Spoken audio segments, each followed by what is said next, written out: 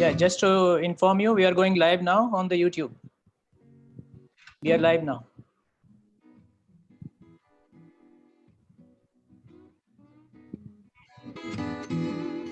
Thank you, Professor Shanda. Dear colleagues, good morning. What a wonderful morning. And we can see already 500 people have joined. Thank you very much. Dear friends, you can now turn off your camera and then just relax because still we have around 20 minutes to go. You can just turn off your camera and relax and just enjoy the music.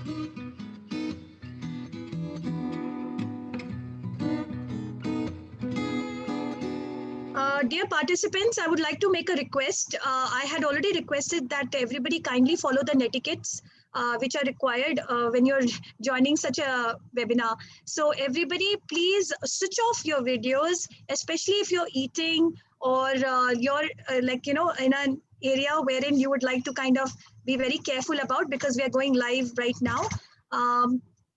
So right now it is not mandatory to switch on your videos. You No, can we are already live. We are already live. Yes, I that's what I'm saying, that all of us, we've already announced that we are live. You all are getting recorded. Later on, please don't tell us that we did not inform you of the same. So kindly, please be careful. If you have your children with you, unless you're okay with your children being seen on the video and being recorded live, it's up to you. So thank you. Please be careful.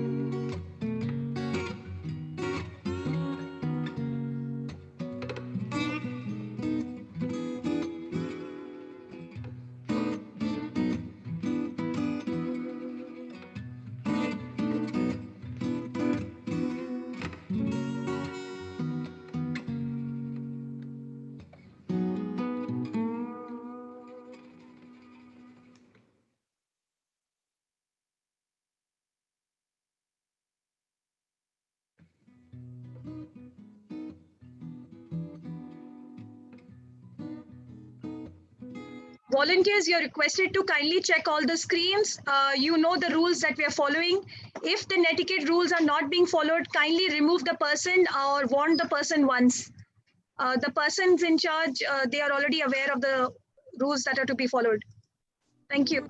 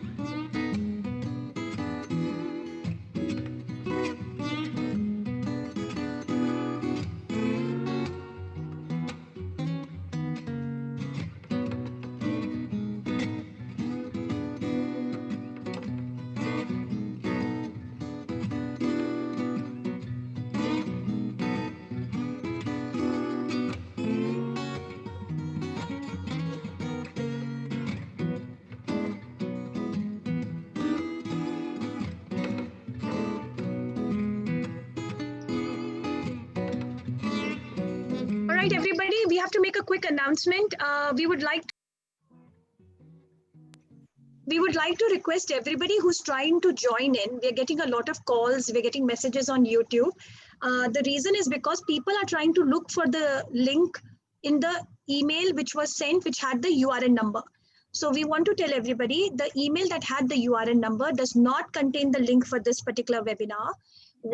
So for this particular workshop, you will be getting the link. I think most likely you would have received the link a few days back.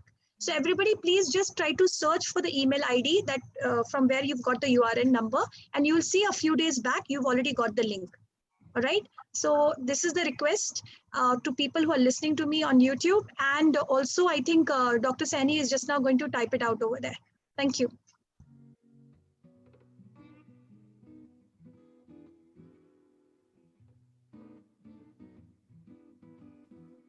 Yeah, I'll add one more thing for those who are trying to log in from those who are in YouTube and cannot log in. It could be because you have to use the same registration ID that you used for registering into this conference, this workshop. So if you are logged in into Zoom by another email ID, you won't be able to do it, join here. So you log out from your existing accounts and log in using the same email ID, user ID that you have used for registering for this, because your registration is linked to your email ID. We also want to point out one particular thing, because we had only space for 1,000 participants within this particular forum, this particular platform. So we have actually given out links for the YouTube viewers. That means those are the people who might have joined us late, or for whatever reasons, we allowed them to join us via YouTube. That means they will be eligible for a certificate later on, provided they participate in the kind of activities that we are going to have towards the entire day. Right? Even the questions that they want to ask, they can ask us, because the particular Google form link that will be posted out here in this particular chat box, as well as on YouTube, allows you to ask a question, whether you're viewing us from YouTube or whether you're viewing us from here. Thank you. Okay, I think that was Sonu sir. He was testing the YouTube, I guess.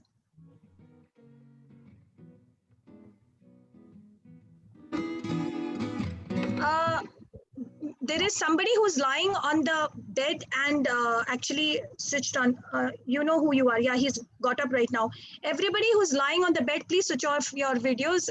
Sorry, we do not appreciate that. And I don't think you would also like that. You will get embarrassed yourself. Thank you so much. It's anyway recorded. So everybody smile. You're getting recorded. I can see somebody. Protem ji is waving. Nice to see you, Protem ji. Mohammad Zia ji has a wonderful smile. Can smile. Yeah, I can see that.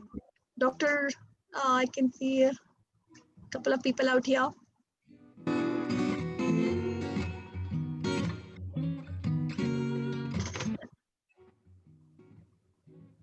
I hope all of you had breakfast. Oh, it's good to see my colleague, Dr. Nandita Sakya. Good to see you, ma'am. How are you? आपको unmute कर देते 2 minute के लिए. Nandita ma'am, I've unmuted you. Yes. Hi. Hi. Good. Hi, I'm very good. How are you? I'm good, ma'am. You're joining us from JNU. I see your wonderful pictures that you keep posting. Thank you. Pleasure. Good to see you, ma'am. Good to see you. Thank you. Sure.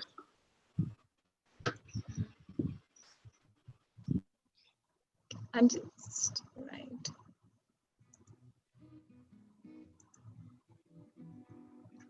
Dr. Protem, I'll unmute you for a minute. We still have a few minutes before we start, so I'm unmuting you. Fine. How are you, Dr. Protem Sharma? Yeah, I am good. I am good. How are you doing, Sandesha? I'm good. You're joining us from where, sir? From Assam. Assam. All right. You're the second person from Assam today who I'm talking to. How is the weather in Assam today, sir? It's raining here. Oh, it's raining. Okay. Yeah. All right. So I'll welcome our Vice Chancellor, Professor Okay. Jagdish Kumar. He has Right. joined Thank us. you. Sandesha, the Vice Chancellor, has joined. Right. I welcome our Honorable Vice Yes, Chancellor. yes. Yeah, thank you.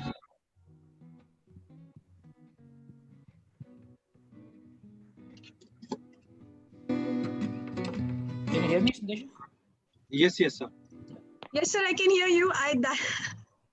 Because the Vice Chancellor, sir, is here. I just didn't want to say anything more than thank you. Okay.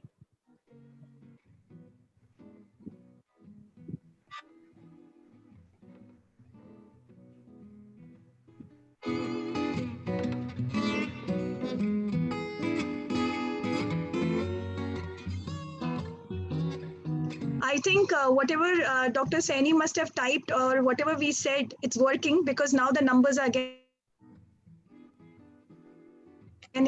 issue because people were trying to find the Zoom link in the URN email.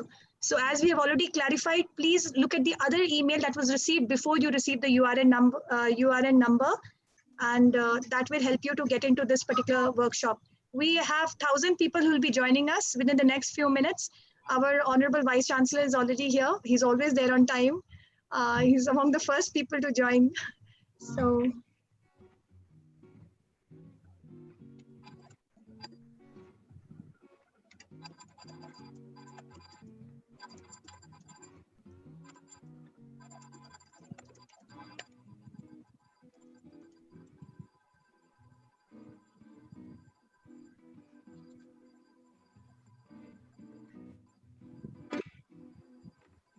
dear colleagues, like who are there on YouTube and who could not find the link, please go through the mails which we have sent yesterday and day before.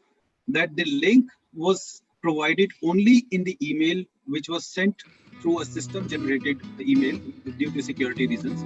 So that email was sent to you somewhere on 7th or 6th of July. That email ID, I've just typed it from which email ID that email has been sent to you. So try to find out that email in case you are on YouTube and you could not join on the Zoom. So you can just click there to join. Only that link is provided in that email. Thank you.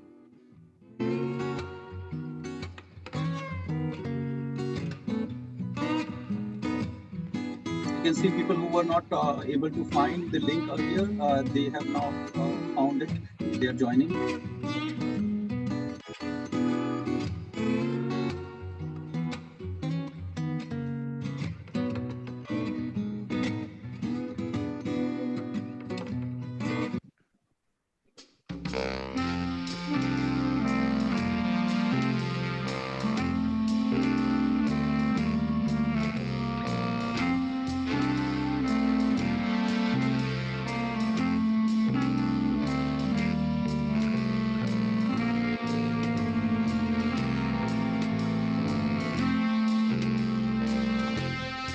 This happens rarely actually. Generally you get the login ID and password to join the Zoom meeting. But for the security reason, because we were catering for more than 2,000 people, and we're expecting at least 15 to 1,600 people from those 2,000 participants. Sonu sir, Yes, sorry yes. to disturb you. Sir, the music was a bit too loud. We couldn't hear you properly, sir. Just wanted to point that out.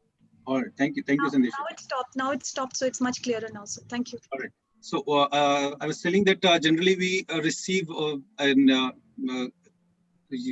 meeting ID and password, but this time for the security reasons, as like we were catering for more than 2,000 participants, so we just gone to the secured measurements. We took the security measurements, and due to that, like we have sent you a system-generated email, which was sent on 6th or 7th July. The link is hidden in the hypertext, which is written as like join here now. Or let me just tell you the exact wordings of that. Yeah, it is something, click here to join. Only the link is hypertext in that text. Through that text, you will be able to join the meeting on Zoom. Sonu sir, can we request all the participants to kindly rename their profiles with the URN number? A lot of people have joined without the URN. So no, Sandeshji, that's okay. URN number is not required here, as like we have written in the mail. URN is not required here. URN is required while people are participating in the various activities during the work. All right, fine. Thank you.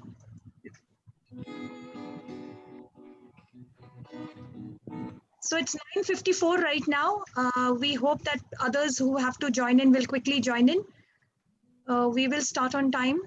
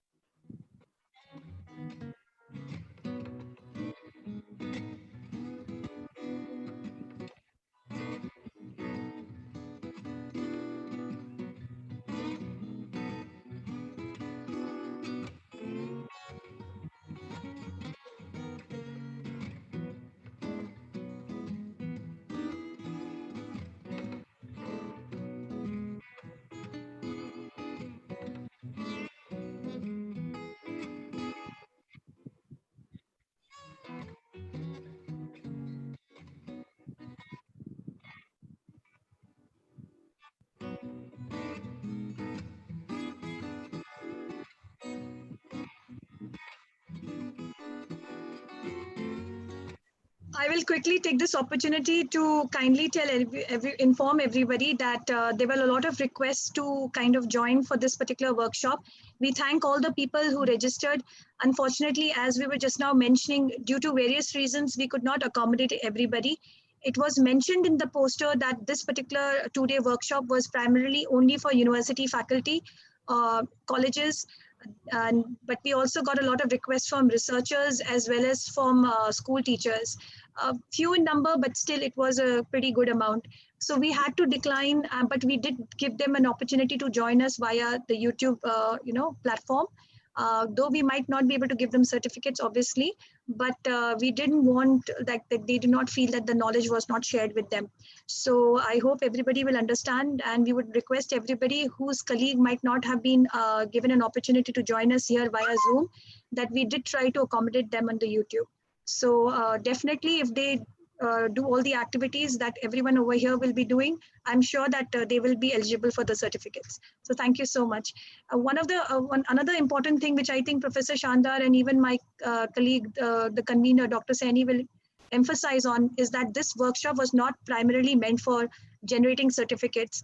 And let's be very clear on that. Certificate is just a way to kind of maybe, yes, the fact that you participated. The main aim is to share the knowledge that we all currently have picked up. I will honestly tell you personally, it is a knowledge I picked up. Most of us are just learning and just sharing whatever that we know. So thank you so much. It's 9:57. Professor Shandar, at 10 o'clock sharp, should I begin by? Yes. Yes. Okay. Yeah. I'll wait for 3 more minutes. Thank you, sir.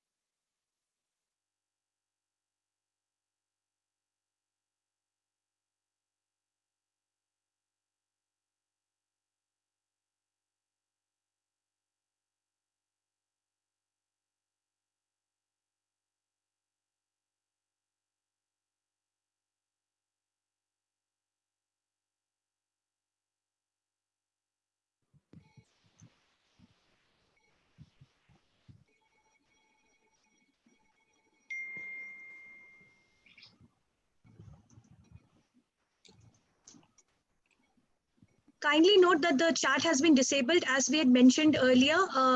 Even if the chat is disabled, it does not mean that you will not be able to connect with us. There will be a Google form which will be posted out over here. Please click on that and you can ask your questions or give us your feedback. You will be given options of asking the question to whichever speaker you want. And not only that, you can use that Google form multiple times for different speakers. You can use it even for asking multiple questions to the same speaker. But we would request that if you have 2-3 questions for the same speaker, kindly please place it in the same form. Thank you. We're about to begin. It's 9:59 and with the permission of the Vice Chancellor, I will begin on time at 10 o'clock.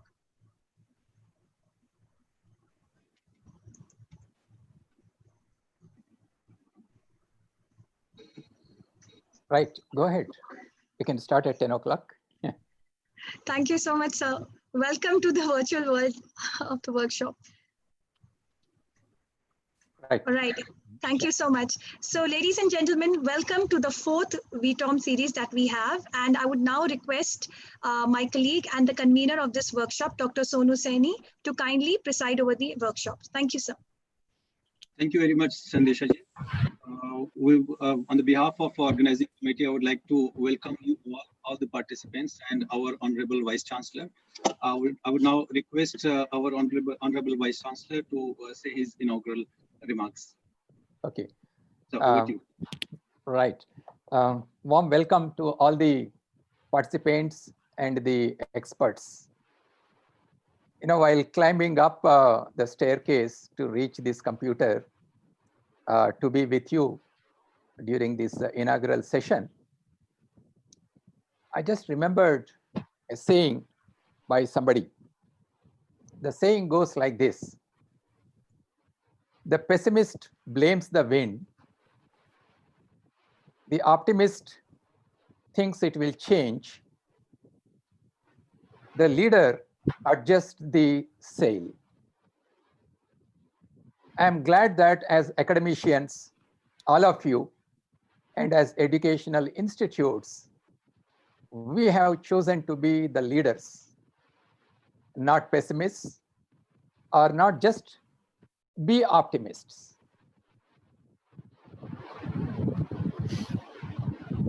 This COVID-19 pandemic has brought a lot of changes in our lives, more so in our educational institutes, but we have not given up. Although there is a lot of uncertainty about how this COVID-19 is going to evolve, when it will come to an end, whether there is going to be a second or third cycle of COVID-19, we don't know. It is like sailing in a stormy ocean. But still, we have chosen to adjust our sail, and we have decided to continue the teaching learning processes. I think credit goes to the teaching community, not just within India, but across the world, for quickly adjusting their mode of teaching and reaching out to the students. JNU, of course, has been conducting several webinars, particularly in the area of training the teachers in using the digital platforms to reach out to the students. Can you recall when the overhead projection system was introduced? Some of you who are senior here may be able to recollect. Can you also recollect when the PowerPoint presentation was introduced?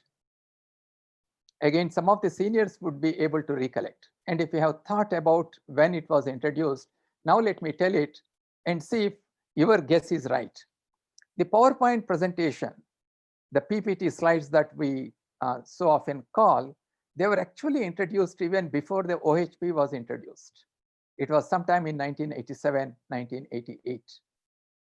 But very few people had computers in those days. So when the OHP was introduced, it became very popular. It was introduced later in early 1990s. All of us, we used to use OHPs. But one limitation with OHP is that if you write in bigger font, if you write it too little, then you will have to use too many files. So therefore, in order to be very economical with the use of those plastic sheets, we used to put a lot of information in each slide. And obviously, when those slides are displayed by the teacher, it was really boring. So much of content was there on each slide. But later, when OHPs came, there was no such restriction. So we could put lesser number of sentences, lesser information in each slide, and make it a bit more interesting.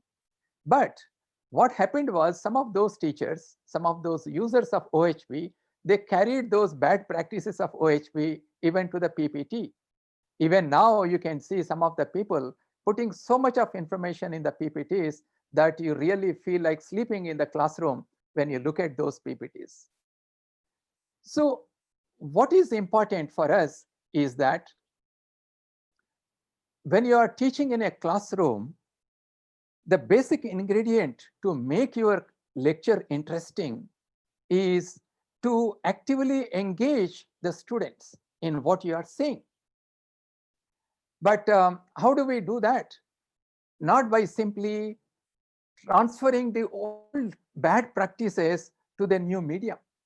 Whether it is a physical classroom or an online medium through which you are connecting with your students, what is important is to introduce that element of active engagement with your audience, with your students. But how do we do that? Well, whether it is a classroom or wherever, you perceive your surroundings, right? And that perception of the surroundings is decided by your thought process. And your thought process is controlled by the external stimuli. And we have only 5 external stimuli, 5 external sensing inputs. So in a classroom, we use only 2 inputs, either auditory input and the visual input. Both of them we use. So when we use these 2 instead of 5 sensory inputs, in order to shape our perception about the teacher, about the subject, about the classroom, whether it is boring or interesting, how effectively you use these visual and audio inputs determines how well you can connect with the audience. I'm sure most of you must have watched 3 Idiots. Most of you must have watched Munna Bhai MBBS. And during those 2 hours, you stuck to the seat and your eyes were glued to the screen and you were enjoying because you were mentally engaged with the movie. And none of the actors you know, you never met them. But if something happens to them, if one of them dies, you feel bad. You get emotionally connected to those actors.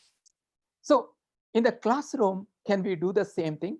Can we emotionally connect with our students? One of the important elements of emotionally connecting with the students is humor. Munna Bhai MBBS or 3 Idiots, there is a lot of humor. Most of the teachers, they are hesitant to use humor as part of their lectures. We need to introduce humor.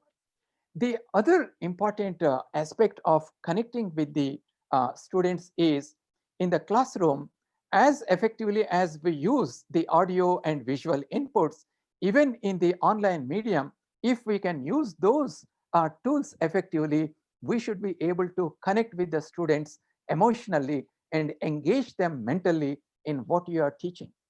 So therefore, when people feel nostalgic about the inability to physically go to the classroom and teach the students, I say that it is not the medium that you use, it is the way that you teach. That is what matters, whether the students become good learners or not. We, of course, feel that in online mode of education, there are issues related to internet, there are issues related to digital resources, but we need to work on it. We need to improve on them. That is what being adjusting your sail, being pessimistic. Sometimes people also say that, okay, we will give the lectures to the students. The students complete the syllabus, but how do we conduct the evaluation to the students? How do we make sure that the students are not teaching? I think here also our attitude has to change.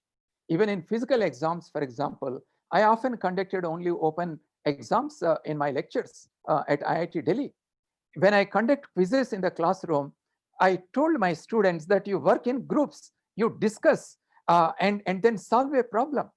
So I think this supervision of the examinations and making sure that people do not cheat, we need to come out of this mindset. We need to trust people. We need to give that responsibility to the students so that they rise to the occasion. Last week, I have given my take-home exam to my students at IIT Delhi. It is an online exam. I gave 3 days time. And you believe the questions that I gave, they were not covered in the classroom. They are extensions of what was taught in the classroom. But the students did very well. And when I compared the answer scripts, I could easily see that they did not copy from each other. Now, it is in the interest of the students themselves if they don't copy, if they become good learners. So I often found that when people are given responsibility, they rise to the occasion. We need to come out of this mindset of mistrusting our students, not believing our students. I think it is something that we need to come out. Times are changing. Our students have their own dreams. They have their own goals to achieve. It is our role as teachers to motivate them to achieve their goals by making them responsible individuals. As far as the research is concerned, of course, yes, if it is experiment-based research, it is being affected today, especially in teaching-based courses where there is an experimental component. The students do not have an access to undergo this experimental experience. But here again, I think we need to find a way out. For example, in IIT system, we are developing what is known as virtual labs. A student may be far away from IIT Delhi or some of the IITs where this facility is created. He could be in a remote place, but they can operate the experiments, virtual lab experiments through internet. So the important point is that when we are in a difficulty, find a solution and move forward. That is what is important.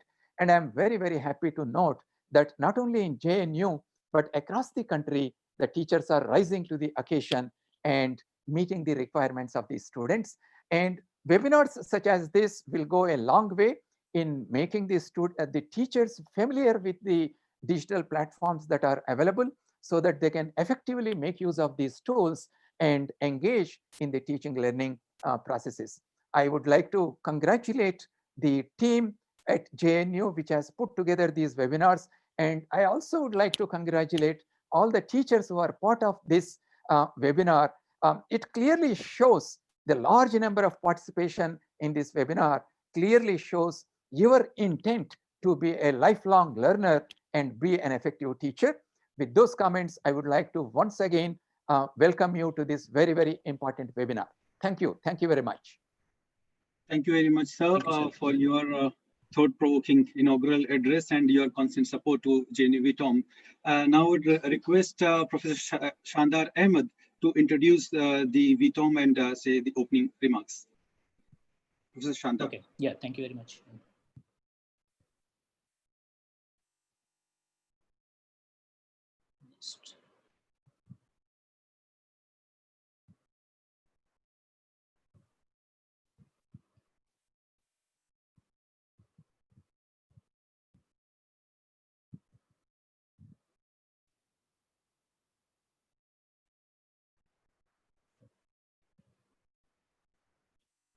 Okay, thank you. I think I should share only the PowerPoint screen. Just a minute.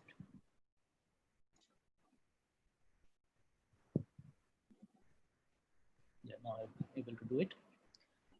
Thank you very much, and thank you very much, the Honorable Vice Chancellor, Professor Jagdish Kumar, for the nice, inspiring words. I hope I'm audible. Last time my voice was too low, and I noticed only when I finished it. Yes, yes, it's fine, sir. Absolutely okay. Fine, sir. Yeah, thank you. So it's a wonderful day, as we have been talking since morning. That weather has been a little kind to us today, after a few days of very hot weather, and. So I just introduced quickly about what this VITOM is all about. So we have a background to start with. So and this is about empowering teaching learning process through online skill development. As our Vice Chancellor said, we are those small soldiers in this journey who are trying to rise to the occasion and trying to help those, bring more people into the fold and be in the rise on the bandwagon of online education and trying to do our best during the times when we cannot connect to our students. So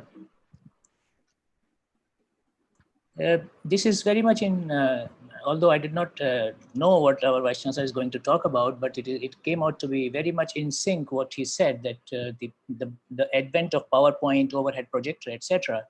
I put it in a different context in the way we grew up learning. Many of us grew up writing on takhti with kalam and siyahi. I do not know how many of you, because I may be older than many of you. So you may have not seen this, but I have seen in my childhood. I have not used takhti as such in my education, but I was familiar that my seniors used to use them. So we used to write on takhti, and we used to have this what you call bamboo pens, and this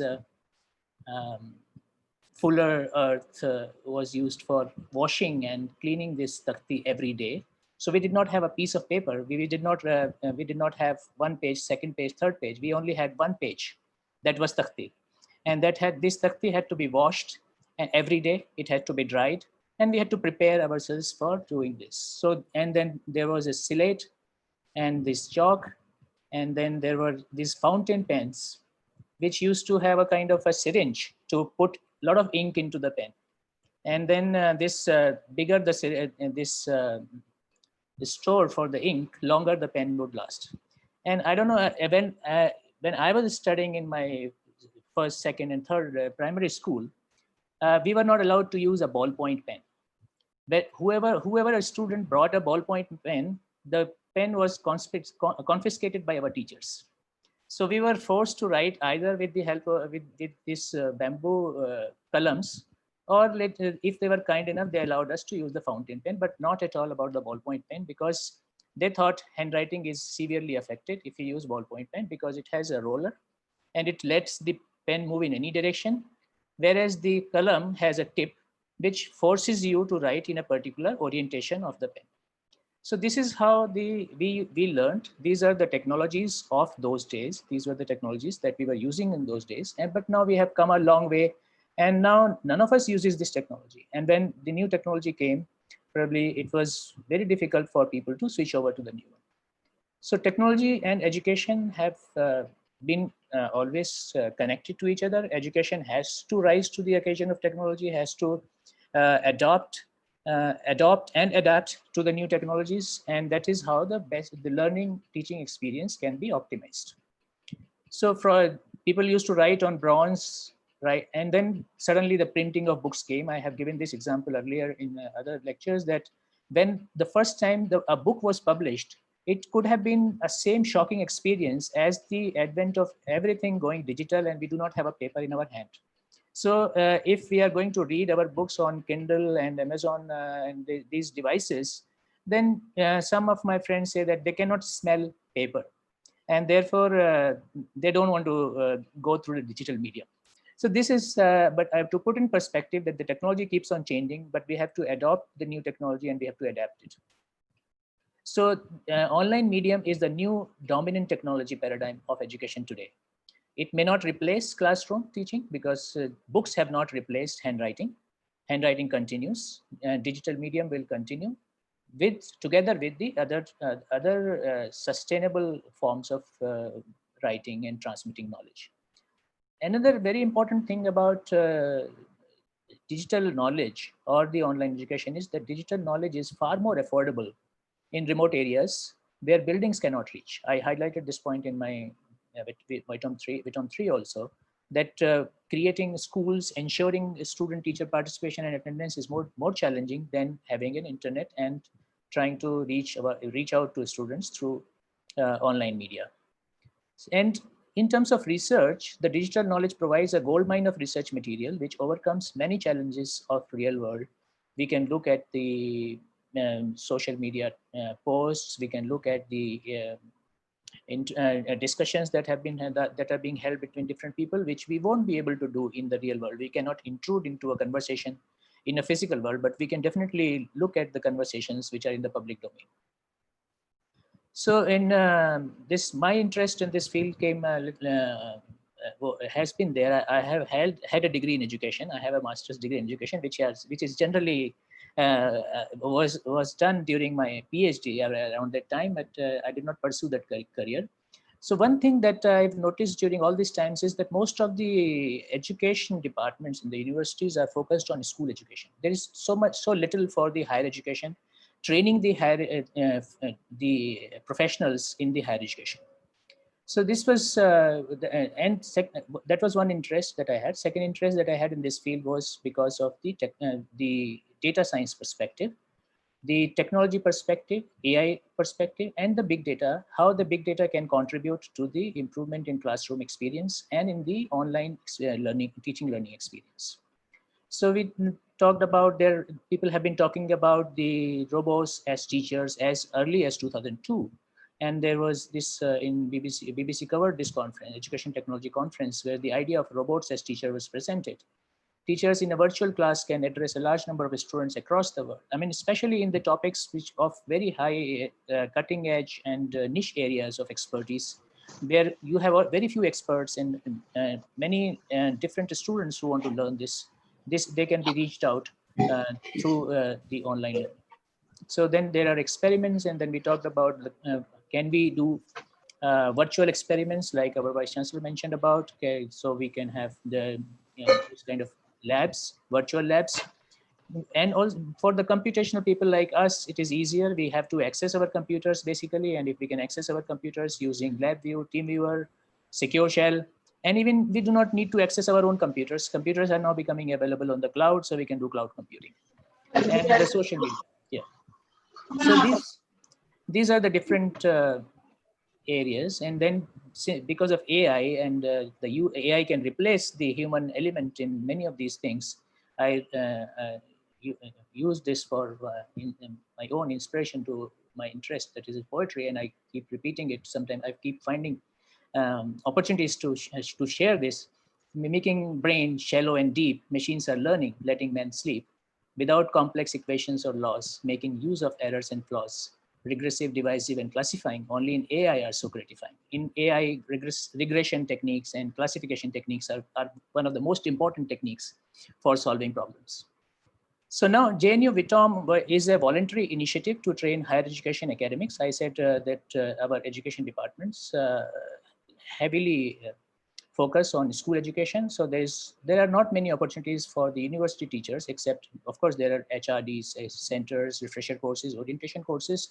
Apart from that, the opportunities for learning and having a proper platform to learn the new technologies like the digital media and the advance of technology that can be brought into the classroom, the number of opportunities is less, and that is where we thought we can contribute. So online education has a great potential. As I said, it can bridge the social gaps in universal access to education in India, because it may take longer to build the schools, but it may be much faster to take internet and computers there. Lack of awareness among teachers about the online media and tool for online education is a key barrier in realizing this potential. And now coronavirus-driven lockdowns generated an urgent interest, as visible in big responses to the programs like this. So we started the journey of VITOMs. Originally, we planned it to train only 50 JNU faculty. When we advertised, we said we want to train 50 JNU faculty, but then there were a large number of people who were interested, and we accommodated all the 141 participants who registered for this. In this workshop, we focused mainly on the tools. What are the Google Classroom, Zoom, and Google Meet? What are the different tools available? So basic things. But now this is 3 months since then. And during these 3 months, our faculty have really done great job. And most of the university teachers, college teachers, even school teachers are using these tools very fluently. So perhaps the need at that level has reduced. But in the second VITOM, we focused on the second other important issues that come from the online education, which were the netiquettes. What are the etiquettes on online learning? What are the psychological issues? What are the challenges and all? That is what we focused. And in the third one, we went a step forward and we tried to focus on a very important issue of online assessment and evaluation, because we had almost completed. We were coming close to completing our sessions, and there was a need to think of the ways we can examine and evaluate our students. So so that is how we moved forward. So numbers kept on increasing, and more people got interested in our programs.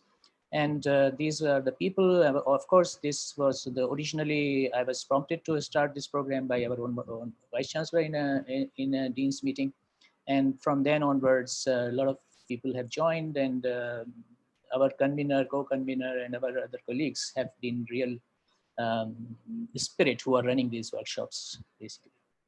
So key achievements in the first, second, and third VITOMs. We have already trained more than 3,000 teachers in online skills to conduct classes and design courses so far. We have developed a network of experts across the country, and also we have had experts coming from outside of India and gave lectures here, and we have been exchanging ideas. We prepared a lot of course contents. We prepared model structures for organizing such programs, and many places in the country have adopted those, and we are proud that we have been helping many other institutions in organizing similar programs and giving them our conveners, co-conveners, and other members have been giving them tips to do that. So today in the VITOM 4, we are going beyond classroom. So this is about the fieldwork and research. because an academician's life is not limited to classroom. Effective and just if I'm just a teacher, I just keep on teaching what I have learned during my student life. That is not enough. A teacher has to constantly update himself, and in the process, he has to do research. And unless he contributes to the creation of knowledge, he cannot transmit knowledge effectively to his student. And that's why academician has to have a holistic life, academic life. Effective classroom teaching is powered by active research activity of the teachers. And that is where the fieldwork, data analysis, and other aspects of conducting research become important. And the teachers have to adapt themselves with the changing scenario in the way the information is getting collected, the way it is being analyzed, and the way it is being presented. So all these aspects of knowledge creation, knowledge analysis, and knowledge presentation have to be, these are the skills that our teachers need to have. So JNU WETOM IV aims to bring forward those issues and give an overview of what we can do in this direction. So this is just the statistical overview of how the JNU WETOMs have happened. So in the first one, we had 141 participation. In the second one, we had 2,030 requests. We accommodated 1,000. Second one, 2,169 requests, 1,000 were accommodated. In this one, we have allowed 2017 participants. So far, 740 have joined. I mean, this is our experience that in the inaugural program, the number of all the participants do not join in the inaugural. Like most of our activities in our university life, in our classrooms and all over a period of time. So during the 2 days workshop, many people show up and go move out. And so I request everybody to be present throughout the, so many of them will be on the YouTube. So 2017 includes the numbers which we have invited to join on the YouTube. 1,000 will, and next is the maximum capacity that will be on the Zoom. So we have also asked what are the different platforms that our participants have been using. And this is the data that has come from this workshop. Most of the people have said that they have some or enough experience on using Zoom. They have past experience. About half of the participants said that they have experience on Zoom. And then there are other social media, other digital media on which they have experience. So this shows that our participants are already getting familiar with these tools. So we have to go beyond how to make the best use. So after the basic technologies, the access to basic technologies, we have to learn, we have to brainstorm how to develop the right content and how to localize our content, because digital media exposes us to a whole universal audience and universal expertise. If every teacher in the world is teaching the same thing, why should the students study from me? So the thing is to personalize and localize our content, and what can we do about it? These are the areas to focus.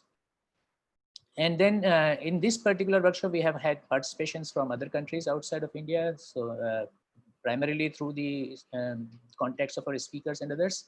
But we have people coming from Russia, USA, and some of them are our own Indians who are working abroad.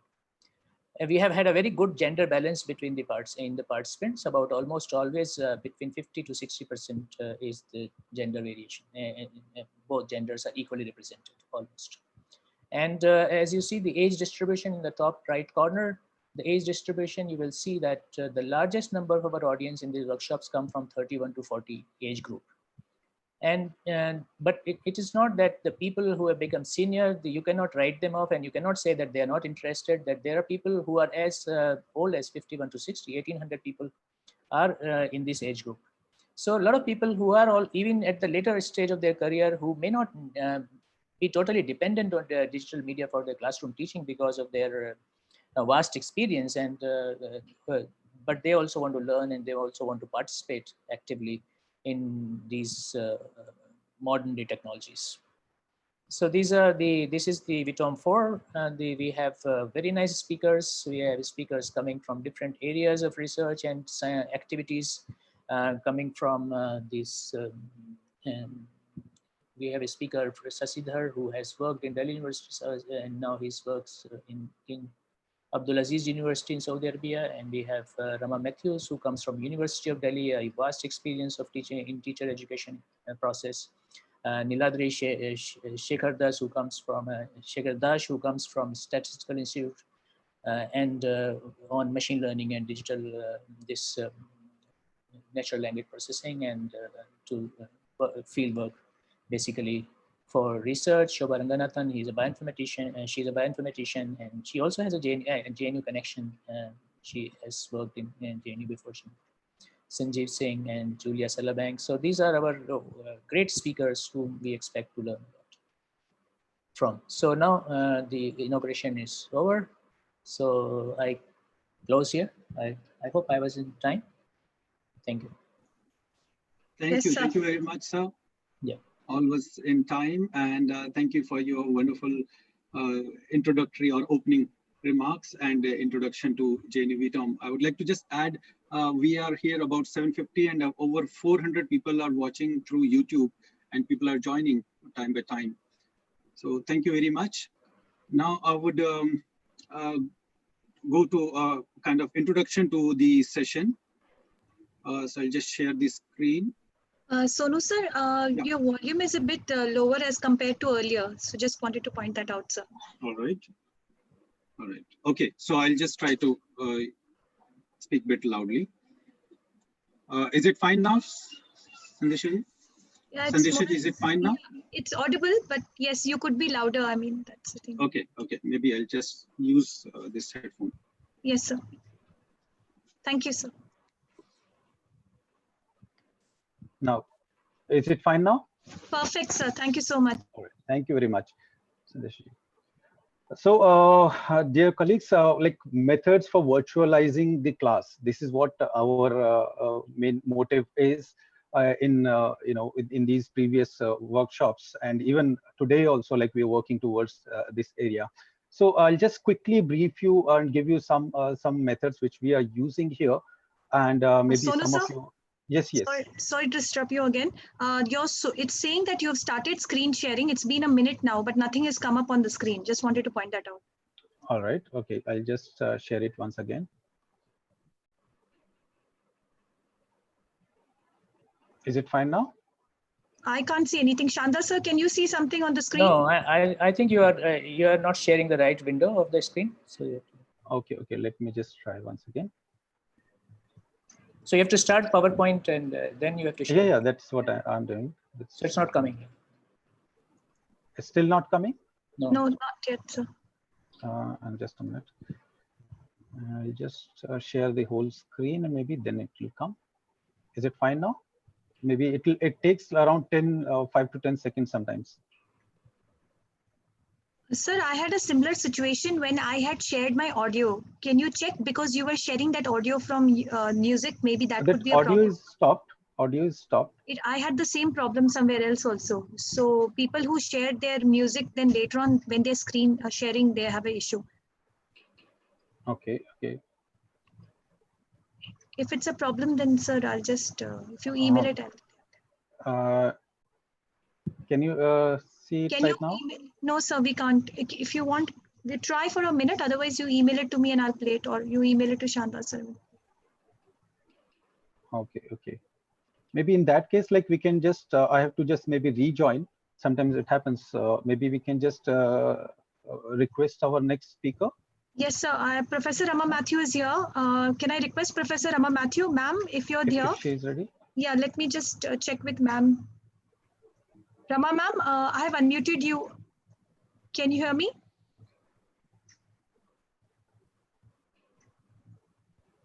Good to see you, Professor Matthew. Can you please unmute yourself? Is that okay?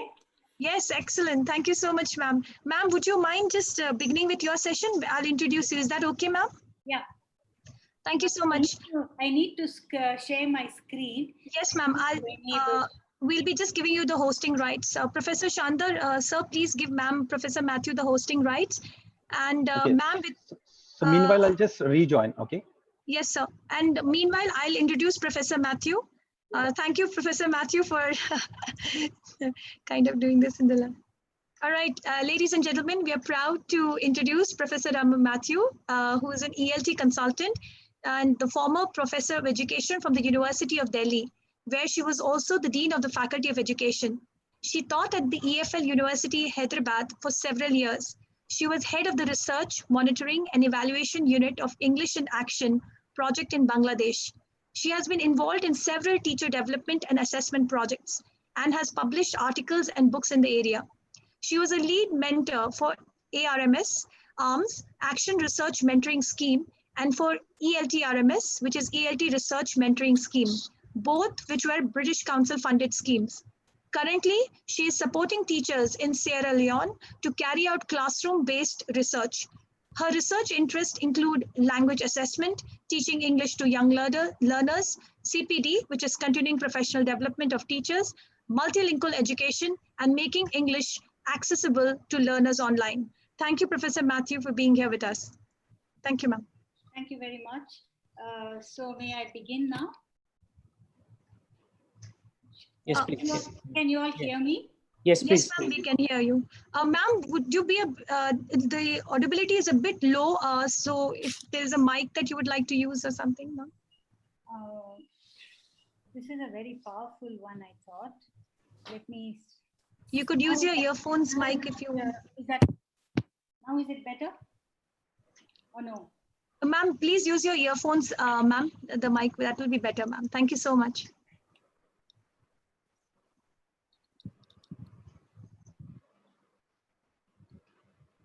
Is it any better? Yeah, I think it's fine. So you can Much, carry. much better, ma'am. Much better. Thank you so much. Okay. So my presentation is titled Offline and Online for Effective Teaching and Learning.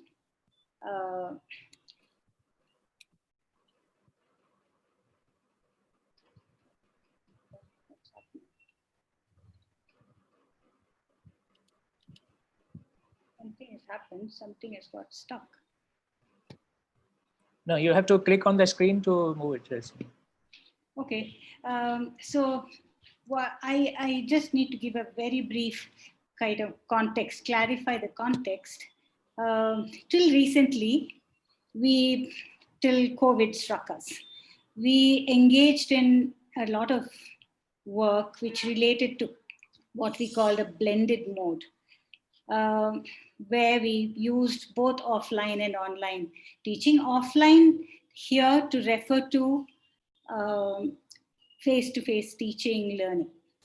That's what I mean by offline here. So we engaged in a lot of face-to-face and online work with our students, and also in an synchronous and an asynchronous way. I'm not going to define all this. I'm sure all our audience is more than familiar with all this.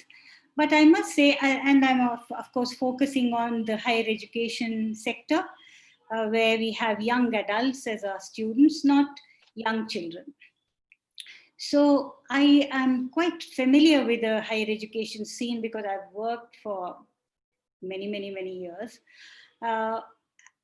One thing that I was always concerned with, and even today I am probably, is that not all teachers are comfortable using online methods.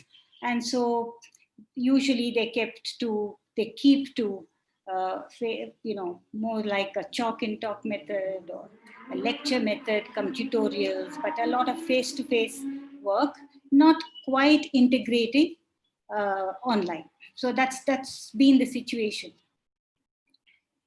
But now, of course, we have been forced into a situation where we are only online. We are only on online mode. And so the question of how do we teach and how do we assess has become quite important. So that's what I'm trying to sort of focus on now. And then a question that strikes me that becomes immediately crucial is, are we looking at suitable online tools and resources for our purposes? That is, suitable as in, are they appropriate for what we want to do? Or the other way around. What do I mean by the other way around? Very often we have got tools and then we try to fit it into what we want to do somehow, because I like Padlet, or I like Zoom, or I like a gaming kind of a resource, and so I try to use it. There's not that much wrong because you're trying it out and you're experimenting with it and so on, but once you involve your students also in it, it's a lot of fun and a lot of learning. But still, the earlier image of a teacher planning, doing everything, that will get a little modified or distorted, if you like, fitting available online tools to what we want to do. So the question that we want to ask is, how do we leverage online education to make our teaching more conducive to learning? Sorry, there's an error here. And how do we achieve a judicious blend? I'm still bent on a blend rather than only online. Of course, in this COVID situation, it's not possible, but I hope that it will pass soon. So now, ordinarily, whether it's online or offline, a teacher has to think of many things like this. Who am I teaching is the first question. What should I teach? How should I teach it? How will I know if they have learned it? So that's what is about assessment. Now, I want to take you through a very important quotation that I like very much, because I think from this emanates all our planning and designing tools and ways and pedagogy and everything. So what kind of learning would we like to see students demonstrate? I'll just read it aloud for those who might be able to see or not able to see. Learning occurs when students are, now it's a whole lot of mental processes, thinking, problem solving, constructing, transforming, investigating, creating, talking and communicating, sharing, representing, predicting, interpreting, assessing, reflecting, taking responsibility, exploring, asking, answering, okay, it goes on, and applying that new knowledge to new situations. This is a very important one. So what is it that we want students to learn, even from a single class or a group of classes or at the end of the semester? What is it that we want to do? We need to be very careful, and all our planning and designing, I think, is based on this. So if we want them to just memorize some factual knowledge, it's okay now and then to get them to memorize, but then be very clear about that. Don't think you are trying to give them deep understanding so that they can apply that knowledge to new situation, when all that you are expecting them to do in their exam is to memorize and show their recall or memorizing abilities. So you need to be quite conscious and quite honest about what you're teaching and for what. Next thing I have here is, I think very often we have quite a few goals like learning and different processes of learning. But as a bigger goal, I think we also have something like promoting learner autonomy, which is much more much more significant in these times when students have to access online resources on their own and decide whether something is good or not good, make judgments and so on. So autonomy is so very important. And then to make learners more competent in a chosen area of study, which I think is quite a reasonable expectation. And then the other one is collaborate with each other. I don't know if many of us managed to get this collaboration in the face-to-face situation, but then now it seems quite easily possible when you have Padlets, when you have Wakelets, and then you have bulletin boards, and then people can come together and then learn from each other and so on. So these seem to be very important goals to achieve. Of course, you can add others, many, many more. But then this 3 to me seemed quite important, so I put that down. I watched a video, very good video, run by the British Council recently, and it was called Online Workshops, Content, Process and Delivery. Here is a link. Now, I'm drawing on 1 or 2 ideas of that from that workshop, and I really liked the workshop. So you can also look at it and see what you would like to learn from that. Factors that we need to consider when selecting online collaborative tools. I won't go into any details in this. As I said, autonomy, relatedness, or collaboration, competence are the 3 key ideas in this. And then you also have to consider relevance, and then integration, features, what kind of safety measures, privacy, and so on, and do we include all our students, and so on. So these are all very, very important. This slide is from the British Council's workshop. Examples of online tools. I just picked this up, and then you have all kinds of things, Edmodo, Kahoot, and Zoom and Padlet and what have you. Google Classroom is very, very important. And other than this, I also realize that at least at the school level, there are lots of companies which give you a ready-made platform, and then you can choose the features that you would like to use and get your children to engage in that. What do you find challenging about using online collaborative tools? One is to keep pace, another is context and skills, privacy and technical issues, selecting the right tools, overload. It's also a challenge not to overdose the class with a lot of technology, but we don't have a choice now maybe. But then can they also go back and read quite a bit, do some assignment on their own and discuss with their peers? So all the time, the teacher doesn't have to be at the center. The teacher can give it over to the students, and they can start discussing and interacting with each other, and they can develop their own Padlets and then, do a lot of interesting things. So different ways of getting feedback, that's a very, very important thing. But in all this, of course, we miss the non-verbal, we miss the physical sort of, possibility of getting to know people more closely and understanding their psyche, as it were. All this is, I hope all this difficulty will pass. I want to just take you through a very important experiment that I would like to share with. This done by Sugata Mitra. He lives now in Newcastle. I don't know if you have heard of this, but I'll just very quickly tell you what from his experiment is very crucial for us. It was called the Hole in the Wall experiment, conducted long ago in Delhi and many other places near Delhi in the North India and so on. Later on, of course, it spread to the whole world. He began this in 1999. I won't go into the detail. Look at this TED Talk, which is really amazing. This is a TED Talk for which there is a link here. Now, he realized when he put this computer in a small hole, embedded it into the wall, and left it there for children to access it, do what they like with it, in a slum locality in Kalkaji in Delhi.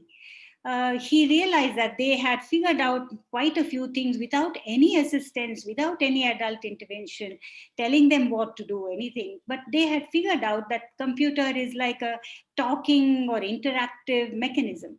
And they didn't know English. And they had figured out quite a bit of English so as to follow instructions, and they had downloaded many things. And you must see these experiments and his talks. It's been all written up a lot, and then you will know what kind of excitement there was. So he realized when he observed them from a distance that maybe the teacher, it was not from 1 day or 10 days or anything, but after a long time, he realized that absence of a teacher might assist learning. So this is quite an extreme way of saying how teachers are probably not necessary, but not quite so. But then when you interfere or intervene too much, probably you're coming in the way of learning. So please think about it very carefully. The other thing that he realized was self-organized learning environment is very crucial. He called it soul. Now they organize themselves. And then they find out, answers to puzzles and questions and everything. So this became a very important dimension for him. Then he also realized that heterogeneous groups access internet. That's very important, because when you put it in a village or outskirts of the city or anywhere, then all children come. He only made sure that adults don't come, but all children of all age groups with whatever backgrounds and so on, they came together and they started assisting each other. They learned from each other. Why, when one didn't know something on the computer, the other one tried, why don't you try this? Or they all were working on it together. And it was unsupervised and on a large screen. So he's saying these things are very crucial from that experiment. Then what should they learn? What are they going to learn? Are they just going to play games, or are they going to do something meaningful? That was a question. Then he, in a much later experiment in the UK, he asked these people, he set up such computers in many places. In fact, when he won a TED Talk award, he got a lot of money that he had to put back into similar experiments. And so he set this up in the US and many other countries and UK and everywhere. And then he would, in one experiment, he tried to pose a question to them. He said, can anything be in two places at the same time? Of course, these were children of all age groups. Some of them hadn't gone to school, or they had gone to school. Then they figured out in 15 minutes or 20 minutes, he said, Sugata, have you heard of quantum entanglement? Now, these were children from, different backgrounds. So he said, my God, yeah, that exactly is the answer to this. There can't be anything in two places at the same time. So he's saying that you don't have to really design or plan the curriculum in a very rigid or a systematic way, but then the way children learn it's like magic. It's like a mystery. We don't know enough about how children learn or how students learn. So he tried to say that they'll be able to learn in their own way, and then they can find solutions to this even without adult intervention. But he said one more thing. He said the grandmother method of appreciating is very important. What is that grandmother method of appreciating? When a child says something to the grandmother or grandfather in that role, say, oh, really very good, so well, you're so clever. But then the child is, is likely to say, no, you don't know what else I can do. I'll show you, wait. So that sets up a kind of a positive encouragement for them to do more. So he says, even though he says adults should not interfere, grandmother method of appreciating, which he calls the granny cloud, is very, very crucial. So he also is suggesting that the school in the cloud concept is quite possible. Now, before we end, I just want to show you the graphs that he has shown. Using devices over several years, he could see that it's really gone up. Their ability to use devices, their ability to search skills, internet skills has gone up like this on a graph. And one very unexpected finding he came up with was that their reading comprehension increased quite a lot. Who had taught them reading comprehension? I'm a language teacher, language education person. Reading comprehension, teaching reading comprehension is quite a difficult task. How one picks it up in an informal context is very different from how we organize it in school. We don't seem to have done a very good job. But then here, because of whatever opportunities they got, and they had to read instructions or they had to look at something, their reading started improving. So this was through a self-organizing system. Look at the next one. Now we are coming to assessment, which is such an important thing. He's very clearly of the view that our assessment systems are mostly out of date. This talk and this experiment was all some years ago. At that time he said this, and even today I don't think it's very, very different, but where it is different, please don't take offense. We still have exams of this type. He says, now this is the exam, and what is this? This is an office in 1910. He says, now these people are going to become workers in such an office, but he's saying, but these people are all dead. It's that dated. So let's not, assess them on something that's really out of date. Don't do that, because then the whole point is lost. So how do we assess something that is for now, for future? So that's a very crucial thing. Then again, he says assessment needs to change to solve problems when they actually appear. Do we give them that ability? So here the exam is again giving them abilities that you just in case need. What if you need, he gives the example of quadratic equation. What if you require to confront quadratic equation? That's why we go and teach them quadratic equation. But of course, it's not so, I'm not trying to trivialize quadratic equation or anything that is like the foundation or the basis of learning. But then we need to move towards what is it that we need in time, just in time, not just in case, but just in time. He is summing up here, which is introduce the internet as a formal subject so that they really know how it works, and then complex dynamical systems as a subject through simulation, experiments, and social sciences, and then dividing existing curriculum into 3 parts. This might as well apply to higher education. What is necessary for life? What feels good to know? Something like, I would like to know about environment, or I would like to know about the universe. So teach them that.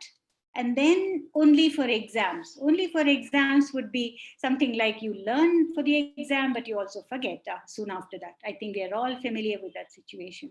So you could, if you have to have this kind of an exam, then be very sure, maybe give it a very small percentage, give it a very small proportion of what you teach. And then, allow the use of internet during examination. So now in everyday life, we use internet. How is it that we don't allow internet during exams? So why don't we allow it? From my own example, so I think there are quite a few lessons or ideas that we can draw from these 2 things, the British Council webinar and Sugata Mitra's experiment.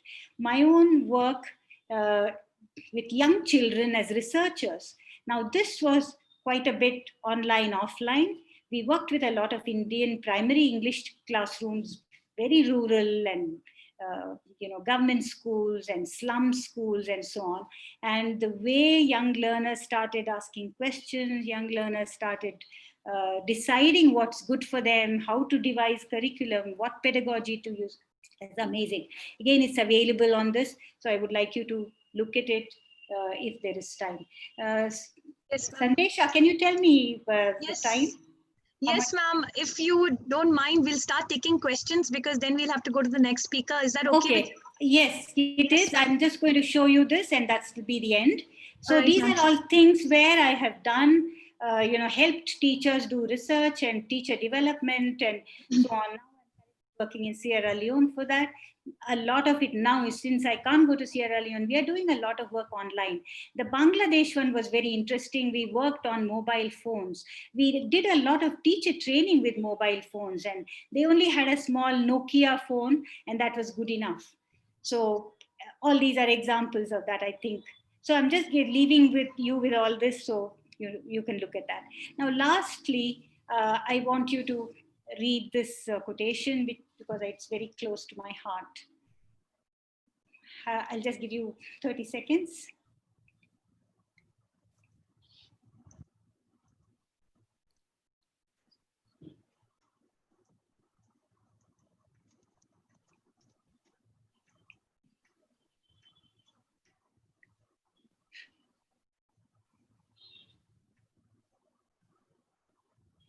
This is very important.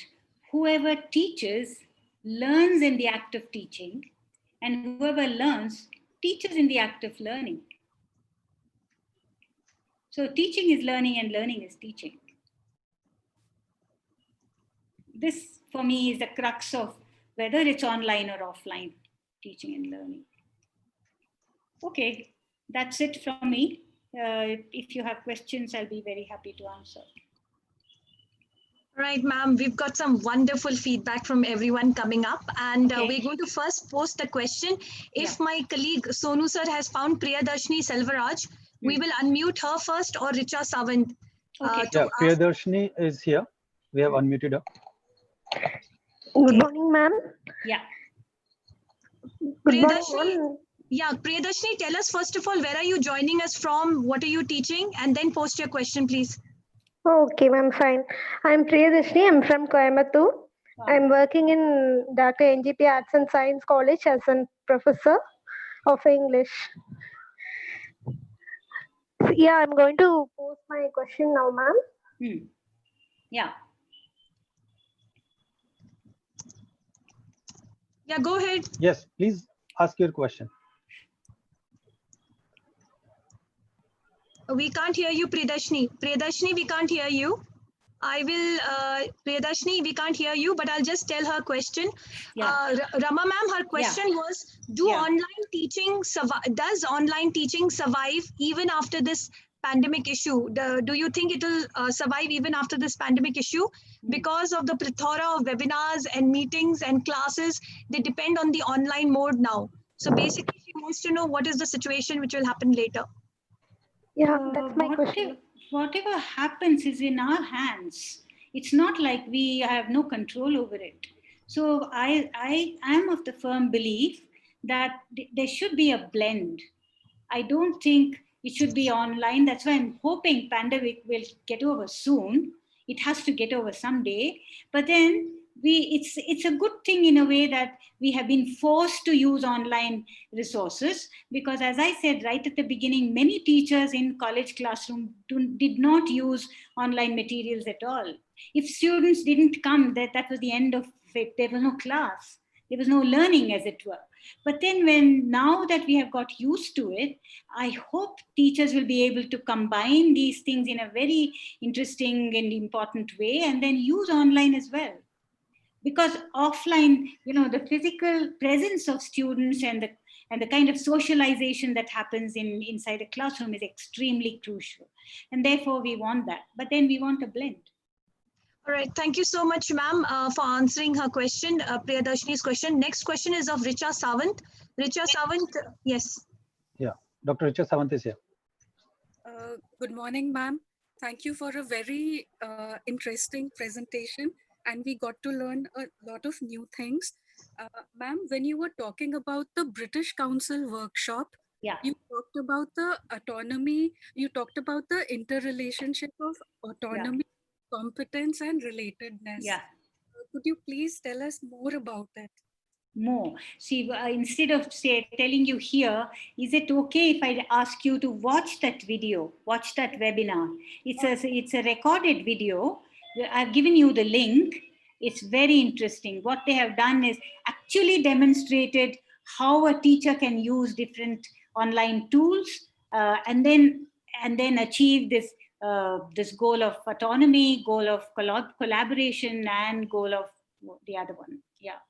Integration. Yeah, I would strongly recommend that you read it, you watch it, because I watched it and I liked it a lot. Ma'am, thank you so much. We have a question from Professor Shikha Saxena. Professor Shikha Saxena, I've unmuted you.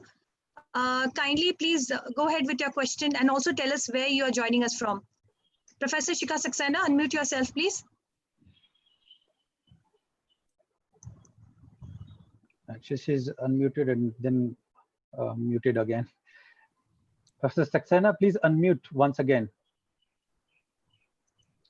Yeah. Yeah, now she's there. Yeah. Good morning, ma'am.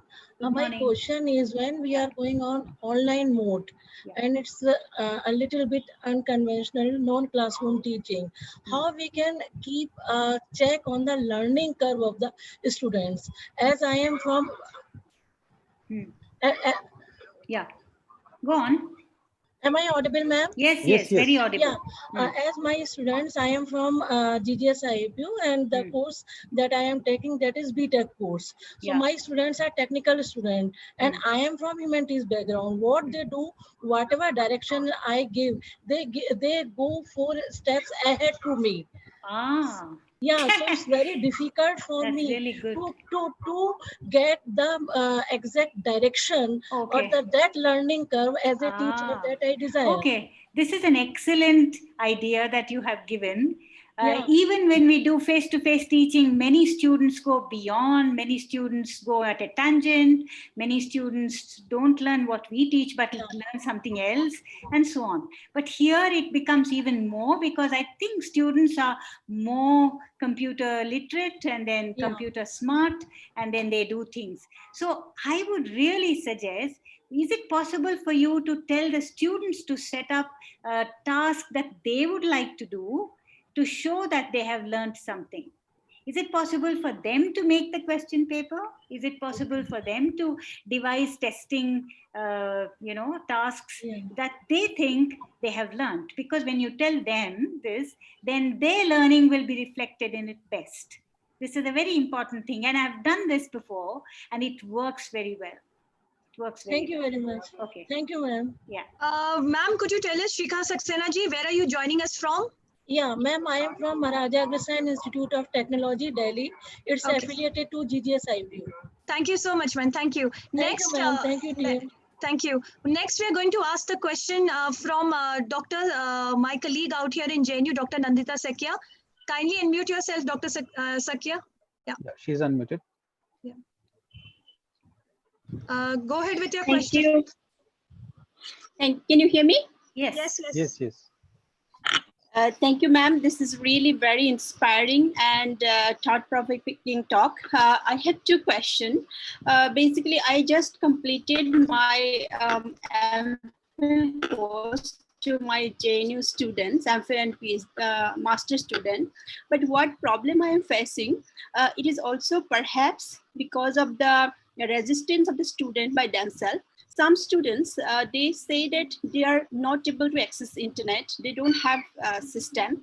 They don't have laptop. And particularly in my subject where I deal with numbers, they basically need some kind of softwares to give me assignments back and so on.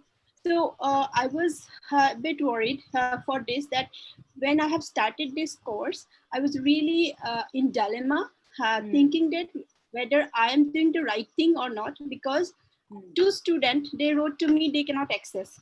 So the students who are getting internet and they have, some of them has computer, some of them do not have computer. So this was my first dilemma, that am I depriving So them? what's But your at the same question? time, What's your question? yeah.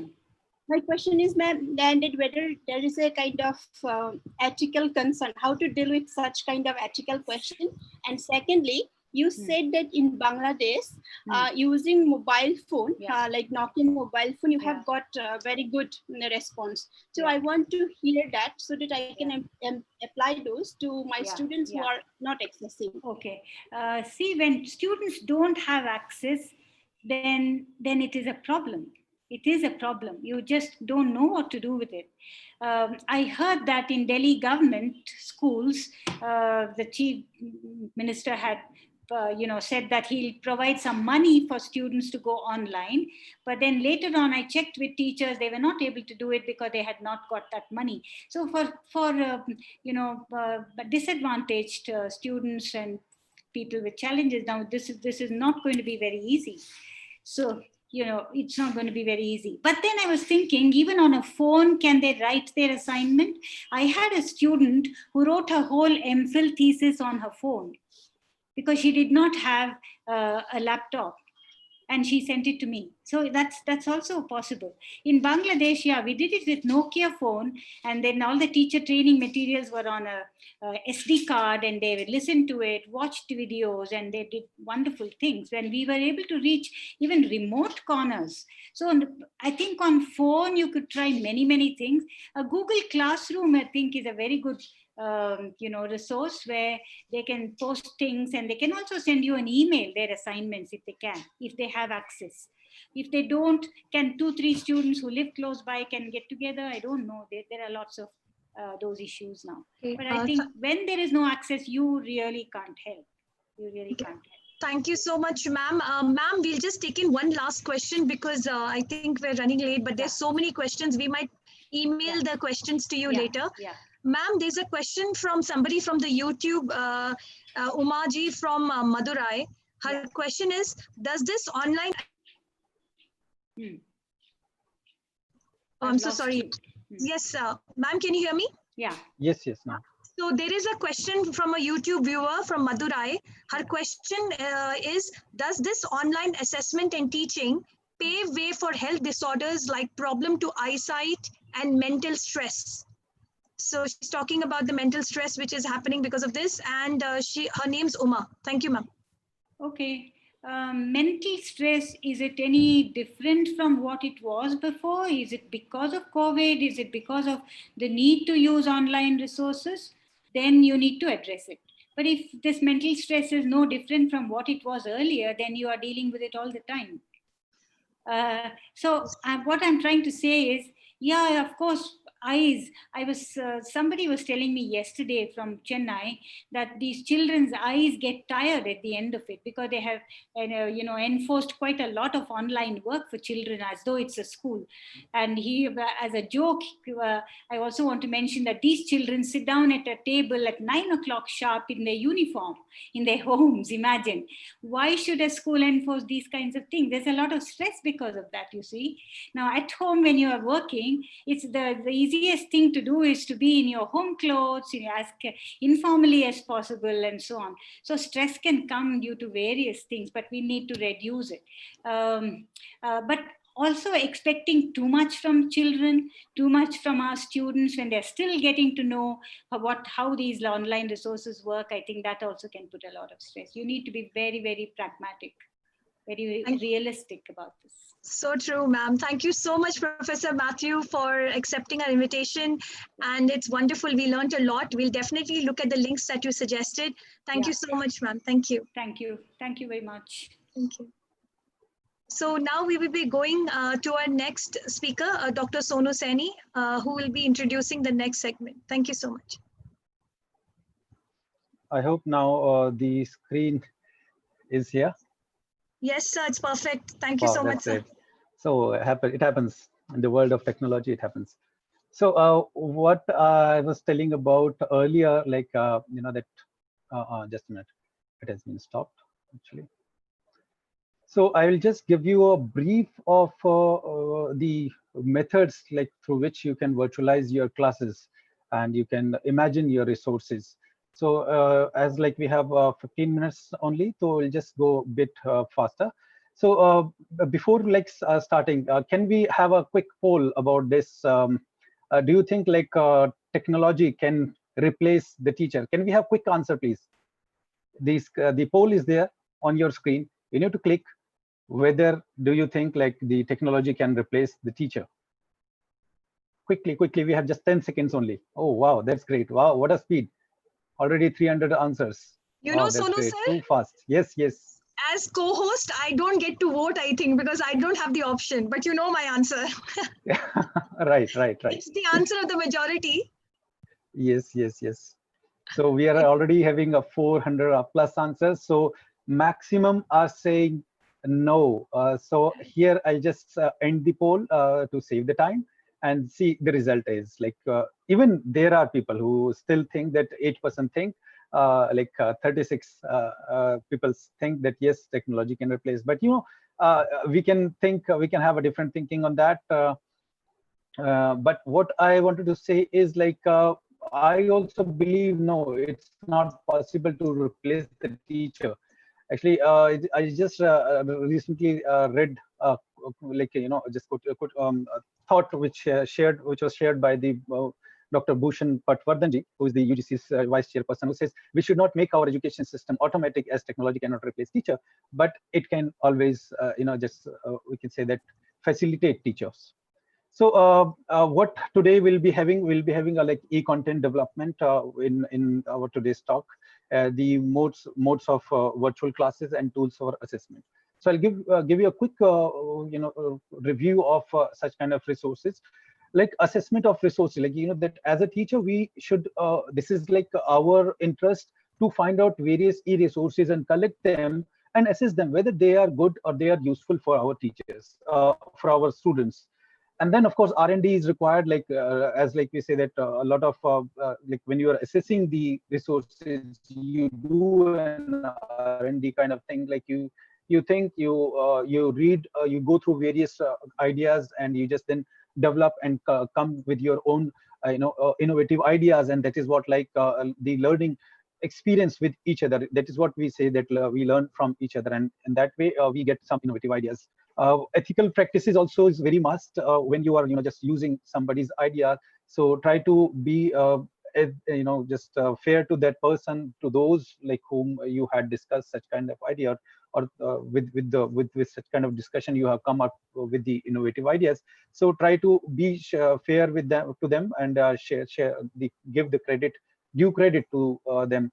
And the most important thing is like ask for the feedback. And of course, why I've added the critical, because students, of course, sometimes they may say that, okay, yeah, sir, or ma'am, it was very good. It is like this method was good and all. But don't ask for the positive points. Ask for the critical points. You just ask, okay, that's fine that you have given the positive points on that technique.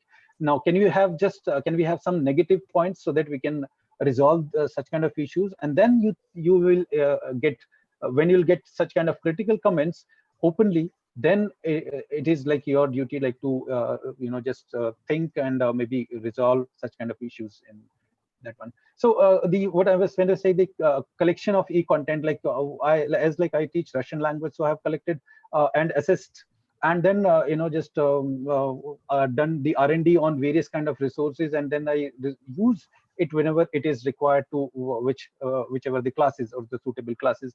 So in that way, like these are some resources on various kind of resources. Of course, SWAM portal is also useful because that has a large number of videos and tutorials which we can use in our day-to-day teaching during the time of online classes. These are also some resources. So some of the snapshots are here. So I'll just quickly flip that. And I'll come to the next, the important resource, that is what creating the Android app. Nowadays, as we all are moving towards the online platform, so you can also learn to create Android app or maybe app on iOS, on Apple. So how to do that? Many of you may say that, okay, we don't have technical knowledge. We don't know the programming and coding. So don't worry about that. There is one platform which is called MIT App Inventor, on which you can easily develop your simple apps, and you can choose the various kind of I'll just give you a demo on that. I'll just go to show the window, how to go about that. Yeah, here it is. So here is the website that is called MIT Inventor. You just Google it, MIT Inventor, and you'll be launched onto the same page. And here you can just log in and come up with various kind of already prepared samples. You can use them, modify them, change them, and without any knowledge of coding. And that app is some simple, in simple way, you can make such kind of apps like MCQ type of quiz, type of questions, or true and false, and then it can be a kind of Olympiad type of application can be made over here, and that can be used in your classroom teaching.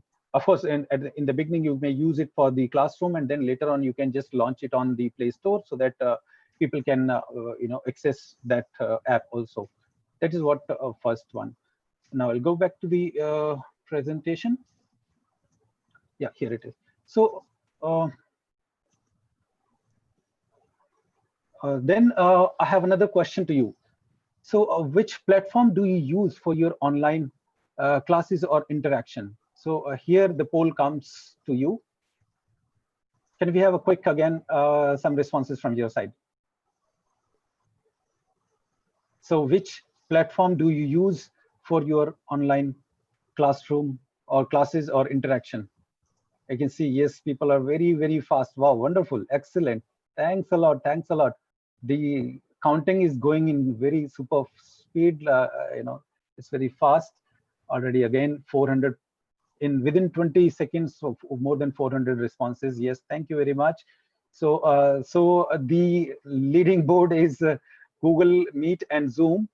And some are saying, I wish I could also post my answer. No. We already know your answer. We need to get to know answers from our audience.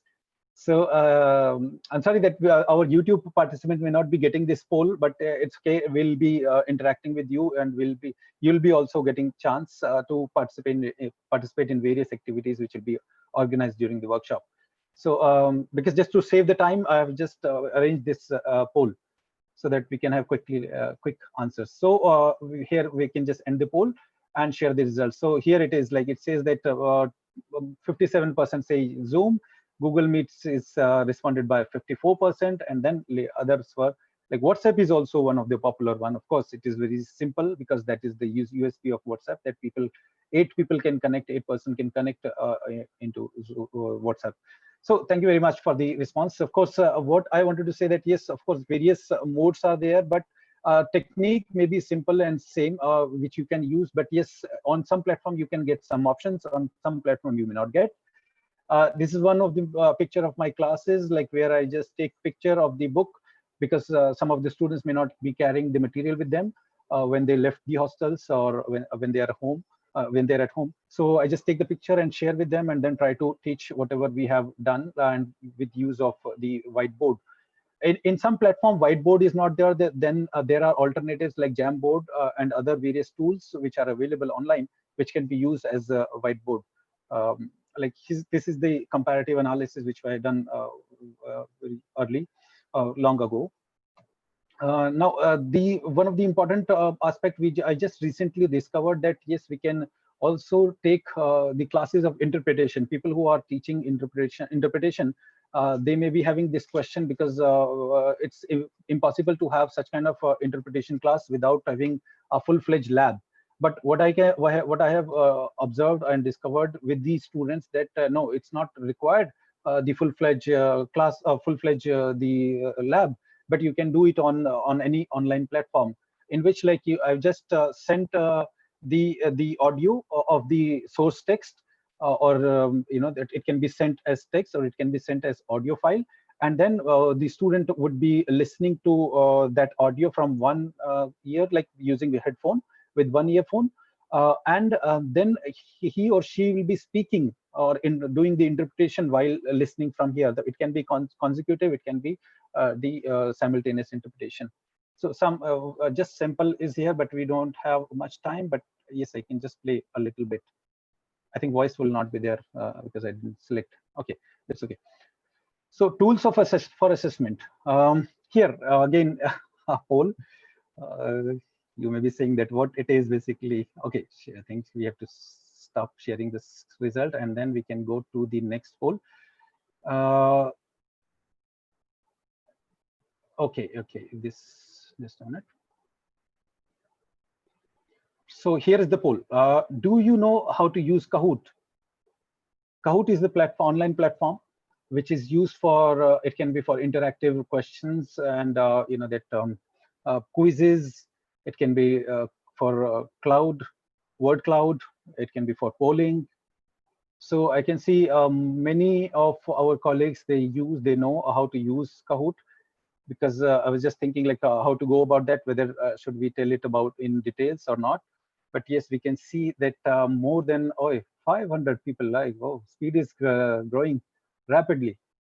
So only almost 500 people have responded to the quiz, to this poll, and you can just show the result. Yes, 55% say no, they don't know, and 45% say yes. That's a very good thing. Like at least 50%, like around almost 50% is there that you know how to do this Kahoot. Maybe I'll just take a minute and we'll show you how to use Kahoot.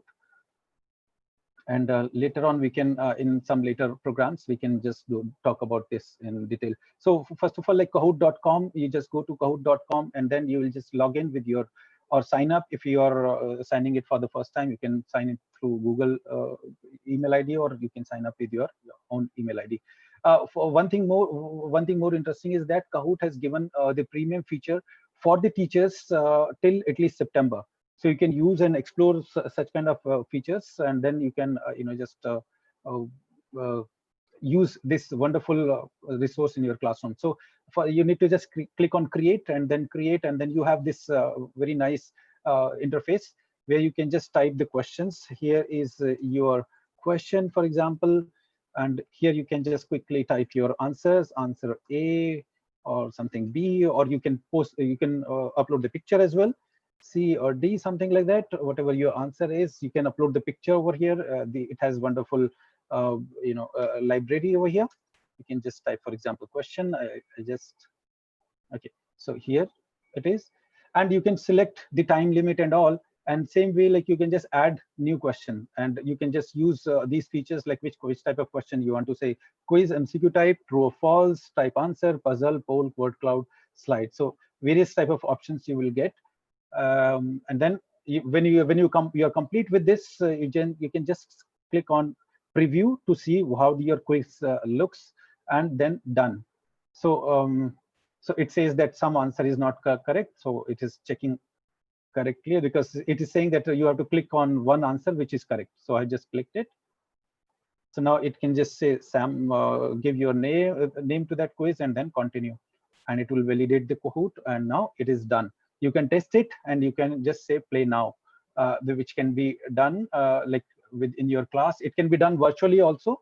Like you can just play it, like for example here, just you click on teach, play, and then teach, and then it will give you a code, or maybe you can do it through the link which can be shared to your students, and then they can play live while you are having class. This is the pin they can join without any link. They'll just go to kahoot.com or kahoot.it. Then they have to just dial the pin, and they will come to this game, and then you can see the results. I could have done it we could have discussed it in more detail, but because paucity of time, we'll just go back to our next resources. So here we were. So Kahoot, and then here, like I generally love to bake Kahoot, and then that what important aspect I use for the assessment. Like for example, I just give the students a YouTube video link that, okay, please watch this video. For example, a small short movie or cartoon, or it can be any documentary. And then I make the Kahoot, and I say that, okay, after watching the YouTube, you just after watching the video, you just go to the this Kahoot and play this game.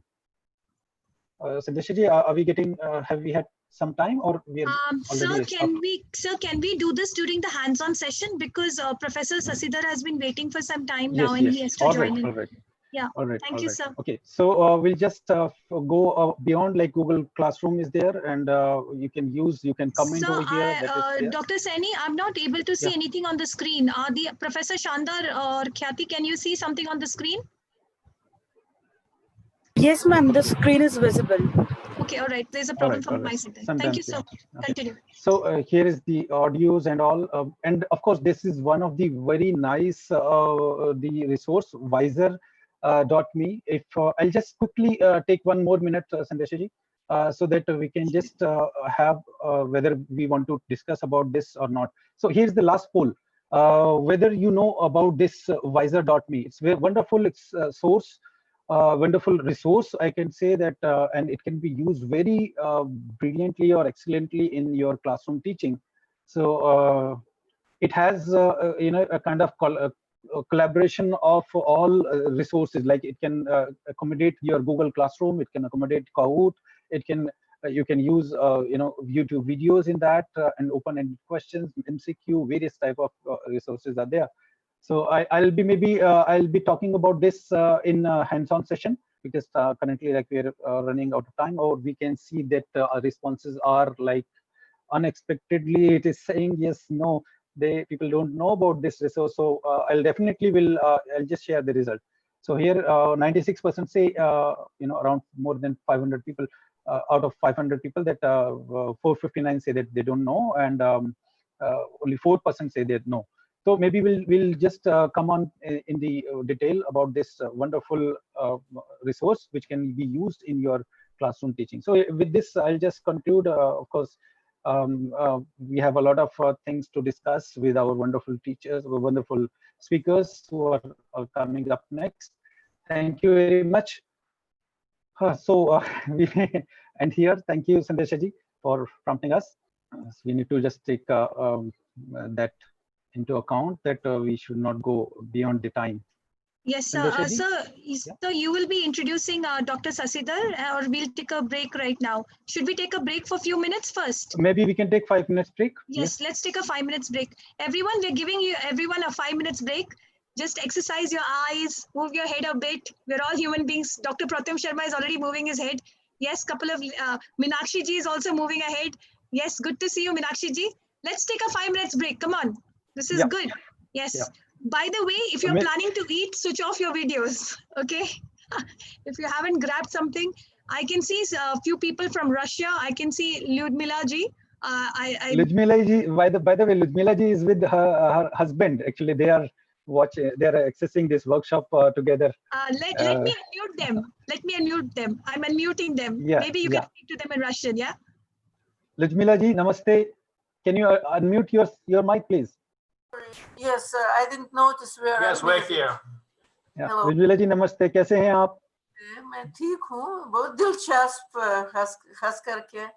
अपने बारे में कुछ हमारे बाकी साथियों को बताइए please. क्या बताना? अपने बारे में कुछ बताइए अपने हमारे साथियों को। आप कौन सी विश्वविद्यालय से हैं? मॉस्को विश्वविद्यालय में हिंदी भाषा शास्त्र, उर्दू, पंजाबी वगैरह कुछ पढ़ाते हैं। और आजकल ये मुसीबत है कि हमको ऑनलाइन पढ़ाना पड़ता है और आपका बहुत अनुभव है इस क्षेत्र में, इसलिए हम बहुत आभारी हैं कि हमको ये मौका मिला कुछ सीखने का। खास करके ये जो प्लेटफॉर्म आपने बताया, जिन प्लेटफॉर्म्स के बारे में, तो हम भी इस्तेमाल करेंगे, लेकिन हमको आशा है कि ये खत्म होगा। और वैसे हमको डर भी है कि जिस तरह ये पढ़ाई होती है, ज्यादा लोगों के पास किताबें पढ़ने का मौका नहीं मिलता, इसलिए और सोचने का ज्यादा मौका नहीं मिलता। वे सिर्फ कुछ सीख कर फिर दोहराने के लिए तैयार होंगे, इसलिए इसमें अच्छी चीजें हैं ना, सकारात्मक भी हैं और नकारात्मक भी हैं, दोनों हैं। लेकिन जो चीजें सकारात्मक हैं तो ये हम आपसे सीखने की कोशिश कर रहे हैं, इसलिए बहुत बहुत धन्यवाद। धन्यवाद धन्यवाद। We can have Sonu sir, I just want to say prive. I don't know if I'm pronouncing it correct. Yes. prive. और Lyudmila जी, मॉस्को में आज वेदर कैसा है? आज मौसम कैसा है मॉस्को में? मौसम गर्मी है, वैसे 26 डिग्री 28 डिग्री काफी गर्मी, और लोगों को ये मास्क लगाना पड़ता है, बहुत मुश्किल है। मैम, असम में आज बहुत बारिश हो रही है। इंडिया में असम में एक जगह है, हम वहां से थोड़ा बारिश आपके यहाँ बेचते हैं, कोशिश है हवा के रुख की तरह, तो वहाँ पे मौसम ठीक हो जाएगा। Thank you ma'am. यहाँ भी बहुत बारिश पड़ी, कुछ घर भी हिल गए और पानी में बहने लगे। हाँ, बहुत अब 26 मिलियन का खर्चा हो गया सब ठीक कर। I'm so sorry ma'am. हम सब प्रार्थना करते हैं हमारे देशवासी भारत देश में आप लोगों के लिए, और बाकी जो दुनिया के और भी लोग जो जुड़े हुए हैं, हम आशा करते हैं कि आप सब लोग ठीक ठाक होंगे और दुनिया में जो अभी हम लोग सब महसूस कर रहे हैं ये दौर भी चला जाएगा, क्योंकि बुरा वक्त आता है तो जाता भी है। Ma'am thank you so much, धन्यवाद आपका। Thank you ma'am. These are Lyudmila Khaklova ji and Boris ji. Boris ji, her husband, he teaches Sanskrit in Moscow State University, and Lyudmila ji teaches Hindi language and literature. Sandesh ji, you are muted. अगर हम लोग sir को 1 minute time दे तो संस्कृत में एक कुछ बोल दें तो बड़ा अच्छा लगेगा।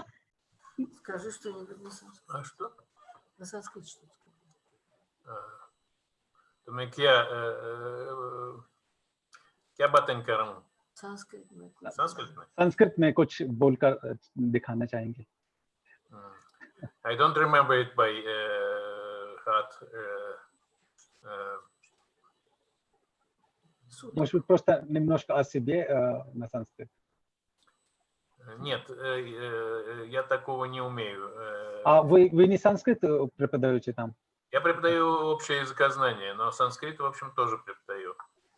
Но я не говорю на санскрите, как большинство западных санскритологов. Я только читаю и объясняю, что там написано. Okay. So Boris Ji is saying that he teaches Sanskrit not in a language form, like not in an oral form, but in a form of linguistic and other like European linguists teaches, because there's no practice of this language over there, so that's why it's difficult to speak. Thank you very much. Thank you so much, sir. Abhi, we will start with the next person, and Sonu sir will just kind of tell us about him. So, Yes, yes. Sonu So sir, now just we can. Sonu sir, just look in the chat box 1 second, please. All right. Thank you, sir. All the best.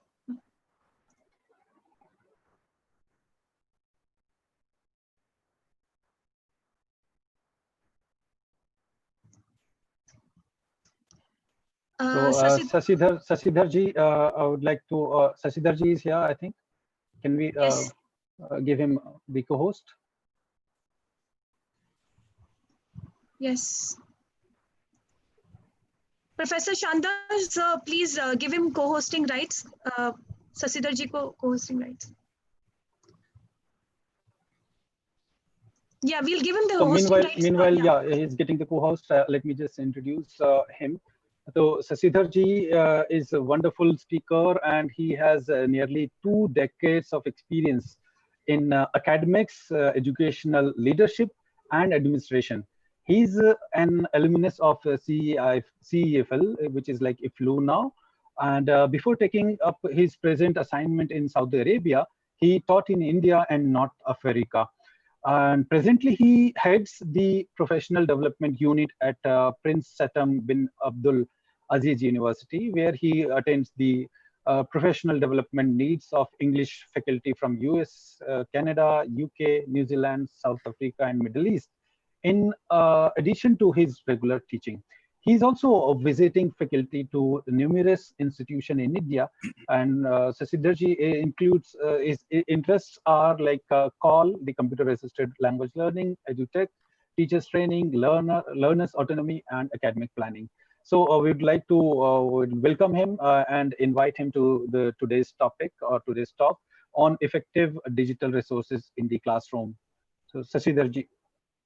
Thank you. Am I audible? Yes, yes, you're audible. Thank you so much. Do others also have co-hosting rights? Because there are some waiting in the waiting room. So you may please ignore that, Sasidhar ji. You may please ignore that because we are just handling that, letting them in. Even the recording part as well, right? Because this shows the recording as well. Yeah, yeah, yeah. Oh, great. Thank you. Hope you could see my screen slides. Yes, yes, it is visible. Okay. All right. Very good morning. There are some boxes like I think something is coming in front of yours. Now is it okay? It's not okay yet. Yeah, I think because thing yeah, is because I'm given co-host rights. What happens? All these pop up. Right, right. It is appearing on your screen. Yes, yes, yes. We can do one thing. Excuse me. We can what we can do is we could lock the room right now. Don't allow anyone to come in, so we will not have these pop-ups coming in. Should we do that? That's so a great idea too. Lock the room, sir.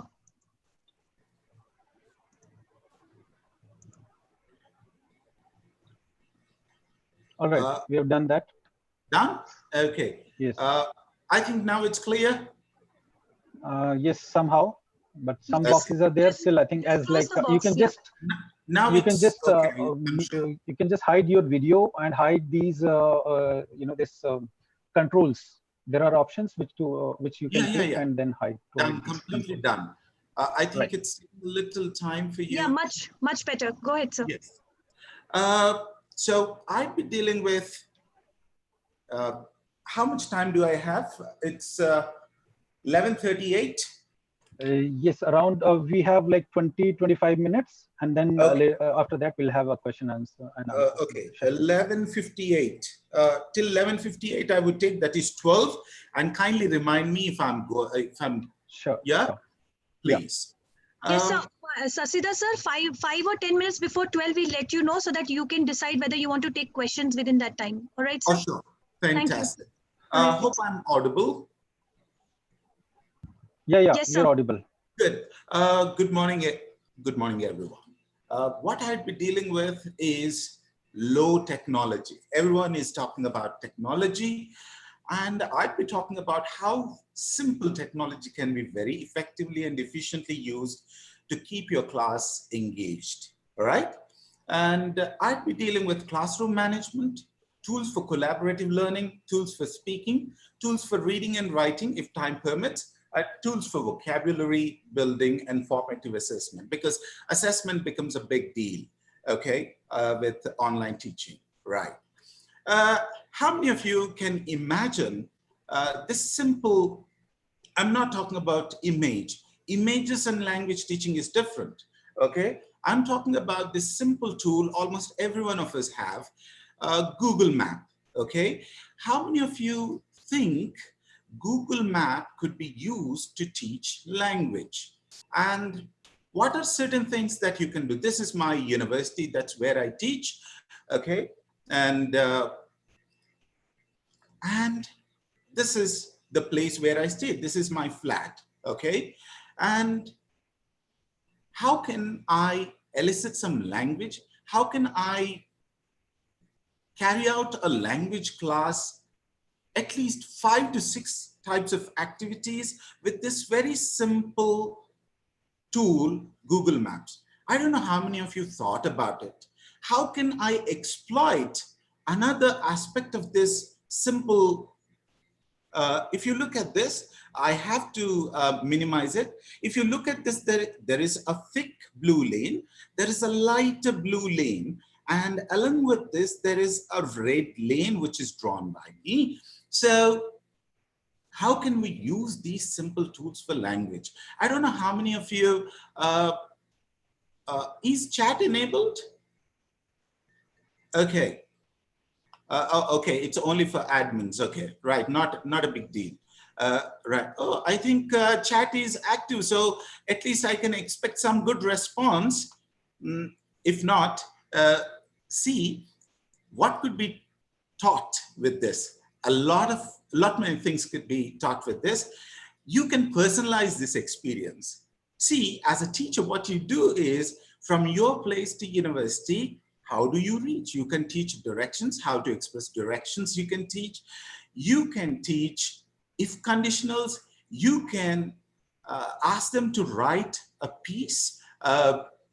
You can ask them to express alternative ideas. How do I do that? If I were in your place, there are so many possibilities. Look at this. Look at this.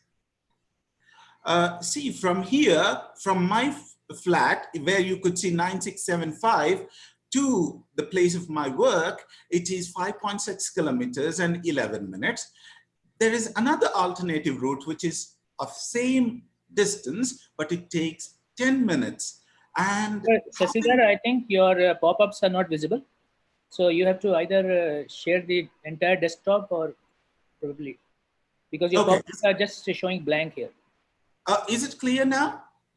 Yeah, we can see it. We can see the map, sir. Go ahead. The map is there, but pop-ups are just blank. Okay. Okay. Now look at this. How do you personalize this? How can you elicit more responses from this very simple tool? Look at this. I'm taking you to, I will be switching between a browser and my presentation. Look at this. It would take a while, at least a minute, so that, because there is a transition. All right. There's a transition, so it would take a while for sure, but look at this. Say you go on to Google Maps.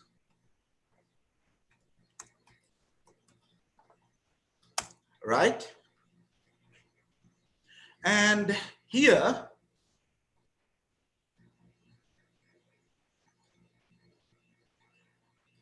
that's where I am, but I'll take you to the place where I stay in India. Imagine I'm a student. I'm talking about personalizing content, personalizing activities. And from there to KMIT, there is that is Keshav Memorial Institute of Technology. Now look at this. Say I'm your student and you're my teacher. If you ask me, if you construct activities which are personal to me, I'd be more interested in doing this. So look at this.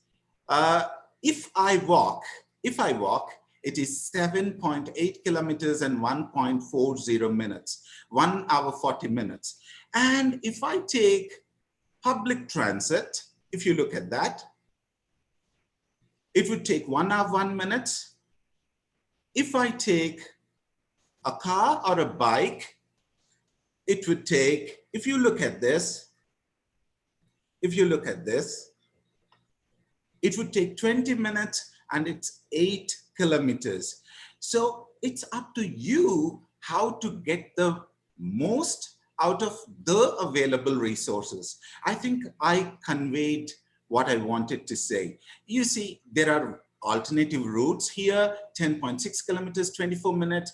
And from here, it doesn't show for cycling because officially we don't have cycling option in our country. So it doesn't show. If you take to cycling on Google Maps, I think most of you, I think it would take a little while for people on YouTube. But see how we can, I'm turning my video off so that that would save some bandwidth as well. All right. Is it clear? Is it clear? This is how you can personalize your content, and without much technology, you can make your class very interesting. Now I will move to another simple piece of text, and how can you use it to manage class? Now, all of you, I want you to be attentive. I need your attention. Hope you got how I used Google Maps, how I exploited Google Maps for my language class. And this is today's piece, news article from The Hindu. I'm sure all of you are paying attention. I'm going to do something. I want you to be fully attentive, okay? I'm doing something and you have to identify it. World Health Institution said Saturday that it is still possible to bring coronavirus outbreaks under control, even though the case numbers have less than tripled in the past 7 weeks. Okay. Now, what did I do? I think you got it. Okay. With a simple piece of text, okay, which may be related to what you're dealing with, or otherwise to control your class, what you do is either you send it across on WhatsApp to 2 or 3 people all of a sudden, and you say, this is how you can control your class, okay? I'm sure all of you have a ready list of your class, your students, and you have their names. So what you do is, hello, Mr. Saini, can you read this please for me quickly? Yes, sure. The World Health Organization. Can you tell me what did I miss from this? What did you miss? Like after reading it? Yeah. Did I read everything as it is, or did I do something else? Like when you have read right now? Yes, yes, yes. I'm sorry, like I was just answering to the question, so I did not. Sorry. Okay. So you see, see, one of my students is caught. Okay, Mr. Saini is not paying attention. All right. So this is how I control my class. No, Mr. Saini, you are doing something else. No, I'm just, you know, I hope you understand what I'm trying to do. It's a good example, actually. Yeah. Okay. Okay. Dr. Sandesha, what did I do earlier? Well, sir, I apologize because I was the one who was telling Dr. Saini something, and I was interrupting him. But yes. Did you all see? Did you all see how can you catch your students? Believe, trust in your students. Don't think that, see, they may be busy with something while teaching, while learning from home. And you cannot find fault with Dr. Sandesha and Dr. Saini. because they were busy organizing this. They have 101 things to do.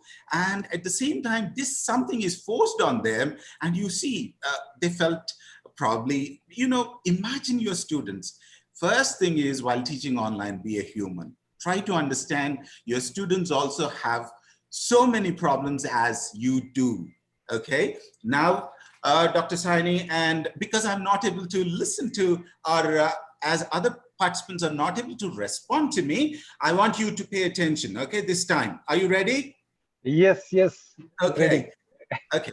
The World Health Institution said Saturday that it is still possible to bring coronavirus outbreaks under control, even though the case numbers have less than tripled in the past 7 weeks. Come on. So you said Saturday instead of Friday, thrice instead of doubled, and 7 instead of 6 weeks.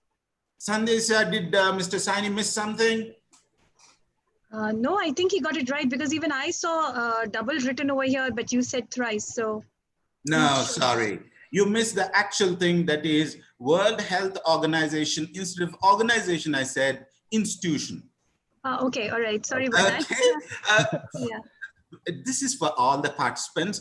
I'm not testing Saini and I'm not testing Sandesha. I'm only trying to say how a simple text from your content can be used efficiently to control your class, to manage your class, to make your class more attentive.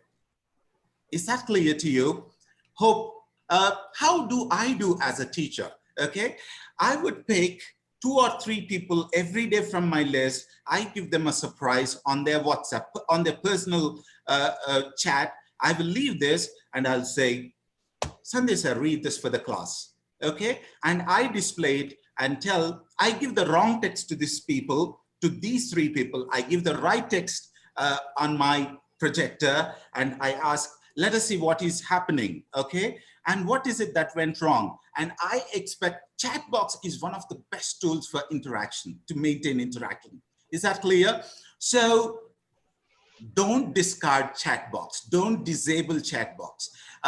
Had the chat box been open, I'm telling you, by now we would have 1,000 responses on that, okay? Now I move to the next thing, Answer Garden, the third tool. This is another amazing, engaging tool with regard to keep the class interactive, for recapitulation of whatever you have done yesterday, or to brainstorm, or to know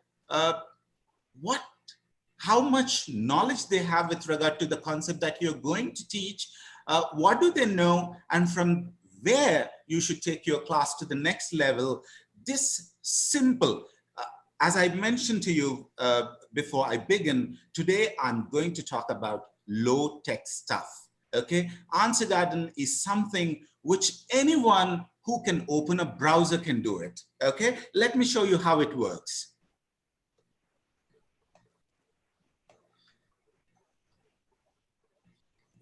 It would take a minute for me to switch between.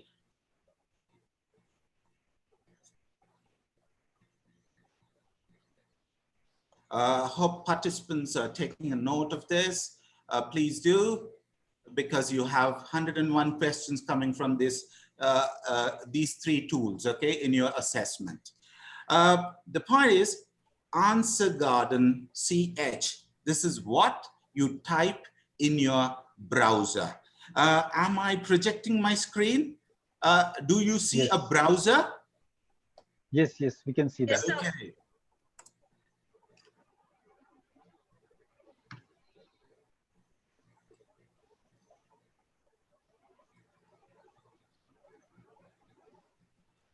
Okay, look at this. This is the website, very simple website.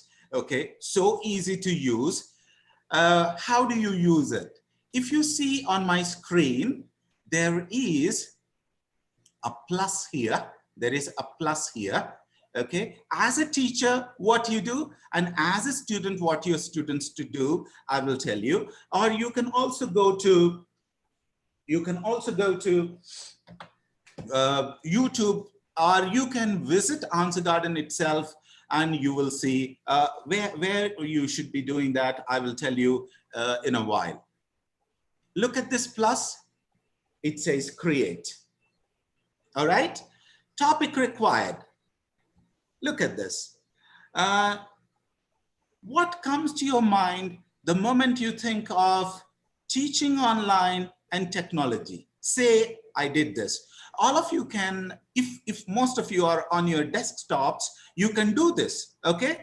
And I will give you a code, I will read it out, and on your mobile phones, you open Answer Garden CH and insert the code I give you, and you will respond to me. Look at this.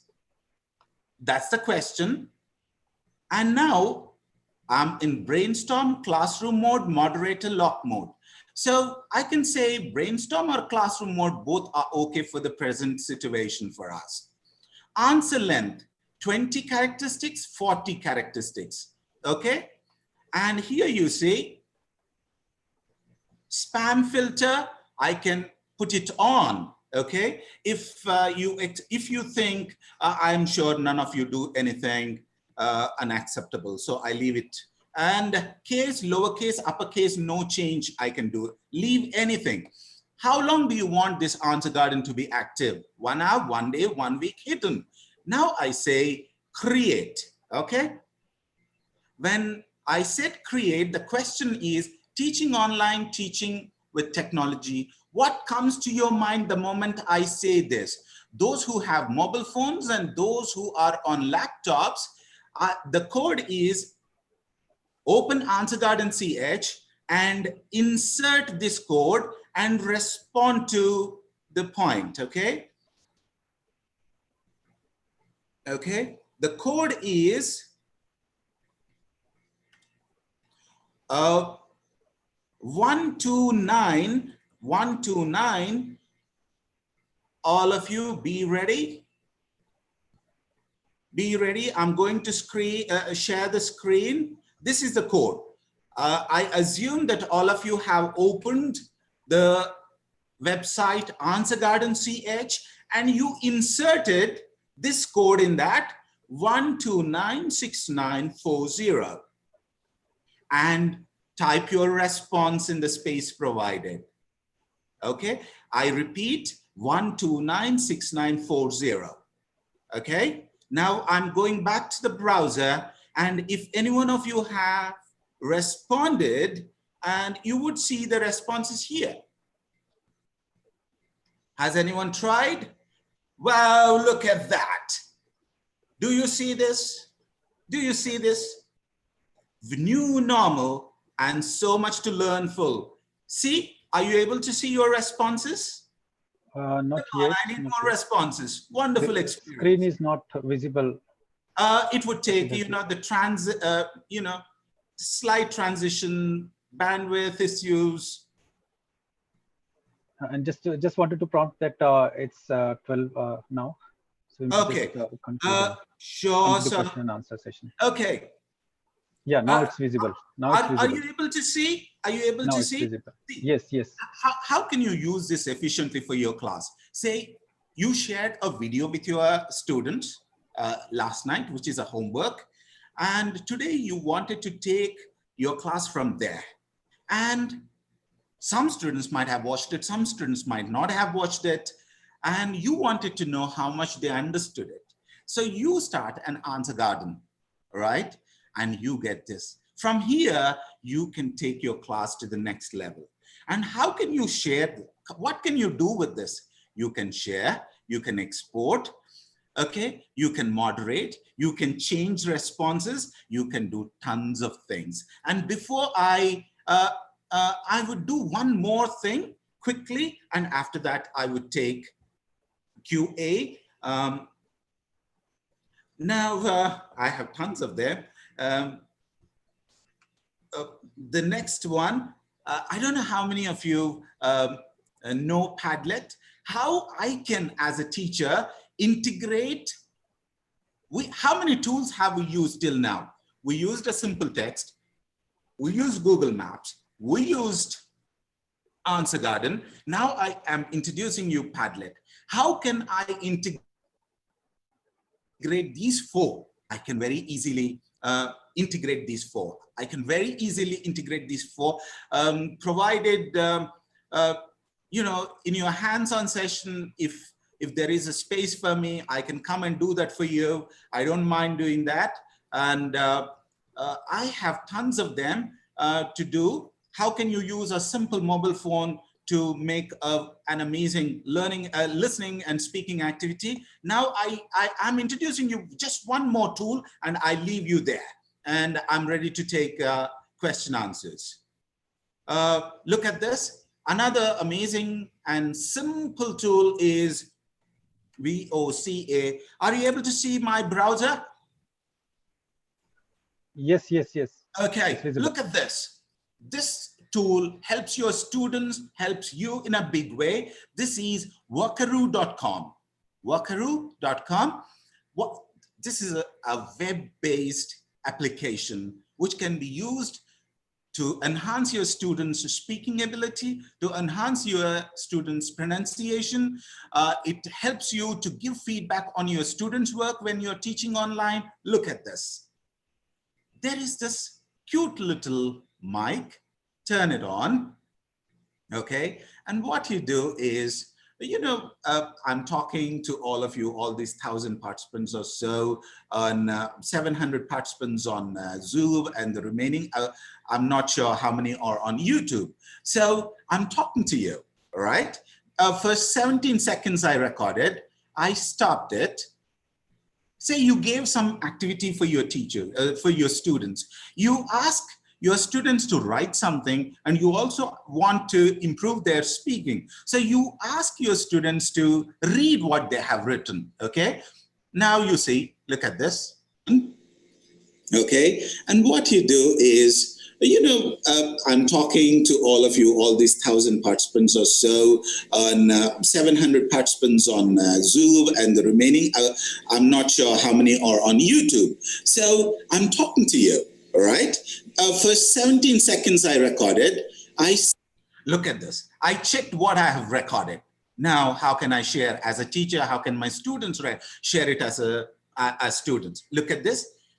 This can be shared on Facebook, this can be shared on Twitter, this can be shared on WhatsApp, or this can be shared in a chat box. Look at this. You don't share the file. Your data is not consumed. Your space on your phone is not consumed. Just copy it and put it and leave. Your students can share. This is Shashida speaking, and I'm sending my writing assignment. Okay, this is Shashida speaking. I'm sharing my speaking assignment. Copy it and post it in your chat box. Okay, post it in your chat box, and you can do that. Okay, it is this simple. I think all of you could see whatever I have recorded, I have shared it as a link. I open, I can listen to it. And with that, I stop and I'm ready to take question answers. Please, yeah, feel free. Thank you, Sasidarji. It's really wonderful talk, and of course we have a lot of compliments to you in our Google form, which is being responded through by the participants from YouTube as well as Zoom. So before going to that, we have a question from our coordinator, Professor Chancellor Ahmed. Professor Chancellor Ahmed. Sasida sir, could you please stop your screen sharing? Yeah, thank you, sir. Oh, sure. Thank you so much. Thank you so much. I'll do that. Yeah, thank you, Professor Shashidhar. I think I can start with my question. So it's an interesting discussion. You collected a number of interesting items that can be useful. My question is to the first part of your presentation about drawing attention. So there are many methods of sustained attention from your classroom participants and drawing attention. And what you talked about is a kind of a disciplinarian approach where you are kind of policing the students' attention, which is perhaps one of the worst form of drawing attention. Instead of focusing on the contents to make it more interesting, so the attention is not lost in the first place. I sincerely appreciate this comment now, because why did I have to say that was, see, you have to draw the line, because I asked Dr. Sandesa to open the chat box yesterday because to keep it interactive. And she said, sir, it becomes very uncontrollable. Okay. So then I had to only demonstrate, because you may be teaching at a different level of students, but if for a second, I will show you for a second, okay, only for a second, I'll show you something. For a presentation of mine yesterday, I sought some, look at this. The biggest concern was this. If you could see, I have collected opinions, okay? If you could see on this. Sasita sir, thank you so much. I just wanted to tell you that we also have been collecting these kind of opinions for quite some time, and you are aware of it. One of the reasons why the chat box, and I completely agree with what you're saying, that the chat box being open is a definitely wonderful way for the two-way communication process. And I did request you that last VITOM we tried it, because even when you have like 600, 700 people joining in, even if you have 300 who don't follow, then it becomes a problem. So we were trying to help. Isn't it? So this is with reference to Dr. Shanda's question. It's not for listening. Focus on your content, but if it gets, only then execute no, it. Just because we have a lot of participants and a lot of teachers will take the lesson from here. So I want to send them. I want to send them a clear message that if I'm as a teacher in my classroom, I don't want to force my students to be listening to me. I don't want to force them to be present in my class. I want to make my class interesting enough and useful enough so they are motivated to be there. Yes. So I personally do not recommend any approach which is, say, taking out their marks or marking them absent. Those approaches are disciplinarian approach or the policing based approach is, and I personally do not support those approaches. I completely agree with you, Dr. Shanda. Only thing is, this is only one way if things are going out of control to control your class. Yeah, that's what. So I know that's what the point. This will be a long debate. So I just so controlling the idea of controlling the class is the philosophy that I don't want to promote through VITOM. So, better I put it manage it. Yeah. Better I say manage the class. Yeah, so it is basically. I'm sorry, but to have. No, I appreciate it. I sincerely appreciate it. Basically, we have to make ourselves attractive instead of controlling, or as I said, even in the previous VITOMs, we have said the examination is not a kind of a punishment or a kind of a policing activity on students. Indeed. Even an examination is with the purpose, the student should know where they stand, and it is in their own interest. Learning or the examination evaluation is done in the interest of students. Yeah. And especially at the higher education level, I'm not talking of the school education, we are talking of university teaching. We believe that it is the students' motivation that is paramount.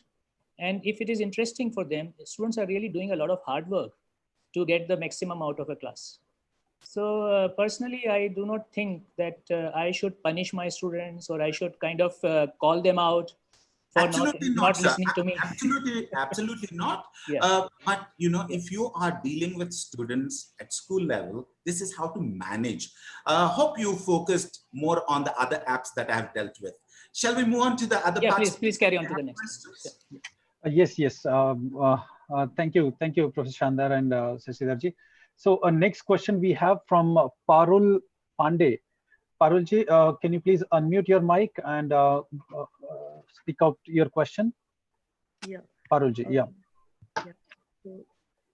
Sir, this is Parul Pandey speaking from Gandhinagar, Gujarat. My question is, how do we go about planning an online course in spoken English where we have around 500 students and we need almost everybody to speak in class and actively participate, and also there's serious time constraint? Did you say speaking class or on any online course? Yes, online spoken English class. Online spoken English class, I expect it to be a flipped class. I expect it to be a flipped class. What you need to do is you need to do work in the class. And if you have listened to, or if you have seen, I used Wakaru, okay? I used Answer Garden, okay?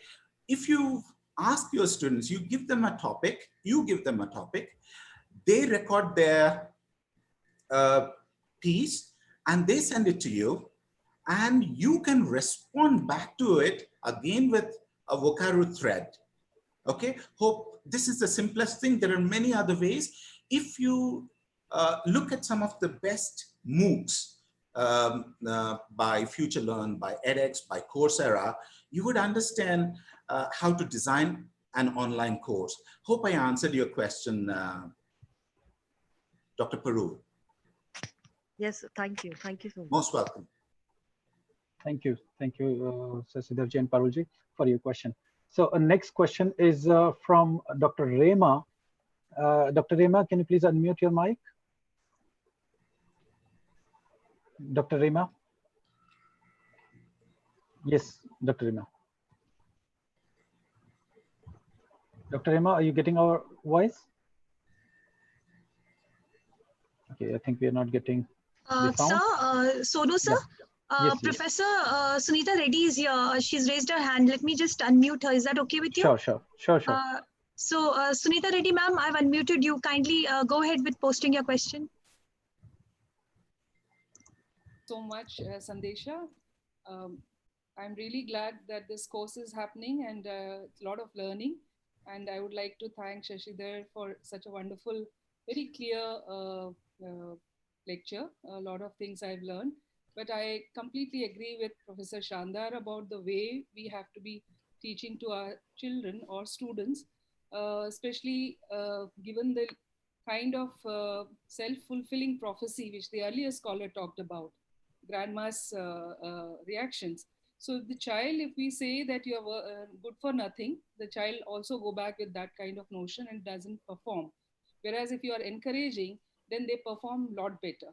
So how we teach in a classroom, what kind of methods we use are very, very important. And if we can be always in a positive and encouraging mode, that would really help students to get the confidence. And I've seen in JNU many a times from the day one, if we question them, equating them to our knowledge, which we have gained for 40 years or 50 years, to the students who have come like 15, 20 or 25-year-old, it's not fair. So we need to really be open and be positive and encouraging them. And the role of the teacher is definitely to handhold them and improve their capabilities, not just testing their knowledge, and if they fail, then leave them. So our role is much more bigger, and we have to be very, very conscious about that. Thank you so much. Thank you so much, Dr.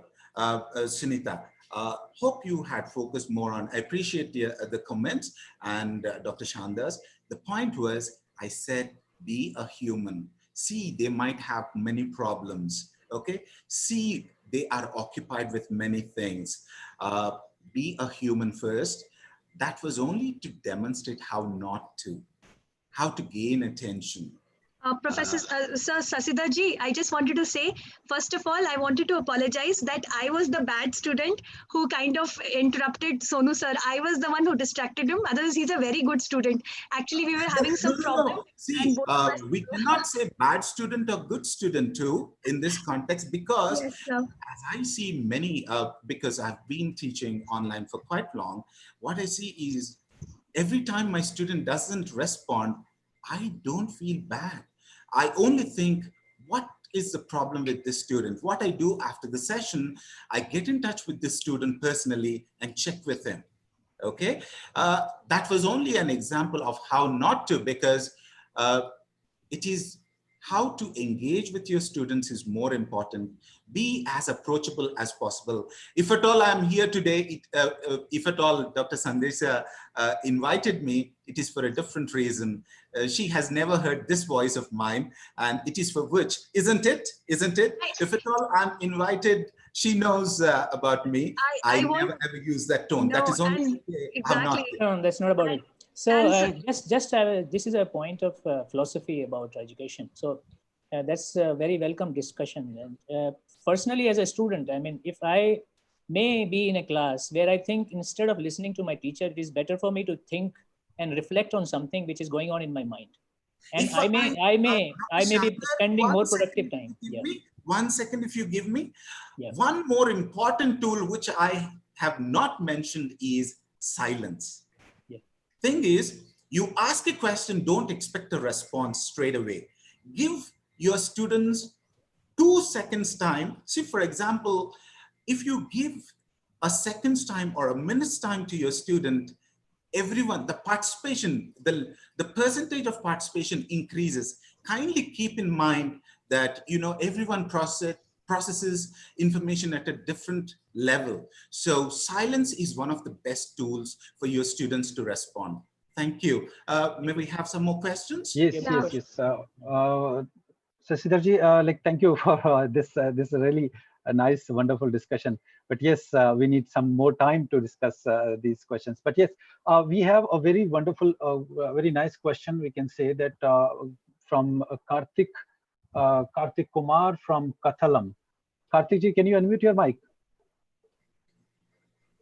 Okay, in case, yeah, he's done that. Karthik, can you please go ahead with your question? Yes, sir. Thank you. I hope I'm audible. Yes, you're audible. Yes, sir. I'm not to enter into a debate with anybody, but I just want to share my perception. Is it not our responsibility to guide the young minds? There might be a lot of distractions in the classroom. So what is wrong in guiding them? Instead of calling it control, why don't we call it management or guidance? So why should we call it more policing? Maybe I'll just repeat the question which you have provided in the chat, in the Google form. That was very appealing. That it says that, sir, do you think dependency on the technology undermines the creativity of students? I don't think. I really don't think. Actually, technology really helps. How I wish we had a little time. I had this point as well, creativity. How can you improve creativity in a class? I have a link, okay? From there, see, I project how to inculcate creativity in a class. I play a video for 5 seconds, and from there, I ask my students to take over. And in 5 minutes time, I'm telling you, my students come with 10, 20 creative ideas. So I don't think technology would ever stop creativity. It would, I feel technology would only enhance it. Thank you. Hope I answered your question. Yeah, I also agree with you that it will also, of course, enhance the creativity. So next question is regarding the YouTube. other point that the participant made. I think we can't have that long debate, but we can definitely, during the hands-on session, we can take this point up and have a longer debate. Yeah. Right. And I'll explain why it is actually a policing if you call out a student. So we'll discuss this in a later session when we go for the hands-on. Sasidarji, we have around more than 100 questions to you, but of course we cannot take that for the positive time. But last question we can take from YouTube. I do something. I leave my contact details. You can get in touch with me. Sure, we can just email you all the questions with the email IDs of the participants. You can, whenever you get time, you can just respond to them if you feel. So if you have some time. I would do it through before going, because it's difficult for me to type all those answers. What I do is I use Wakaru and send a thread across to each question, and I'd be more than happy. So I'll just take last question from YouTube, our participants, because our participants are there also. Like more than 400 people are watching from there. So Dr. Krishna Chaitanya from Hyderabad is asking, like, how do we exploit Google Maps to design material on listening skills? And second question is, what is the time limit in Vocaro? Okay. Beautiful question. Hi, Krishna Chaitanya. How are you? Chaitanya is a very good friend of mine. Now, Listening activities, see, for example, as I projected, I send a map. I send a map. I said, personalize your Google Map experience with their, see, for example, ask your students to, how do you reach college from your home? Or what are some good restaurants in the town? Or which is the best grocery store in town? Okay, how do you reach this place? Okay, you use this Google Map and ask your student to show this on Google Map and ask him to describe this. This is one thing, and use Wakaru. Now I said, how do I integrate Padlet, right? Send a link on Padlet, ask your student to upload Google Map on Padlet. You can do 30 types of activities on Padlet. Ask him to shoot a video and put it on that. And 3, ask him to record something and ask him to paste it on Padlet. So a whole portfolio is available for your student at one place. Hope I answered. And one more question that you asked is, Wakaru, what is the length? It depends on the quality of recording and in which file format you're doing, okay? The maximum limit is 50 MB. I tried recording for 15 minutes and I haven't consumed all 50 MB. So 50 MB if it comes to size, and it also depends on the file type that you record in, okay? Thank you so much. Hope I responded to your question, Chaitanya. Yes, Sasidarji. Thank you very much for the wonderful session, and you have a lot of compliments. More than 150 people have said that it's what is a wonderful presentation. Very extremely thoughtful session was there. So we'd like to say thank you. And dear participants, you know that one thing I just want to mention, that if you are posting a question, so we may request you to be alert, because we may take we are trying to unmute you, but if there's no response from your side, then we may not give you a mic or we may not take your question. So if you have posted a question, please be alert, because we may ask to unmute you and switch on your camera during the question and answer session. And most of the questions which are here, I can see that that they can be discussed in the question and answer sessions.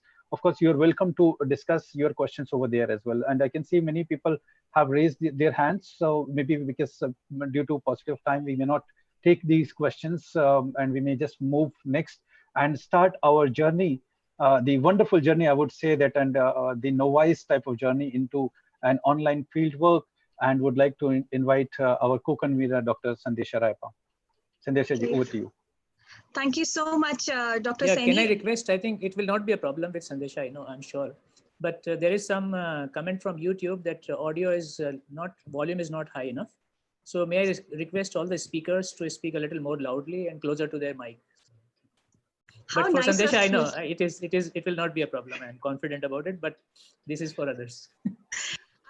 Before I begin with my presentation, I would like to say on record, I really want to thank Dr. Sasidhar, not only for the brilliant presentation that he just now gave us, but also for the fact that he has actually come in in the last minute. He's been very kind enough to accept our invitation, because as you have seen in the earlier poster, we had another speaker, Dr. Olga.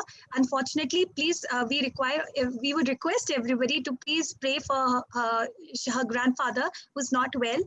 And the minute we got that kind of emergency, we obviously requested her not to worry. And then we kind of requested Sasidhar sir. So Sasidhar sir, thank you so much for accepting the invitation. Thank you. Thank you so much. VITOM team, you have been fantastic. And thanks to all the participants for those lovely questions. But I would also like to say that we liked your previous sessions. We watched your previous sessions and videos, and they're wonderful. They were wonderful. Thank you. Thank you very much. Thank you, sir. It's wonderful with the way the teaching fraternity, they kind of, are helping each other to learn from each other. So thank you so much. So quickly, because we're running short of time and we have another brilliant speaker after me, actually, Professor Niladri Shekhar Das, who will be the perfect person to tell you about field methods and the kind of study that goes on. But I will be sharing my own personal experience. So quickly, I was supposed to take 15 minutes, but I'll take it, I'll make it a bit more shorter. And just give me a second, please. All right. This particular presentation, it's called Journey into an Online Fieldwork. Though I have done actually both. I have done both the the fieldwork of actually going there, but also before even the current situation of the pandemic, I had to actually, because I can't continuously go to that particular area, I was using the help of technology. So you'll understand what I'm talking about. This particular research is being done for the endangered language known as Ranglo, which is of the community known as Rang, and they are the border of China and Tibet in the state of Uttarakhand of our great nation. So going to the next slide. So who is this presentation aimed for? Am I aiming for researchers? Am I aiming for field linguists or anthropologists or sociologists? Or are we talking about surveyors? So we have people like Nandita ma'am, who's from CSRD, wherein she takes a lot of her students, research students for all sorts of, research work and survey work. So even Professor Sunita Reddy was here. So they are wonderful people who have more knowledge about this. So I will only try because I can only share my experience. I do not claim to be very, very professional or very well known in this area. So where exactly are you in your journey? So this particular question is going out to all of you who are in the situation where you have to collect your data. Are you in the starting? Are you in the beginning? For example, you've thought of a proposal, for your PhD or your MPhil, and you were thinking of, collecting data in an area which could be remote area. Right now, collecting data even from some place which is 100 kilometers away is a problem. Forget about something 500 kilometers away. So are you in the middle of it? Like you've already began, you're already 2 years into your topic and you're like, what do I do now? How do I, I can't keep waiting for 6 months and everything. Or are you towards the end? That means more or less everything is done the way it happened to me. And then towards the end, when you have to submit your final report, when you need to kind of ask a couple of questions, when you need to go to that particular place and get a few photographs or record something, this is the time when, because of the situation, that you cannot dare to come out of your house right now or step out of your house. So I'm going to talk about my journey particularly. The next slide is about, so what exactly am I proposing? So how did I go about it? I am talking about building on your contacts, okay? Whether you are at the beginning, whether you're in the middle, or whether you're at the end. Definitely, if you're towards the middle or the end, you've already built on a substantial number of people from that community, be it any community, whether you're familiar with them, whether you're not that close to them, but you've already built on a particular database of contacts. Whereas somebody who's just beginning, now what do? I chose a topic to do a research in the Northeast. I haven't even set foot in Northeast. So what do? So maybe a good idea would be you and your guide, or even if you don't have a guide, you've thought of a particular project, you need to get in touch with certain people from that area.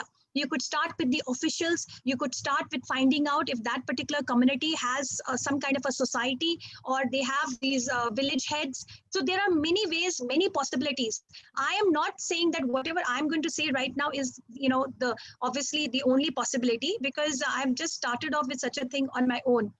Dr. Julia Salabank, who will be talking tomorrow, the speaker, she is a wonderful speaker who has already started doing this. And this was in the month of March, April, when she talked about how to do online fieldwork. I actually have a few of her, documents, but I do not wish to tread into her area. I would request her to kindly take it forward. So I will just be sharing just a few details. So how do you reach out to the respondents? You reach out to the respondents. The respondents are the people who would be answering your questions. You will have many issues. You will have many challenges. All right. What are the issues and challenges? Obviously, the issues and challenges are, for me, I'm talking about an area where network connectivity is so bad that the people from India side, they have to go on top of the mountain in the village. They have to hold their mobile like this, and they have to catch Nepal's network connectivity to talk to their people who are just few kilometers below. So this is the situation that we're talking about. So, but still, as you know, all of us as teachers, we have adapted to the situation. We all are thinking out of the box. The time has come to think out of the box, whether you like it or you don't like it. The whole point is reaching out to your students, reaching out to your colleagues, reaching out to the community. That is all that we're talking about. Whether you don't, after the pandemic gets over, you don't ever want to get into online education, that's your call. If you want to do a blended mode of learning, like Professor Matthew was saying, and a lot of other faculty talk about, that is also possible. So also you have to remember one particular thing. This is the time, and I repeat, this is the time to help the communities that are going through a difficult phase, whether you have already begun or whether you're towards the end. For example, right now, the community that I'm talking about, they are going through a situation where there is a school in that area where the teachers have not got their salaries for the last 3 months. I repeat, last 3 months. So we are trying to think of an idea, because they have given us a SOS call, that how do we help our students so that the students can feel that yes, the parents feel that yes, they are trying, and then the fees can start coming in, and then the salary can start going out. Now, I want to talk to people who don't have any idea about what an indigenous language is. An indigenous language or an autochthonous language is a language that is native to the region or that is spoken by the indigenous people. This language is from a linguistically distinct community that originated in this area. I repeat, it is from a distinct community that has originated in the area. The indigenous languages are not necessarily national languages, and national languages are not necessarily indigenous to the country. So, all of you who know about this, 2019 was declared as the International Year of Indigenous Languages. This was a very good way by which the United Nations got the attention of the world towards indigenous languages. Now, this is the particular snapshot. This is a poster of the project that I was doing. And the project is called Documentation and Preservation of Endangered Languages and Cultures. It's a case study of Ranglo as spoken by the Rang community. It is an ONGC-sponsored CSR project. Really thank ONGC for this. And as you can see, we have the 50 years logo, the golden J of JNU. We also have something known as TRC. So the project was also through the TRC of JNU. Now, quickly, I won't talk much about the project as such, because I want to talk about particularly, as I'm showing you, this is the map of Uttarakhand. This is the place I'm talking about. This is the place where I had to go at least 3 times last year. This is the place called Dharchula. This side is India. This side is Nepal. This is the river Kali, as you can see. Now, when we went over there to do the research, we actually ended up training a few people. We actually got 8 people to become consultants for us, wherein we actually trained them. We actually paid them per month for 3 months, and we requested them to collect the data for us. People who didn't have a mobile phone, they bought a mobile phone. If they needed help, they were given help. So this kind of an idea is not it's not such a novel idea which came from my mind. It is also from the minds of a lot of other field linguists. People have actually been doing this.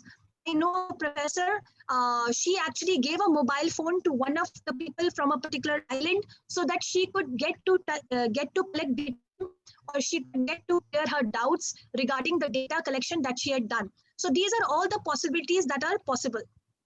This is the kind of, there was a workshop that was done, because being from the community, I didn't want to just collect the data and keep it in a locker room. I wanted the data to be disseminated to the next generation of people like me and my children who have no idea about their own language, their own mother tongue. Whether you know your mother tongue or not, if that is your ethnic identity, then that is your mother tongue. Then this got covered in the media, and as you can see it earlier, it was Hindustan Times. This is Times of India. Because this was covered in the Times of India, the Prime Minister of our country, Modi ji, actually talked about it in his Man Ki Baat in the month of November, where he talked about how languages and culture and everything. And then the next day, it came in the papers that this is what he was talking about from the particular article, and the article was all about the project. This, I want to tell you something interesting. So if you want to know how I gave back to the community, and that also during the pandemic, till the month of March, till the time of the lockdown, I had no idea what Zoom meant as far as the technology is concerned. For me, Zoom meant running or zooming past by someone. It is thanks to people like Dr. Sonu Saini. I have continuously been saying this from the first VITOM, and I'll keep saying it, maybe till my last breath, that it was people like Dr. Sonu Saini, people like Professor Shandar Ahmed, and a lot of other colleagues. I also learned from people by attending webinars and conferences that had nothing to do with topics that I knew about. I attended scientific, non-scientific, everything about recycling, everything, so that I could learn from the good and the bad. After I got inspired from such people, that is when, and I'm talking about inspired in a good way, not in a bad way, I actually thought of getting in touch with the people from my community who were in cities wherein they did not know the language and wherein they wanted to learn the language. So what I did was, immediately I sent out a kind of a link to a particular group and requested them to talk to other people and send it across. It was sent out to 4 or 5 groups, and then in that link it was told there is a Google form. Professor Sasidarji talked about Google Forms. Google Form is a very good way to collect your data. Dr. Julia Salabank, and I'm sure even maybe Professor Dash will talk about it. And through the Google form, all the people who were interested, they were told to give us their email IDs and numbers. Then we formed another separate group. So I actually had 2 groups to get this one small group. Once this small group was found, then we actually had to teach them how to do Zoom. And if you look at this particular picture, look at the diversity of the age group. The age group has people who are young children to people, there are doctors, there are bankers, there are engineers, there are young students, there are school students. They were, through the help of people like Mr. Pankaj Garbyal, Mr. Nabial Sikandar Nabial, because they were the ones who were native language speakers of Ranglo. They actually took the sessions, and they took the sessions. We formed the classroom. And then Kavita Rastogi ji, Professor Rastogi, she had done a work where she took the help of somebody called Mrs. Nabial, and she got it translated. That translation of during the COVID-19, as you know, there are a lot of people, because Ranglo has many varieties. There are people who are in the older age lot who cannot understand Hindi, who don't know English. And when you were remembering when the COVID-19 came and all the things were in English first, they got translated in Hindi, then they got translated in the regional languages.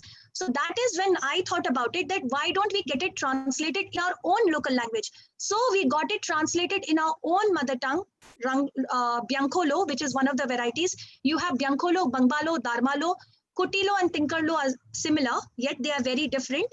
And then what happened was that we had this, it's kind of blurry here right now. This was, we do not have a script. The language has no sorry to interrupt you. Maybe you can just conclude and.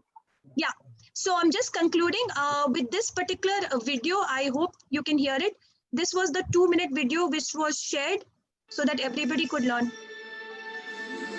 इंग रंग hello साथुमंग इंग देश को corona रोग का फैलते हैं इनसे अपिरी मुंह मालरी लुच तमदंची आई लक्षित कथामंग शुम्म पर्यंग गुशिलंग जिलंग पाज आजी निम ठिनका से चामो निच्चु लंचोना साबुन सैला नस्सा सेकंड वासे यर्शिकनी डॉक्टर ततो देवी हरे डॉक्टर जा फूल को फाम मैं निम रचेजी वमे तोंगे मतामो संको हम जात तो खकीम खम्मो मते चिंतलन मलेमजन बाजार मु देमो चिमजाई नीमो आई कथा चे शुम्मो लाइस रक्त कोरोना फीमो आई कथा ची शुम्मो लाइस रक्त So this is just about it, and I will end it over here. Thank you so much for your time, and because Professor Dash is the better person to talk about this, so I'm ending the slide out here. Thank you so much, sir. Thank you. Thank you, Sandesha ji, for this brief, wonderful presentation. Now I would request Sandesha ji to introduce Niladri ji. Oh yes, thank you, sir. Yeah. Professor Dash has been given the rights, I hope. So, yeah, ladies and gentlemen, it gives me great pleasure to actually introduce Professor Niladri Shekhar Dash, who is a professor and head of Linguistic Research Unit of Indian Statistical Institute, Kolkata. He works in the area which includes corpus linguistics and language technology, language documentation, and digitization. He works in computational lexicography, computer-assisted language teaching, manual and machine translation, clinical linguistics, and digital humanities. He is a visiting fellow of the British Academy, UK in 2018, School of Psychology and Clinical Language Science, University of Reading in UK, 2018 to 2021, he will continue on, and Language and Brain Laboratory, University of Oxford, from 2019 to 2022. To his credit, he has published 17 research monographs and 260 research papers in peer-reviewed international and national journals, anthologies, and conference proceedings. So, ladies and gentlemen, let me welcome Professor Dash. Thank you, Professor Dash. Good afternoon. Can you hear me? Yes, sir, we can hear you, sir. Sir, would you like to put your screen a bit lower so that we can have a better your? Is it so? This one or this one? Yes, this is better. Much better, sir. Thank you. Okay, fine. So can I share my screen now? Professor Chandar, can you please give co-host right to Professor Das? Yeah, just. And Professor Das, the mic, you might put it next to your mouth so that, you know, sometimes when it's hanging, you can't hear it. Is it okay? Yeah. Sure. Thank you, sir. Okay, fine. Okay, fine. So good afternoon. Thank you, Sandesha and Sonuji and others who have given me an opportunity here to interact with you people. In these today's talk, this is not possible that you can take care of every aspects of language documentation, digitization, and documentation of any minority or endangered languages in details. Since I have been given nearly half an hour time, I'll try my level best to look at some of the problems. Just a minute.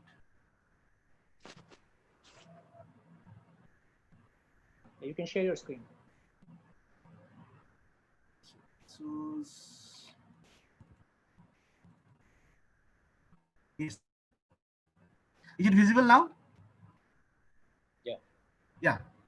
So the topic of today's discussion is breaking the barriers of lockdown and containment in field linguistics. Now, there are only 12 or 13 slides. I have tried to be very brief. I will just focus on the certain issues or certain challenges which we are now facing now. And as a field linguist, how you can actually address these problems. So I'll go in a step-by-step process. Many of the important issues may be for the time being, because I don't have much time to deal with all those things into details, but let me try to go with that. Now, as you know that those who are coming from the background of non-field linguistics, means those who don't go for field studies, they need to know that as a field linguist, when you go to do some documentation task or collect data from the different endangered languages and communities, what we actually do. So I have listed here 12 different points, which each one is very highly pregnant with ideas. Normally what we do, we go to those places, mostly relic places and localities, for data collection. That is our clear idea, that we are going to a particular community for the purpose of collecting data, language data, culture related data, and data related to various other aspects of their life and living, which might be necessary for our documentation purposes, or equally important in development the complete profile of the communities. And since the collection of data is not an easy task, we had to live with them in their terms for days. Normally, it is not that in one fine morning you start to the locality, go there, interact with them, and come back in the evening. Normally, it doesn't happen like that. We have to stay there for weeks, for months, in some cases for years, if we really want to have proper life data on the communities. So the basic argument is clear, that you have to live with them, and not like an outsider, but as an insider, that as a member of the community, so that they feel at home to interact with you and to share their indigenous knowledge, their ideas, their concepts, their language, and many other properties of their life with you properly. And you have to interact with the informants very closely. This is a very important issue, that until and unless you develop very good rapport with the members of the communities, and until and unless you develop good amount of trusts among the community members, that you are there actually in their help, or you are trying to help them in developing of their resources and all those things, you won't be able to get proper data. So mix with all members of the communities properly, collect data through face-to-face interviews, some direct elicitation or non-direct elicitation. There are multiple ways. And you can have the formal talks with the members. And also, we would like to give more emphasis on the informal interactions with the member of the communities. That is very much important to get actual data. In our cases, when we go for the data to collection from the communities, we give much importance with their informal interactions with the members. Take part in their works and occupations, take part in their regular cultural events, take a share of their foods and drinks they normally take, revisit the places and the informants, and invite informants to our workplace. So I have identified only 12 works which we normally do when we collect data. You can add something more here if you think that are also necessary to make your project or research work successful. Now, the whole scenario is changed for last 6 months. The last time I went to for a language documentation task in the very early February in a remote village in Bengal. After that, I had not been able to go to those places again because of COVID-19 crisis. It is not the people who are going to start the research work on field linguistics. The PhD scholars who have been doing their research or who are halfway through, or those PhD scholars who are just nearing their thesis need some additional information, some data from the interactions from the informants. We are really in crisis. This COVID-19 crisis has really put us in real trouble because we are no more in a situation to interact with the communities, to get data from them. Not and cannot go with to those places, interact with them, or we can not even invite them. So the COVID-19 crisis at present has put up mostly in the four major problems. Social distancing is a common term. We know that community lockdown, community containment, different kinds of zones, all those things has put our research work, our field studies in real trouble. What are the unspoken mandates for us now? As a linguist, what are the problems we are facing from my institutes, from my localities, from the governments, and many other sectors that don't visit the communities? You are not allowed to go. Don't mix up with the community members.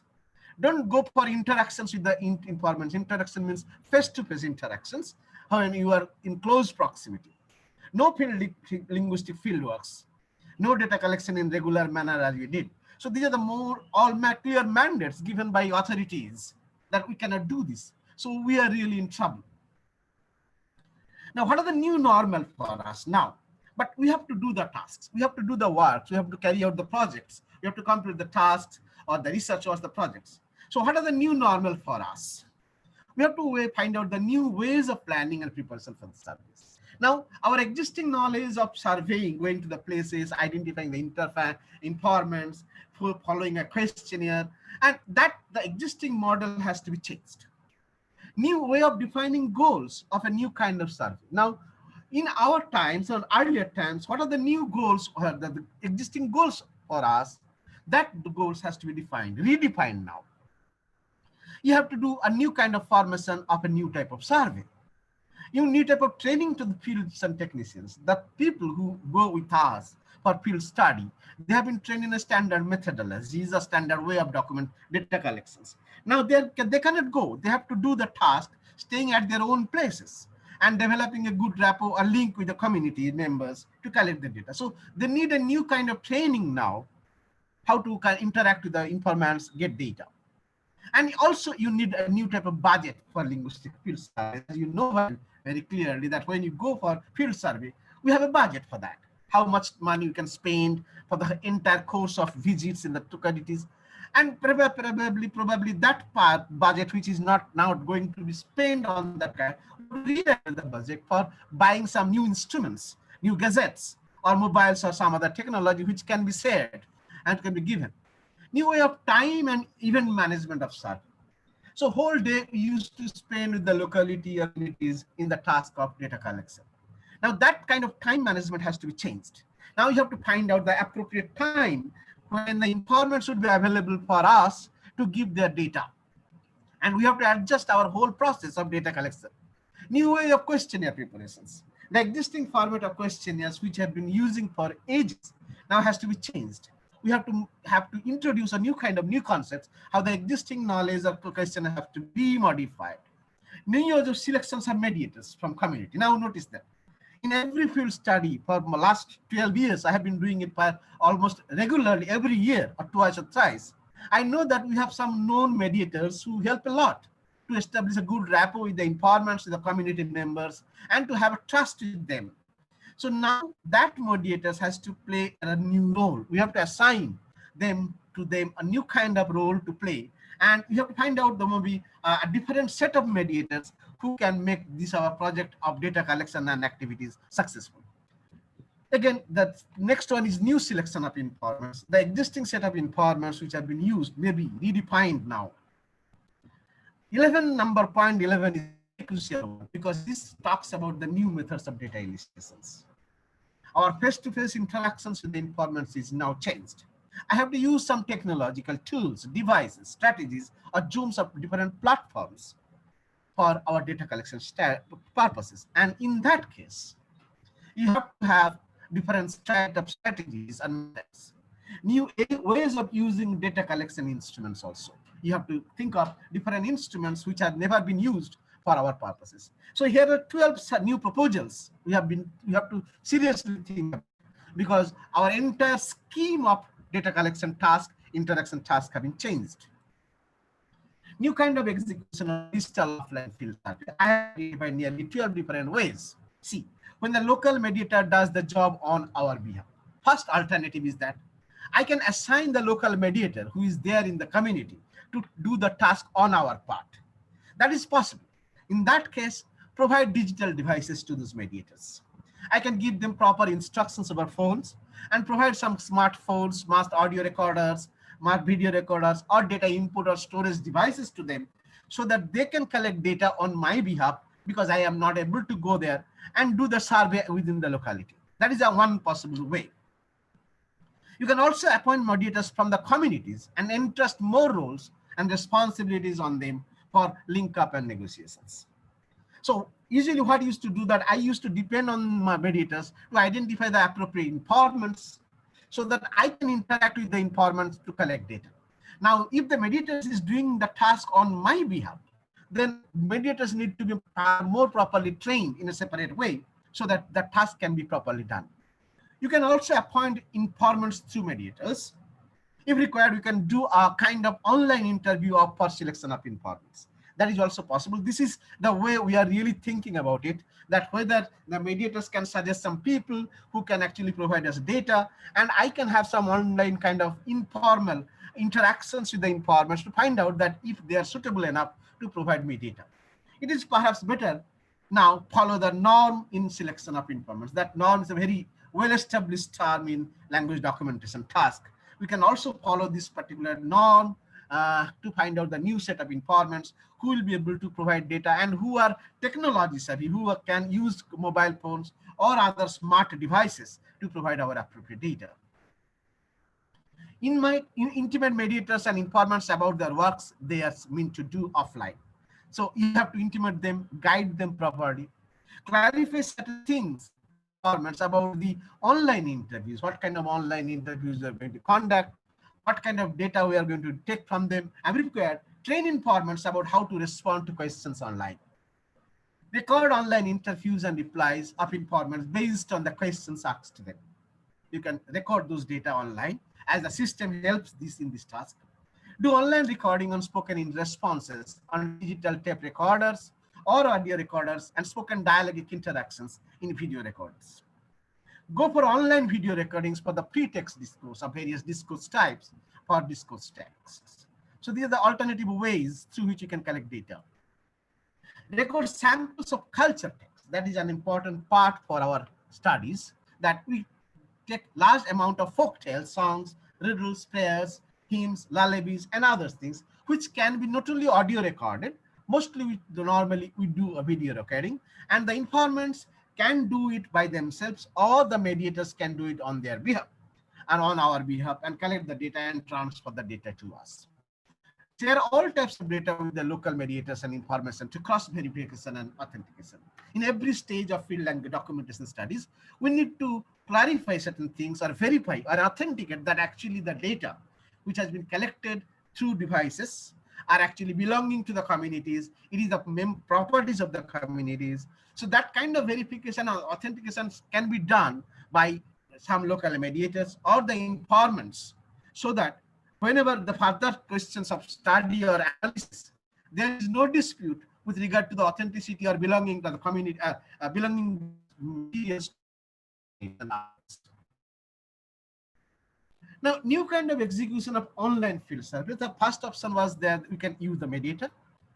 Now, when we conduct interviews from our lab with informants located at their places, What are the other options available now us? So we know that use of online digital platforms like the following. There are some new that Apache Open Meeting or software, or Cisco WebEx, Google Duo, Google Hangouts, Meet, GoToMeeting, Join Me, Microsoft Teams, Skype, WhatsApp, Zoom. So these are only a few. There are many other online digital platforms are available to us, which can be utilized. It depends on the kind of research. If you think that you want to interact with one-to-one situations when only one informant is actually providing you data based on your questions in an online mode, and you are recording data, so you know that what kind of device, maybe Skype. Normally, I personally use now for last 2 weeks. I've been using Skype because that helps me to get a good quality data from the informants, and mostly I'm interacting some with the aged people online with their mobile phones, and it depends on the nature of the research or nature of the data collection. So there are multiple devices now available. Now here is a kind of what kind of data now we can get through this elicitation problem or to the new technology enabled elicitation problems. Look, here I have identified that you can have sounds and segments, pose and response, morphs and words, multi-word units, sentence types, different types of set phrases, or pre-discourse texts, like some folk texts also you can get dialogic texts, or ethnographic data, or geoclimatic data, and extralinguistics data. So I have identified 11 different types of language and ethnology or ecology and the culture related documents or data, which you can procure through these online devices. In most cases, based on the type of tool or technology you are using for data elicitation purposes, you can either get the pure simple audio data, or can have a video data, or you can send some Google Forms where those people can provide you data. But in that case, I'm not comfortable enough because most of the people from we are trying to collect data, they may not be very well versed in using those tools and devices properly or writing in a Google form. So audio data which we normally get from them, that is better. And we would say that we can use some later language technology tools and devices to process data which can further used for our research and development purposes. Now, what we are supposed to do here? As a linguist, we do have that we can record the ethnographic profile of the community. The first thing we have to do that you must have the full ethnographic profile of the community, because that is required for resolving many of the issues related to ethics and other properties. Record demographic details of the informants or the participants before your data collection task starts. Record interactions in a very faithful manner, maybe multiple times in multiple sectors. Ask all your questions and queries in a very repeatedly. It is not that you can just ask once. It requires that you can multiple times you can require to ask the questions to the informants, so that informants understands what actually require and generate appropriate responses so that your questions are properly addressed. Gather linguistic data and information as much as possible. This is a very important issue, that it may not happen that same kind of interactions can take place again to get your data. So in the first go, you should have data as much as possible. Record extra linguistic elements and information which are also available through online interactions and recording of data. Mark discourse elements involved in interaction. There are multiple kinds of discourse elements which are normally available when a dialogic or interactive data which is being collected from the informants. So there are some discourse marks or properties which is normally used in text annotation tasks. You can use those discourse elements properties and mark out so that further data can be much more successful or rightly done. Record socio-cultural properties and information of the data. Compile folk text and folk cultural elements, and make data available to the informants also. One thing repeatedly I'm telling you that the data which you are collecting from the informants, it is not our property, it is their property also. So most importantly, it is their property. So you can use those data and share those data with the community so that they can also have the access and utilize for their own purposes also. Now, where we should pay attention to? These are the most important domains where we should give more online data elicitation tasks. That you should have multilingual repertoire, speech and verbal, both the kind of data you have. We should have verbal means all kinds of, not only the audio speech data, also multimodal data, that is I'm talking about multilingual data. Also, mixed codes are there. Mixed code switching, code mixing are very common in their dialect, so that has to be taken care of. Sometimes the language practices of bilingual people, when the bilingual people shift from one language to another quite often in the interactions, you have to keep in mind the translanguaging aspect will be very frequent in the language data, and you have to take care of that. Contact effects on language and linguistics, the kind of contact you have with the informants, the kind of rapport you have with the informants would actually determine whether you are getting good amount of data, most appropriate amount of data, and more deeper kind of data which you are actually craving for from the informants while you are doing some research works. Language variation and cross-register variation has to be taken care of. That all kinds of language variations which normally noted among the members of the communities are actually taken care of, and you get appropriate results. That you take care of all kinds of register variables as far as it is possible. I'm sorry, sir. I just wanted to point out it's like time's over. Yes, sir. Like no, it's. I mean, just take a few more minutes to wrap it up, sir. This is perhaps the last slide. Don't worry for that. Then you have to take care of the language change at synchronic and diachronic dimensions, sociolinguistic context in which the linguistic codes are used, and cognitive canvas where the language is at play. So these are the very important issues, the domains. When you are collecting data from the informants, you have to take care of or give much importance. So much. This is the last slide. So this is the whole thing of this. Since I don't have much time for that to go into details, I presented only some ideas when you are locked in your home and you are trying to access data from the communities, how you can develop a good rapport with the members, and with the help of some technology and tools, you can have data for your purposes and continue research work until the lockdown phase is over, and you can go and join them and interact with them personally and collect data from them. Thank you very much. Thank you so much, sir, for the wonderful presentation. I mean, it's not only the linguists who are going to benefit from your presentation, but all the people around the world who are watching and who are wondering what to do in these COVID-19 times. Sir, can I request you to kindly maybe stop the screen sharing so that we can have you on full view? And we have so many amazing questions which have come up with all these congratulations of excellent session and everything. We will begin by requesting Dr. Nija Sood to kindly unmute herself. And Dr. Nija, please go ahead with the question that you have posted. Yeah, thank you so much. I am Dr. Nija Sood. I am from Indira Gandhi National Open University. I am associated with JNU since 20 years. Being a student of PhD in the Center of Social Medicine and being examiner and a guest lecturer also. Thank you for providing me this opportunity. Dr. Niladhar, it was an excellent session. I am from health field, and especially with my 35 years of public health experience, I had a concern because students are conducting field studies, and especially during this COVID time, the ethical issues are there due to stigma associated now people.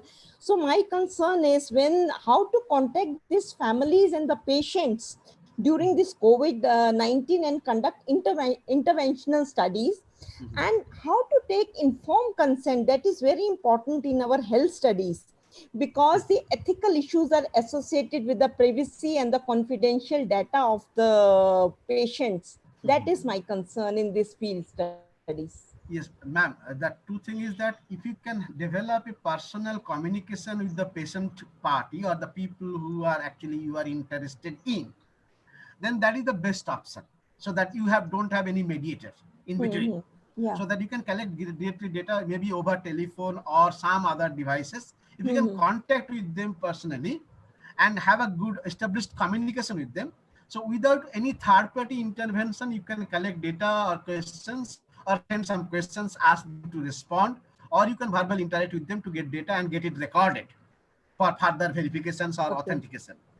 On the other hand, so alternatively, if you don't think that you have that kind of rapport with the people, that you can get data from them, you can definitely identify a mediator, the person who is coming from the community and with whom you are actually having good interactions with regard to your research or project.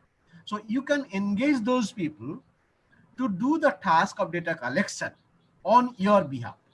Okay. Because so here the ethical issues of recording the video, I tell you, there are certain communities which they do not agree for recording the video, and they have some religious reasons. So but that is the concern. Yeah. And second thing is how to convince the ethical boards for these type of so you can studies. also declare, because if you know that ministry has a ethical clearance certification for your project, and they have nearly 30 to 35 questions with regard to ethical clearance for conducting a project where humans are actually involved. Okay, so you have you can add one or two more points there to tell them that in this pandemic situation, the video data is not available from the informants or the patients. So only audio data would be collected, first thing, and their identity would be camouflaged as far as the norm of the government. If this can be done, then you can have trust from both the sides, as well as from the government who are giving you the permission to conduct those surveys or surveys, as well as from the informant sides, that their identity is hidden, their video recording is not being done, only the audio data are being taken, and their identity will be encoded. That is, encryption process is there. Then perhaps you can, as you know, that you can address some of the problems, but not all. I agree with you, because but this is a makeshift strategy. This is a makeshift strategy as far as you can get the data from in that crisis situation. Thank you so much. Thank you so much. Thank you, Nija ma'am. Thanks for providing me the opportunity. Thank you. Sir, Professor Dash, there is an interesting question from Guttumali Goswami ji. So we have unmuted her or him. Yes, so please. Kindly go ahead with the question. Yeah. Hello. Yes. Am I audible? Namaste, Yes. sir. I am Guttimali from Assam. I am an assistant professor in North Kamrup College. I belong to the Department of English. So my question is about the authenticity or the quality of the collected data when it is when we do it with involvement of digital platforms.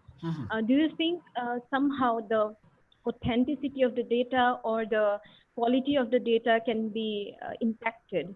And if so, how can we prevent something like that happening? Because I am from Assam, and working in literature, we have to get to field and at times collect, because it is a very interdisciplinary field of study.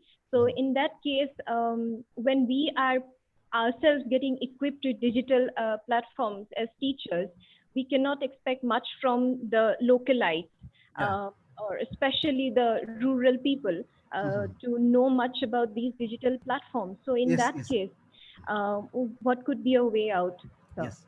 So, ma'am, what I understand that you have two questions. One is with the quality of the data, and second question is with the authenticity of data.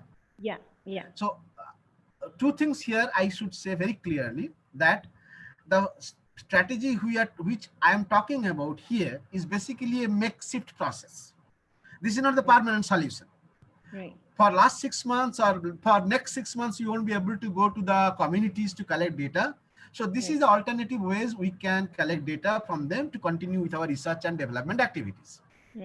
Now, with the first question of quality of data, if you have good technological tools and devices, you can get good quality of data from the informants, spoken data, or if you have a good, well-defined questionnaire, then the responses which is generated by the people can be also good.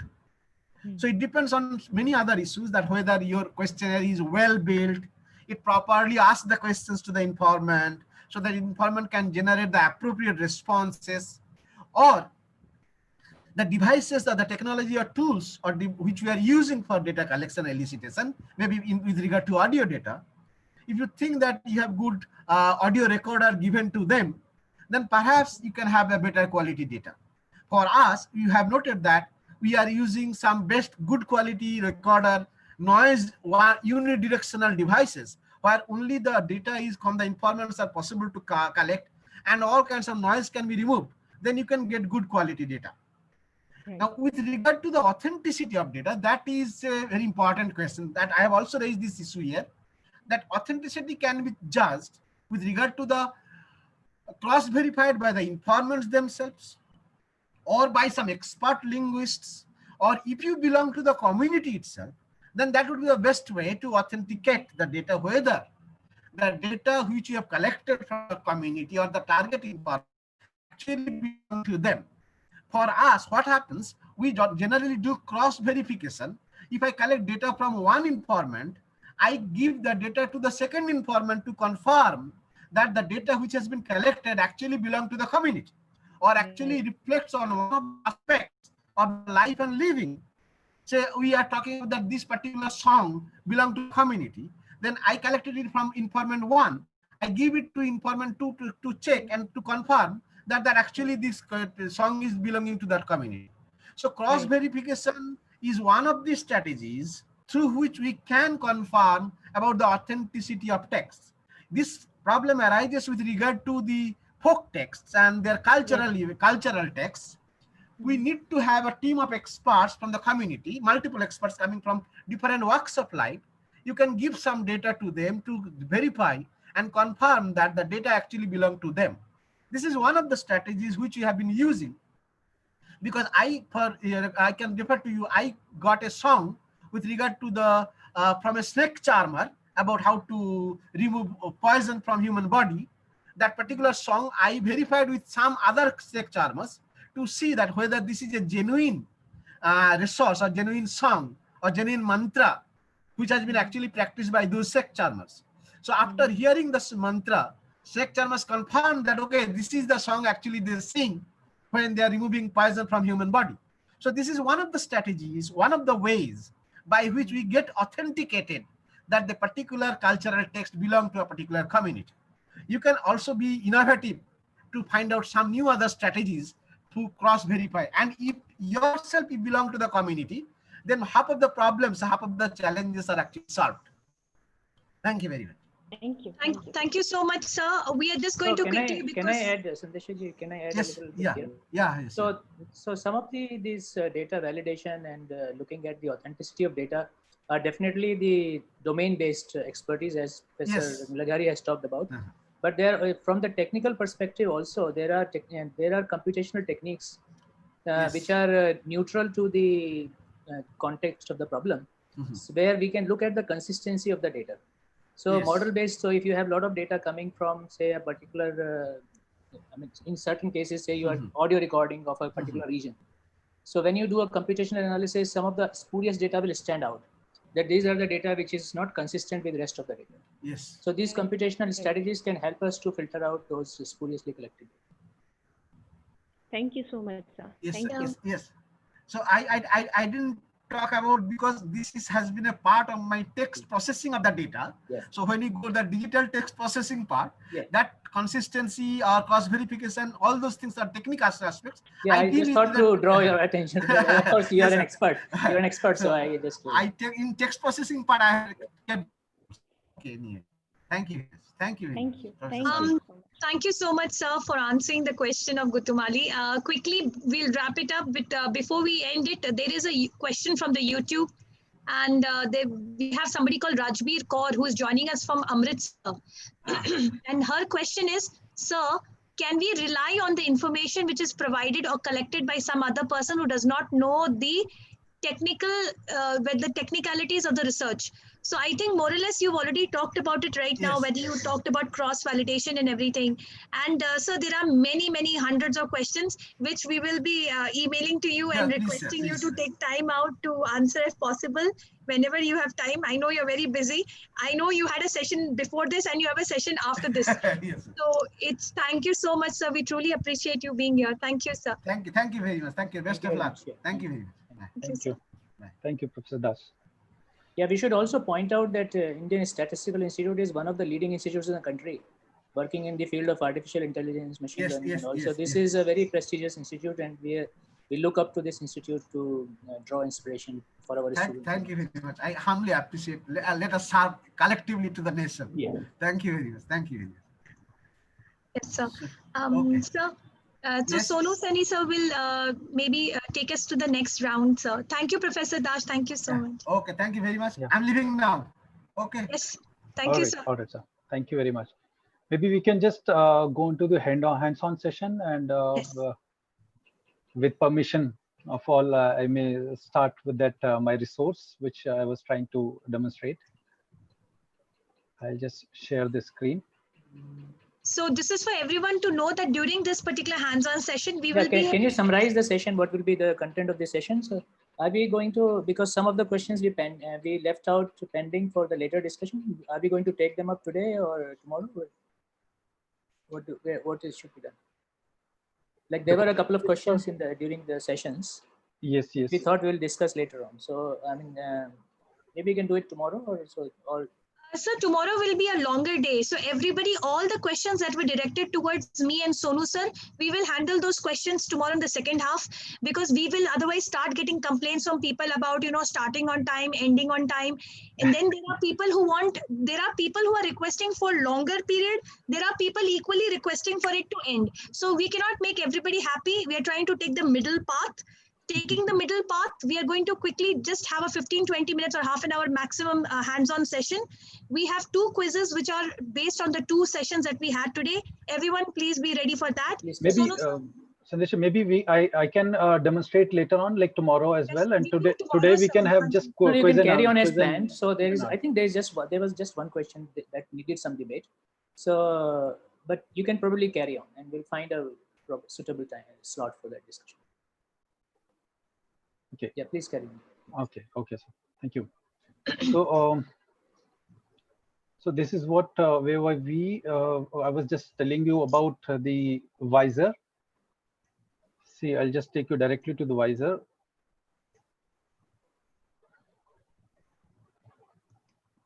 Kahoot, more or less, people know Kahoot as a resource, and we can just go to the visor. See, visor is what, like, it is a basically kind of a virtual sheet, a kind of worksheet which you can create for the students, or to participate in various kind of activities. You can just see, like, when you are just on visor.me, you'll have various templates, or maybe just earlier created sheets which you can use for your classroom and all. And how to do that, like, you just log in. And for the first time, you may need to sign up, as you generally do. And I'll just connect with my Gmail. Okay, wait a minute. I'll just join with my ID, and yes, here we are. So sharing the screen once again. So here we are. So when we are on, like, after logging in, we are on this dashboard. It is called dashboard, and then you can just see the community worksheets, like people who have made these sheets. They are open to use. You can use them. Of course, you may try to you should try to give the credit. Like, okay, if you are using somebody's sheet, then you can just type the name of that person. And these are my sheets, like, which you create, and then they come, like, some of the sheets I made and some of the sheets I borrowed from people. And that how to make the sheet, like, what are the functions. I'll just quickly brief out. So first, you just click on the create sheet. It will open you this wonderful design, and you can choose any design from here. That for example, like, I choose this one. And you can choose the color of your font, like which color it should be. I'll just write my first sheet. You can also change the font. Font can be changed here as, like, simple one, or I can just change maybe the background of this is, like, basically header, which is appearing here, like, for like this. Now, after this is the main thing. Like, as a free user, this is a free resource, but only these two, you can just see that these two functions are for a paid version. That takes, I think, $3 per month. But of course, without these, you can easily use. I'm also using the free version. See, these are the basically tasks which you can add in your sheet. Like, for example, it can be multiple type of questions. Like, you can just type your questions here. This is my first question, for example. And then you can just give the answers, okay, like answer A, B, like B or C and D. And you can just, you need to click any one answer correct. In that way, you can click 2 also and then done. So this first question is made. Like, this is my first question. This is what it is made. You can say open-ended question also, like for descriptive questions. You can just write your questions here. Write what do you think? Like, for example, what do you think about COVID-19? And then students can write. You can also, the wonderful thing here is you can also record the voice. Like, for example, if you wanted to just brief about the question or maybe how you want the answers, you can just click here and record the audio.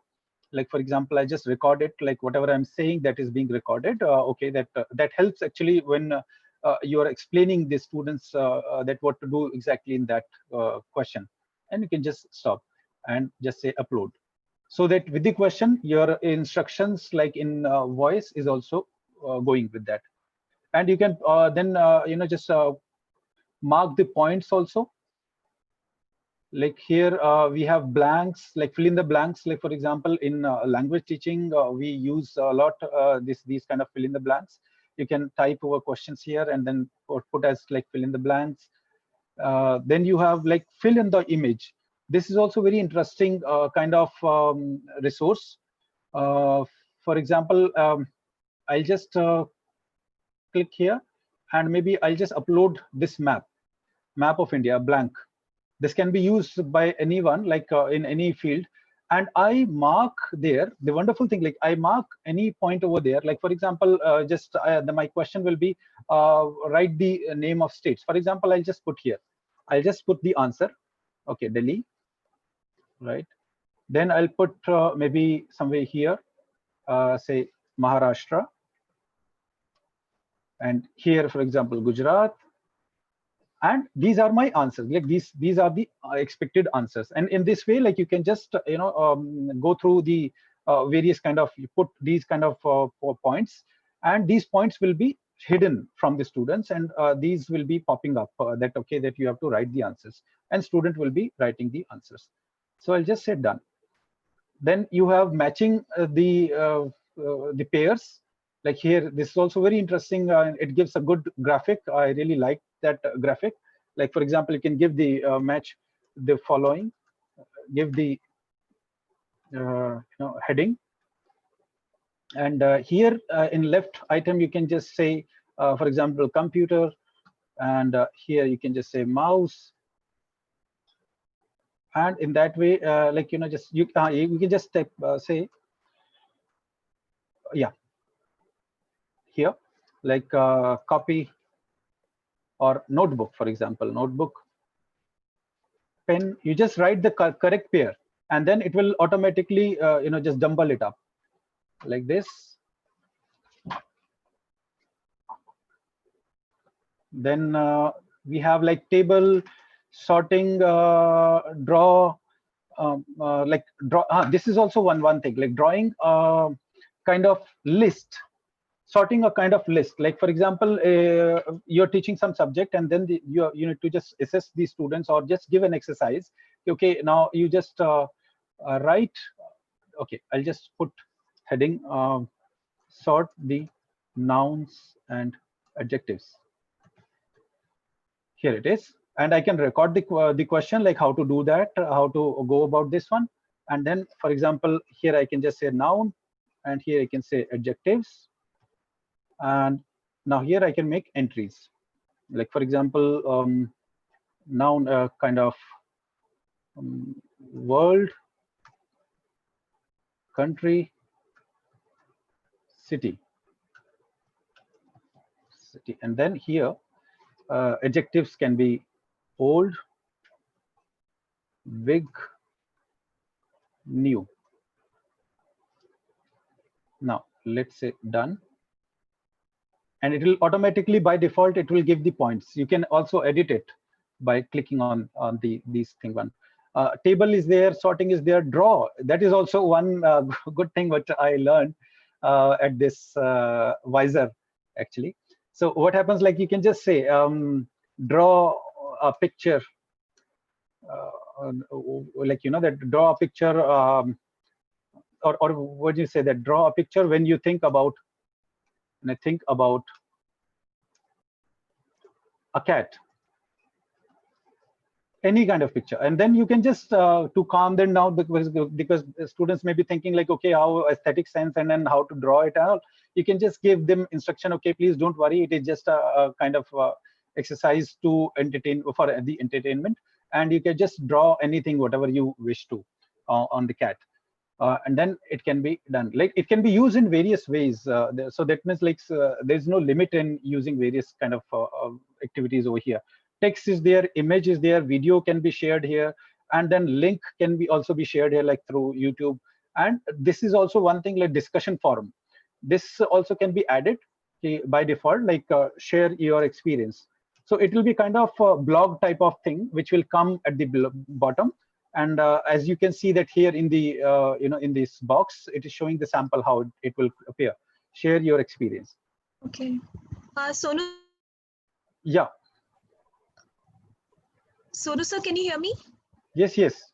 Yeah. So Sonu sir, like few of the people are asking, tomorrow also during the hands-on session we'll be doing all this, right? So that people who have doubts, they'll ask you today. Yes, yes. Yeah.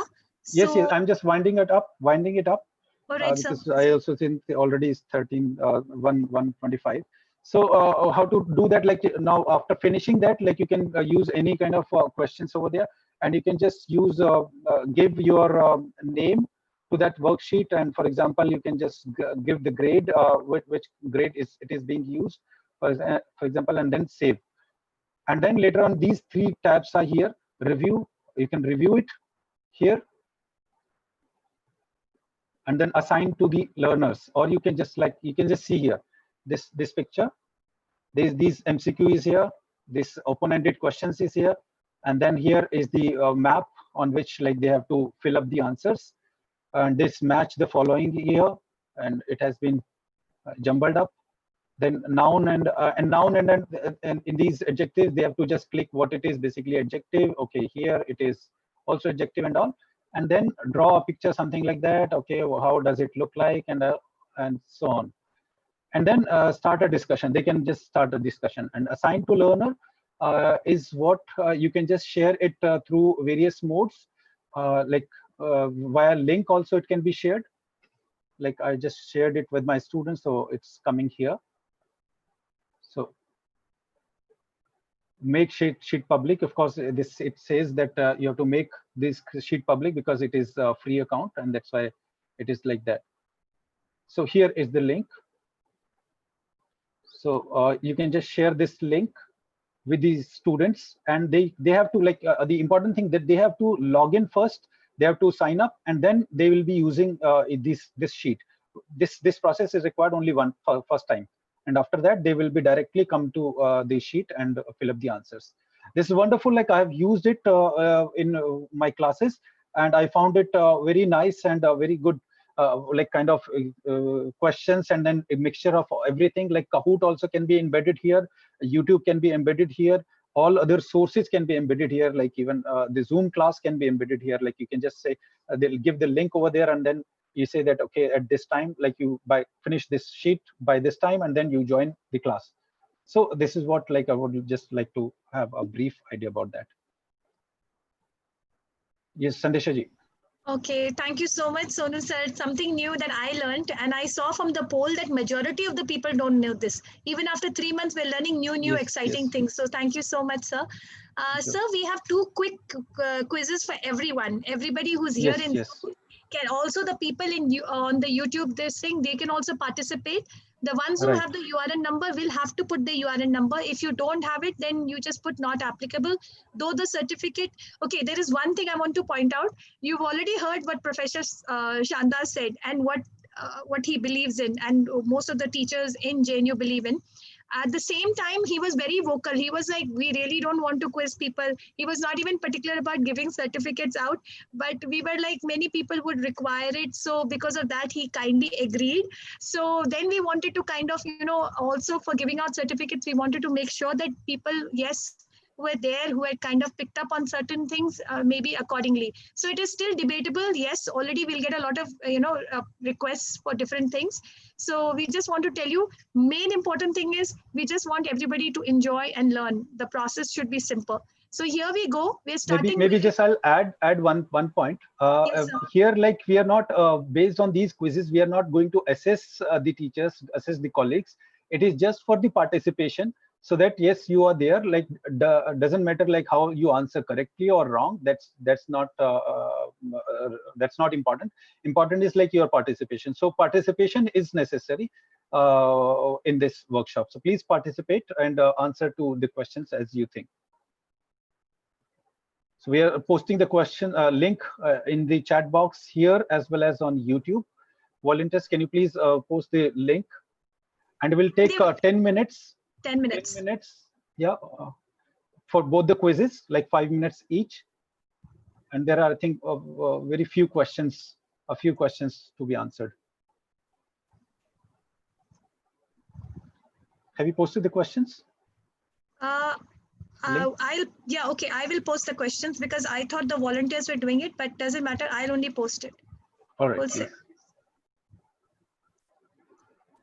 so first one I'm posting is Professor Sasidar's because he started off with his first. So here we go. This is the quiz to. Okay, I'm posting it on YouTube. G. So here we go. This is the one for Sasidar ji, and I'm doing the other one, which is by Professor Dash.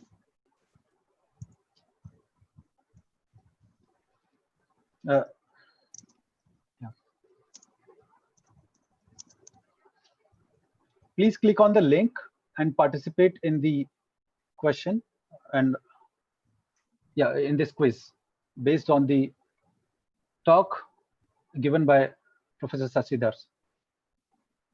It's very simple. 5 MCQ questions by Sasidar ji and 5 MCQs by Professor Dash. It'll just take barely 5 minutes each. That's it. So we're going to keep it open for 10 minutes, both of them.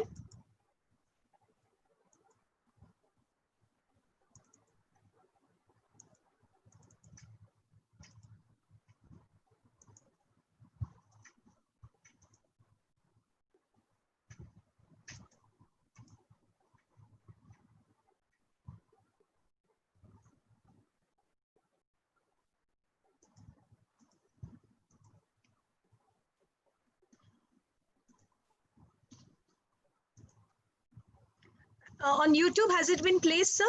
Yes, it has been placed on YouTube. Both the links have been placed.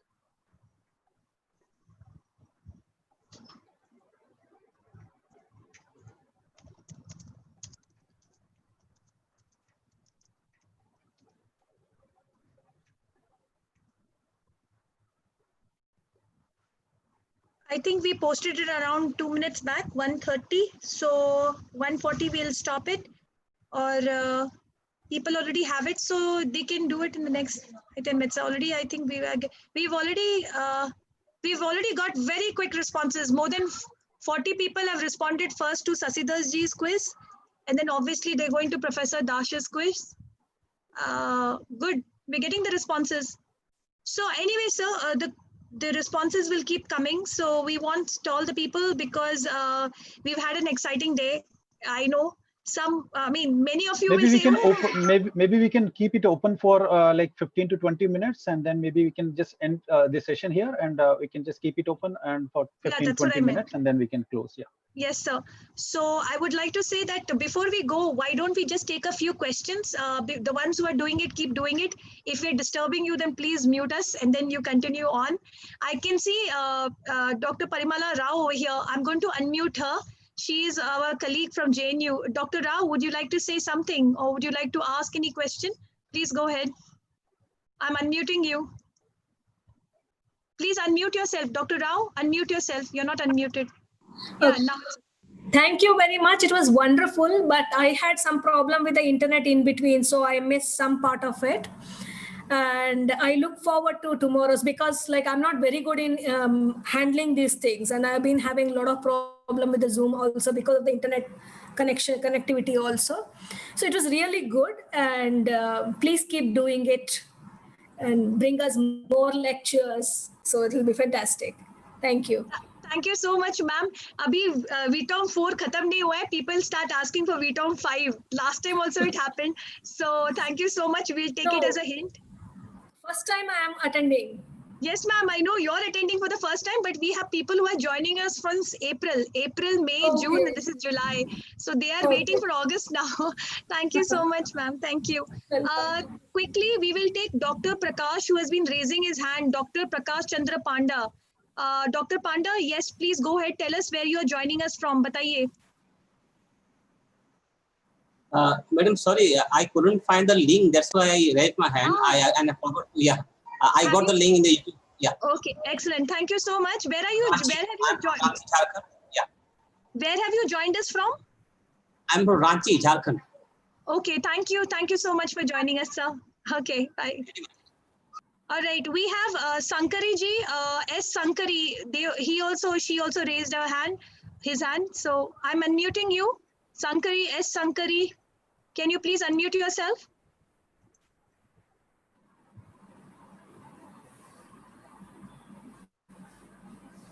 Okay, I am unmuting S. Sanati Ravi 5329.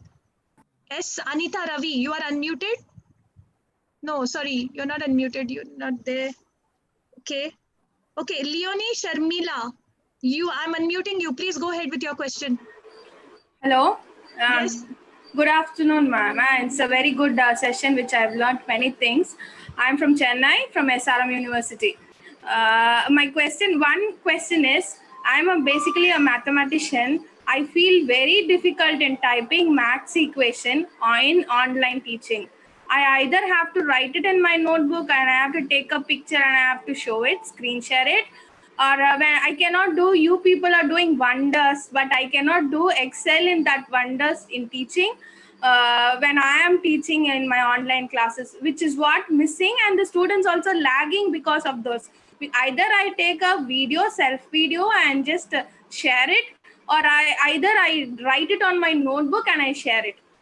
These are the two things I can do it, but I cannot find any software or something which makes my teaching more interesting, and if I get a solution for this, I will be very helpful.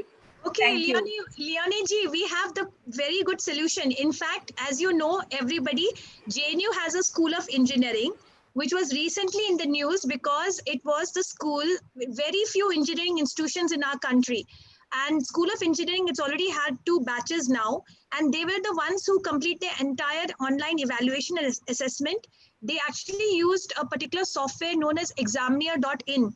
And in the second or third VITOM, one of our colleagues, Dr. Varun Saxena, actually spoke about it, and he showed how it can be used for mathematics and science. So please, examiner.in, I'll put it in the post. I spoke to the person who invented it is Dr. Amber Jain, and we will definitely, if we have time, tomorrow we'll talk more about it, all right? Because all the people who want to leave, if you want to leave, you can leave. Right now, let us interact with the ones who, just for 5-10 more minutes, because then we start getting all these questions, why you did not talk to me. So we are interacting with them. Thank you, Leonie ji. Rupesh Gupta ji, go ahead. Maybe I'll just add, Sandesha ji. I'll just add, Leonie ji, you know that in Kahoot also you can Kahoot can be used for your mathematics kind of teaching, in which like the formulas are enabled. You can just select the formulas and put it in your questions. So Kahoot.com is also one of the resources which can be used for quizzes on mathematics, apart from examiner.in. Okay, yeah, please carry on. Sir, Rupesh, sir, sorry. Yes, Rupesh. Good afternoon. Just a Good minute. afternoon, Chandra saying something. all panelists. We take Dr. Gupta's question, because what Leonie has raised is a very important question. I'll add a little bit more to this. Yes, there are not just mathematics, in chemistry, when you want to draw, say, chemical structure, or you want to, wherever you want to use freehand, it's not easy to transmit as easy it is for transmitting text. These different platforms like Zoom and all, they do provide you a whiteboard on which you can use a pen and you can do a real-time drawing. But yes, there is a lot to be done there. And what you can do in real time is basically minimal, wherever you go. So what even state of the art, you cannot really write like you freely write on a whiteboard. You cannot write integration, differentiation, etc. That will remain a challenge for some more time. So the solution is to definitely prepare these things in advance and use them as image files. That is for now inevitable in certain cases. But yes, to write this for later use or kind of creating an examination like an examiner and all, that can be done, but it will not be real time. Thank you so much, sir. Okay, sir, we have Mr. Dr. Rupesh Gupta. So please, Dr. Gupta, go ahead with your question. I've unmuted you. Go ahead. First of all, it's a very good afternoon to all the panelists and ma'am also. So myself, Dr. Rupesh Gupta from Chandigarh, and this is Chitkara University. He is a professor in mechanical engineering. So, sir, presently we have been taking classes in BTech and MTech students. The main problem that we have been facing, let it be me taking the class of 60 students or 50 students, we cannot keep an eye whether these students are listening carefully or not. That is a big challenge. Presently, you have been taking the session on a Zoom of 750, approximately 750 or 800 people or 600 people. So even if you cannot keep an eye whether these people are listening carefully, whether they are understanding or not, you cannot name each and everybody all together. It's a 1 hour class. So how do we do in that case? How do we keep an eye on such people or such students so that they should not sleep during that class, just on the class, and after that they go on sleeping? So that is the main challenge that we have been confronting right now. So please help me. Thank you. So Professor Shanda will take the question. Thank you. Yeah, I think this is very much in continuation of the question that we were discussing earlier. Should we use coercive measures for drawing attention from the students, or should we leave this to the students? So as far as my understanding of my job as a teacher is concerned, my job is not to coerce the students. My job is to go and teach the motivated students. Those who don't want to learn, I mean, I'm not finishing here, so just kind of starting my point. But there are definitely techniques to improve the attention of our students, to improve content, to organize, to dividing your task, for example, which is individual oriented, making groups instead of addressing a large class. Suppose you are teaching 50 students. So instead of teaching 50 at once, you make their groups which are more homogeneous, and for certain tasks which are more heterogeneous, which they learn from one another. So kind of dividing your lesson in such a way. So there are a number of techniques which can improve the student involvement, and student involvement can be, but that will also require a lot of effort from the teacher's part. Question is that, are you willing to invest yourself that much? But yes, this is a problem, not just in the online teaching, this is also a problem in the actual teaching classrooms. So these problems in online teaching, yes, this has been observed. We had in the second VITOM, we had psychological issues about teaching. One of the problems that has been faced and reported is that over a period of time, students' interest is reduced.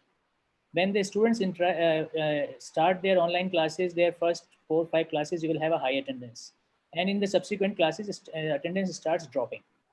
So these are challenges because the kind of medium in which students interact with their teachers has a certain limitation.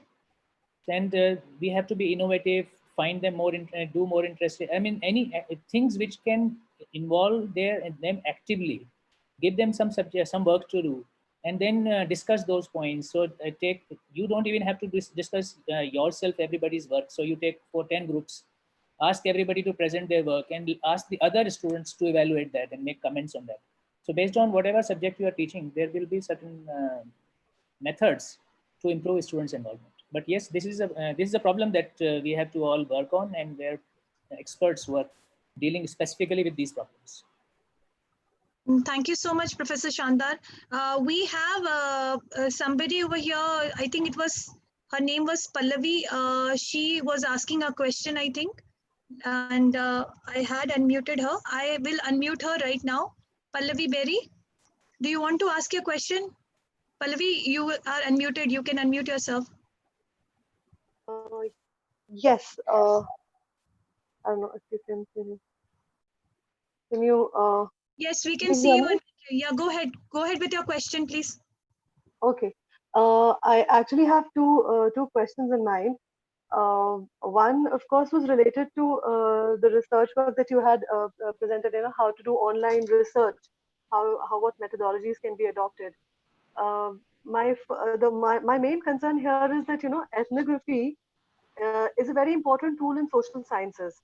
And given the kind of online modes that we are adopting, somewhere this important tool is going to suffer majorly. So how is there any alternative to ethnography, or is there a viable alternative, even if it is for the time being, we can adopt to, sort of enrich our research to make it more fruitful? So this was one doubt I had and one concern that I had. And the other concern, of course, is Sonu sir said that, I just wanted to know that the app Wiser that he suggested, can we accommodate a number of students, or is there a particular strength that can be accommodated to hold this forum? So yeah, if that could be answered, please. I think I haven't seen any limit to the students over there, because it has various ways to engage the students. You can invite them directly into the Wiser through their email ID or through the link. Even you can involve the Google Classroom students. Like if you have Google, you are using Google Classroom, so you have made a class over there, so you can just merge them, and whatever the sheet you make, you can just directly just share it with the classes. For example, like I shared with my students which was there like on Google Classroom, and even the students can join. I couldn't see any limit over there, though Kahoot says that it has 2,000 maximum participant at the one time, like one go when they are live, but Wiser doesn't say such thing. That's what I remember, that Kahoot, once you informed, I attended your previous one, and that you informed that there's a limit, but that's why I was asking that is there a limit here also? So yeah, thank you, sir. Okay, quickly, I just want to answer to Dr. Berry's question regarding ethnography. I completely understand, and it's a very valid point, but I will leave it for right now for the expert, who is Dr. Julia Salabank. Tomorrow, this question will be raised to her. She is the right person to answer to this question. All right, Dr. Pallavi. We will quickly take the next question. Because it's already there are people who are still waiting. People who want to leave can leave with the permission of Professor Shandar and Dr. Sonu Saini. Is that okay, both of you? Yeah, I think yeah. If people are busy, they may leave, of course. Yes. Yes, we just discuss for 5-7 minutes more. Yeah, then at the most till 2 o'clock. That's it. So we have somebody called Amalesh Pradhan. Amalesh Pradhanji, please. I'm unmuting you. Please go ahead with your question.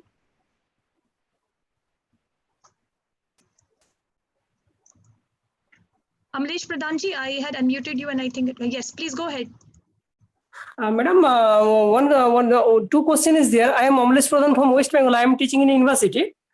So, as you know, most of the institution which is mainly in a remote areas in the countries. So most of the students, they don't afford the network facility. So how can I introduce the very digital teaching learning process? It is one question. And another question is that so the data collected from online field work, it can be used in PhD research work.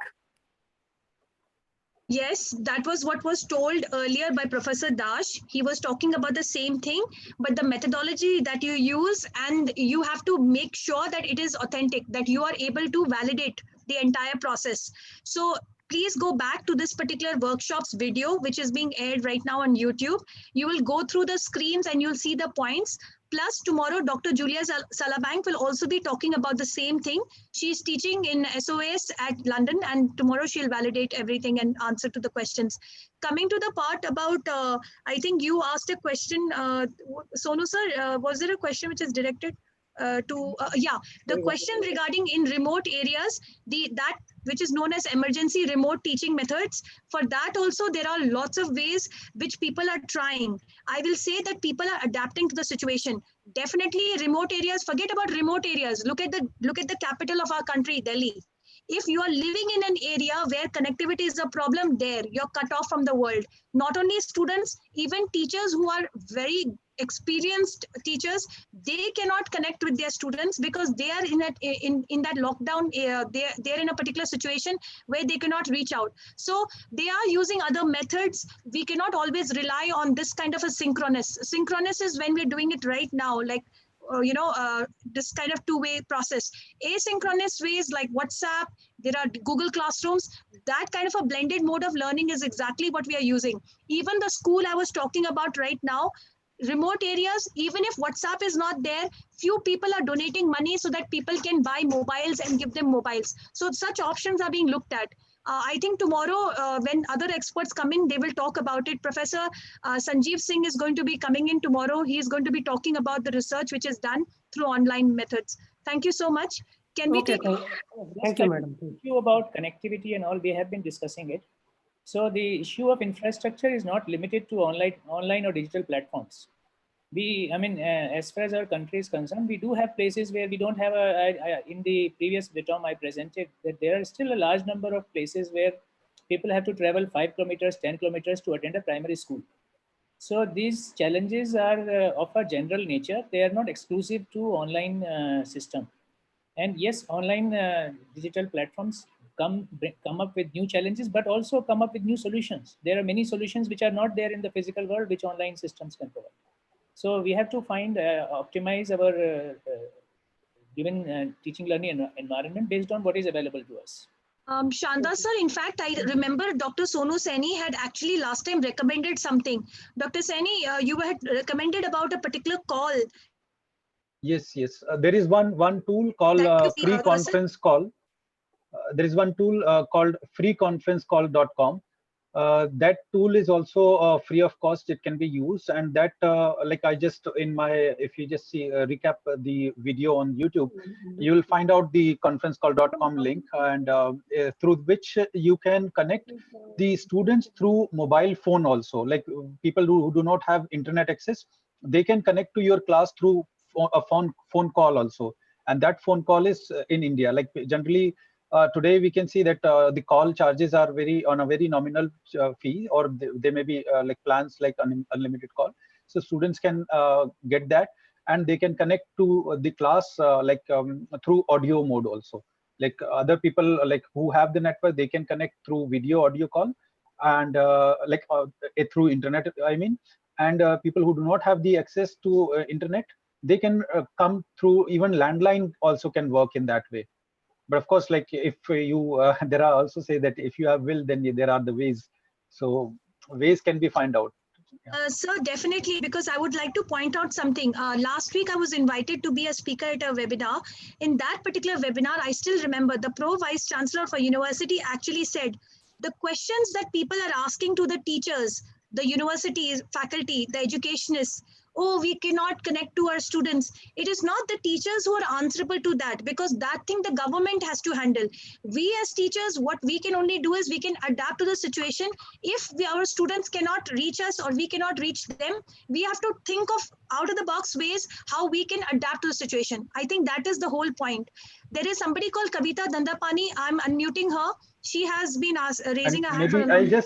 Maybe I'll just add, that when to the history, if we'll talk about the history of the correspondence course or the courses on through offline but distant learning courses, they were started in somewhere like 1800 somewhere, 1800 I think 60s or 70s if I'm not wrong with the dates. Then they started with the Pittman started with the correspondence course, like he posted. That was the first first course which is called as distance learning on distance learning mode. And then he used to send the notes on shorthand writing at that time through post, and people used to learn through those notes, and then they would write their assignments, and then they do the assignment and then send back through the post.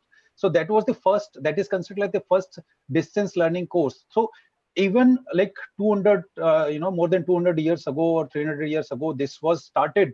So why not today? We can also think about various kind of new ways. Like even today we are discussing like our students who do not have the access. Of course we agree with that we do not have access to the network, but they have the post office. Yeah, they generally, as Professor Shandar said, that there are areas like where students have to walk for 5 to 10 kilometers to get the primary education. So same way, if we try to find out the solution, then they can send the assignment through post office also, through the normal post, which may take like 5 to 10 rupees, and the assignment can be exchanged through teacher and students in that way also. So wherever like TV is there, radio is there, the post office is there.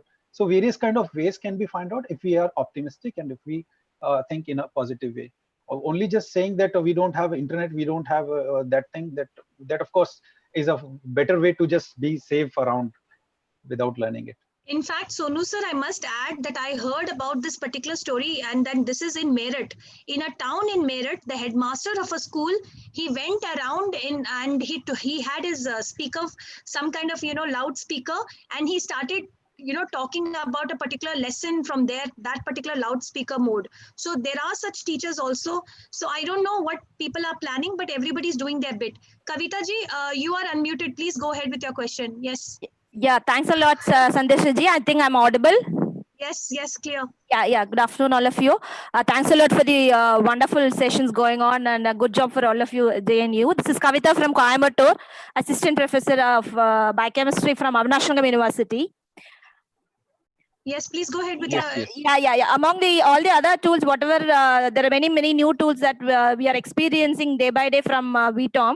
And do we have any specific subject-specific tools, like generally all Kahoot or Wiser, everything all of us can use it. But is there any specific subject-specific tools that are available recently? And the second one, which subject you are from? I'm from biochemistry. Yeah, I'm from biochemistry, biotechnology, sir. Right. Yeah. You have anything else to ask? And no, second thing is, do we have hands-on sessions for Padlet and all other things? Tomorrow. Yeah, okay. Yeah, thank you. I want to tell you quickly one thing, ma'am, that the first two, the second, third VTOMs, if you look at the videos, we used to do it till like 4 in the evening, 6 in the evening. And we are there. Yeah. We enjoy our slides also. Yeah, you, Sandesha ji. But officially we will finish by 1:30 as per the schedule or nearby the schedule. And then if required, if there is a demand from the participant that they want an extended hands-on session, then we can, as organizing committee, can take the decision whether it can be organized or not. Okay. Thanks a lot. Okay, so we'll do that tomorrow. And so regarding the question about using different kind of softwares and what are the other specifically for maths and science, Shandar sir will be the right person to tell you. So, Yes, sir.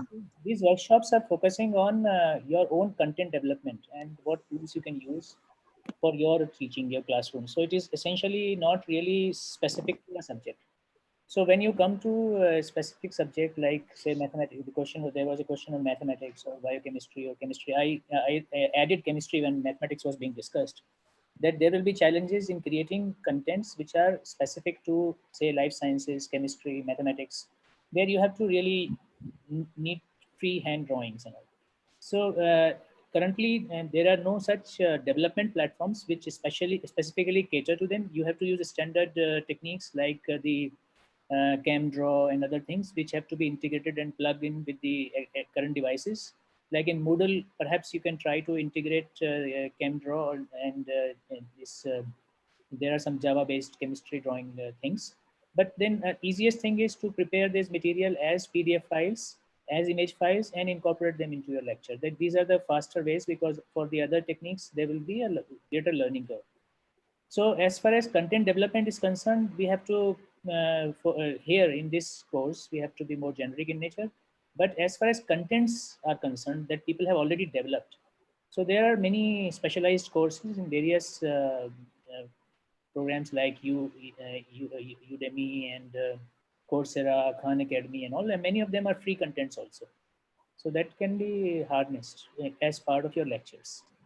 Yes, sir. As Avinash Lingam University, we have also developed an EPG content as a leading institution. So we have done that. So just I wanted to know whether this tool is available. That's it. Wonderful, wonderful. I'll just add one thing, like that as the VITOM's aim is like to give you prototype type of kind of tools. Of course, they are in general in nature, but you can also customize them. You may find out similar type of platforms for your specific subject areas. Apart from that, what Professor Chandar said, I'll just add maybe the freehand drawings can be possible in Visor. What I have experienced, like the drawing which I just showed, that the question, like freehand drawings can be made and then it can be shared with the students. Yeah, thanks a lot. Thanks a lot for the response. Yeah. Sir, we'll just take 2 more questions and then we will call it a day because we have to prepare for the next day also. We have Bhuma Chela Subramaniam. I think that person has been raising a hand for quite some time. I've unmuted you. Kindly please ask your question. Bhuma Chela Subramaniam, you have been unmuted. Okay, so maybe we can move to next one. Yeah. Okay, next person, we have Gomati BS. You have been unmuted. Please go ahead. Yes. Ma'am, shall we have this type of Padlet in our language classrooms? Yes, yes, I am using Padlet. I used it for my particular session, that after my session got over, I actually told them that you can leave like a wall of memories. And also when Sasidhar ji was doing, he was talking about answer garden. Even that is similar. Basically, people can leave messages and everything. He was having a word cloud. If you remember the earlier VTOM where we did Menti, in Menti also you can prepare a word cloud. In AHA slides, you can do word cloud. We will do all this tomorrow. We will leave it for tomorrow, ma'am. Okay? All right. Thank you, ma'am. Thank you so much. Where are you joining us from, by the way, Gomti ji? Ma'am, I am from Erode. Erode, Vellalar College of Engineering and Technology. Okay, thank you so much. Okay. All right. Next, we have Prasami Gio. Prasami Gio, please quickly ask your question. I have unmuted you. So that will be the last question, is it? Yes, yeah. This will be the last question. No, there is one more person, Dr. Shilpa Gauri Prasad. Yeah. Please go ahead. Okay, that person is not there. I'm unmuting Dr. Shilpa Gauri Prasad. You are unmuted. Please go ahead. Hello, can you hear me? Yes, yes. Yes. Yeah, hello. It's indeed an enriching experience for me as a teacher, as a researcher to witness VITOM 3, and just now I'm attending the 4th one. I have a request to Sonu sir. He was talking about MIT App Inventor. Yeah. In between, I tried, but I couldn't do anything. So it's my earnest request to you, sir, to say something about the app and just let us know so that we can create something on our own. Dr. Shilpa Gauri, we saw the questions for me and him. Lot of people have requested the same thing. So let us do it tomorrow, because then Sonu sir can also do proper justice to it. Yeah. Right now we're taking the other questions and the things like, showing the tools. Tomorrow post lunch, we'll sit and do that only. All right. Thank you so much. I'm from Pune. Thank you. Thank you. Thank you. Thank you. Thank you. Thank you. Next, last, Dr. Rakesh Kumar Sharma ji, I think. Unmuting you. Please, Dr. Rakesh Kumar, go ahead. Hello. Good afternoon, ma'am. Good afternoon, everybody. Am I audible to all of you? Yes, yes. Please tell us about yourself. Sir, LMS model Moodle is available like my e-class, right? So if we are using this my e-class to have the descriptive responses of the individual in the field of research, is it viable and these are authentic or not? If we are getting or inviting the descriptive responses of the individual on the Moodle like my e-class, because there is a provision on this Moodle. So what is to be authenticated there? Like I could not understand. Suppose we are placing a questionnaire, right? And we want to have the responses from the individual, and the responses we are inviting on this Moodle my e-class, because there is a provision. we can have the responses from the individual on this LMS Moodle My E-Class. So if the candidate is submitting his descriptive responses over there on that platform, is this kind of responses are acceptable or not? That depends on you, right? As a teacher, you are the one evaluating, Dr. Sharma. अगर आप कहते हो कि मैं मानता हूँ तो वो मानोगे, and unless it is the institution which will decide which platform you're doing. So, Professor Shandar, what do you say to this question, sir? He's asking whether on a Moodle platform, if a question has been answered by a student, will it be considered or not? It is quite clear that Moodle is by far one of the best LMS platforms. And it is very comprehensive. And you are asking if we ask questions, and for objective, it can automatically score students' questions. But if it is a descriptive answer, how to do it? That is probably your concern right now. So yes, descriptive questions, answers, responses can be collected, but then you have to manually examine them and score them. Definitely. And apart from examining, like you have the options to check the similarity, whether they are copied from some source or from each other, or that you can do through using various kind of tools like Turnitin or Authenticate or other tools, which can tell you that, okay, this has been similarity index or from such kind of sources. That is also one of the plus point, which is not available in offline mode. Okay, sir, Dr. Mohammed Yaya from Chennai, we're unmuting you. Just quickly tell us your question. It's already 2:05. It's going to be. This is the last question, and can you announce this, that this is the last question? Yes, this is the last question. Dr. Yaya? Yeah, good afternoon to one and all present here. Am I audible? Yes, you're audible. My question is regarding the pen tab. For is it that the pen tab can be used for the lively session on a teaching platform like Zoom or Google Classroom? Is that integrated? It can be integrated. Which app you were asking about? I'm asking about the pen tab. Pen tab. Basically, I'm an accounts tutor. So if I want to put the sums for in accounts, so is it possible to connect with my laptop with the pen tab? Is it really it will be a lively session for the classes to be conducted? Have somebody spoke about the pen tab? Because I didn't say anything about that. He is asking on his own. Mr. Mohammed, we will check on this and let you know tomorrow, because we are not using it. We are not connecting it to the Zoom account, and neither have we spoken about it. So we will check for it and then let you know tomorrow when you join us. I'm not sure about PenTap, but Zoom does have what is called a marketplace. There you can connect with external apps, and it will give you a whole list of apps which you can connect with Zoom. So you can just log into your Zoom account and go to marketplace, and you will see a list of outside plugins that can be utilized together with Zoom. All right. Thank you so much, sir. Dr. Sonu Seni, sir, and Professor Shandar, please go ahead. We still have over 200 people who are joined with us. I'm sure they'll have questions, but I think it's better that we call it a day today so that we are refreshed for tomorrow. And tomorrow is going to be a long day. Thank you so much, sir. Dr. Seni, take over.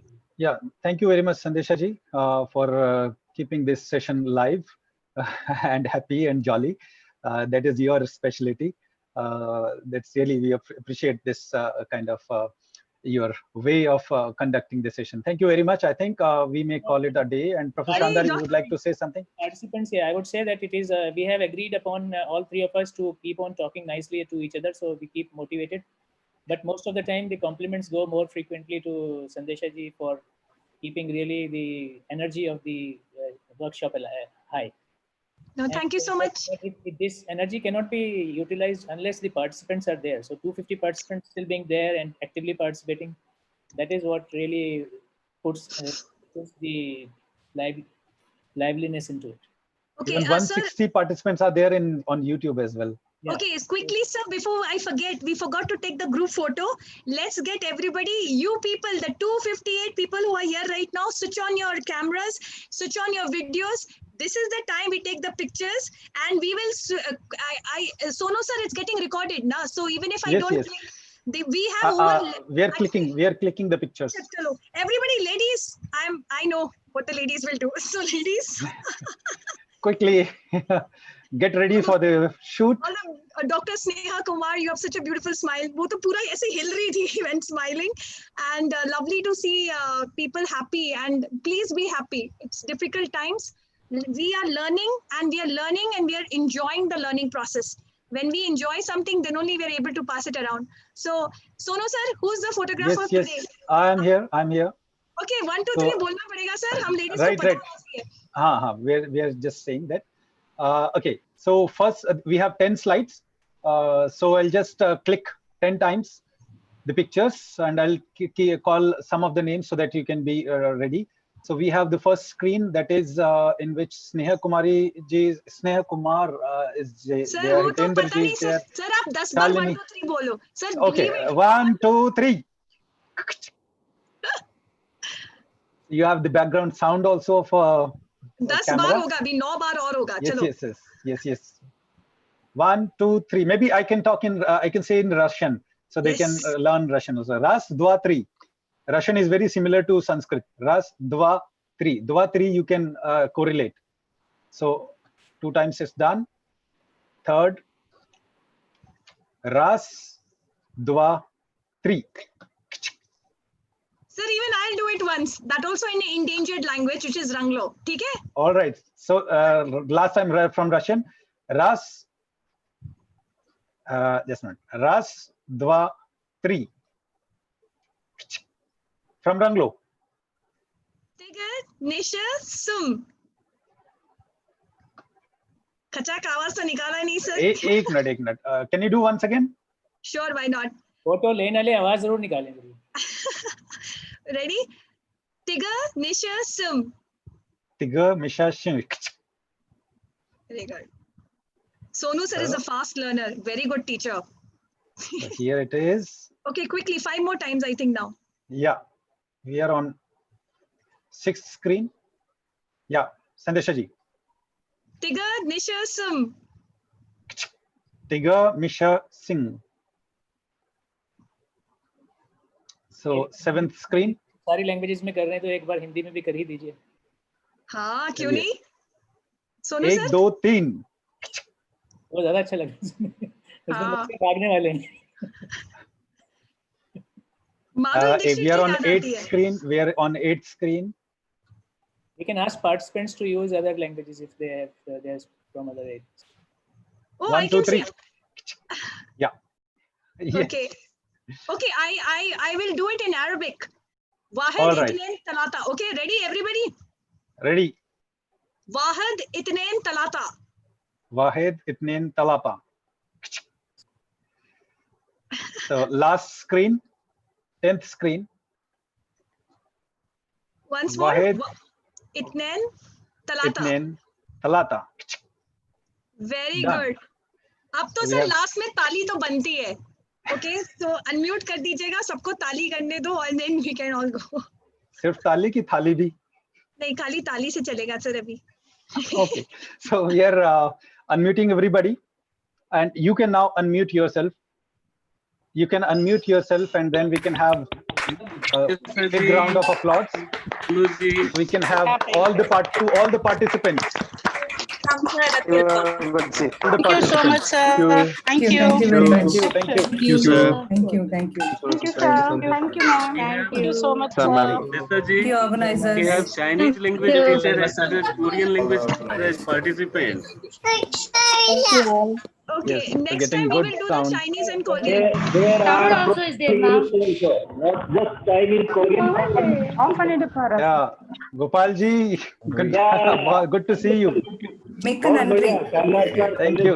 It is simply a writing device, writing pad which can be connected to the computer. Make an entry. Thank you very much. So maybe we can just end the meeting with the permission of Professor Shandar, the coordinator. Can you please unmute yourself, sir? Yeah. Excellent. So let's say goodbye for today. See you tomorrow. Yes. Yeah. See you tomorrow. Dasvidania. Ma salama. Arabic. Dasvidania. Dasvidania. Okay. फिर मिलेंगे कल. Sayonara in Japanese if you like. Sayonara. Yes. All right, sir. Please end button दबाइए. Thank you. Okay. Bye. Bye then.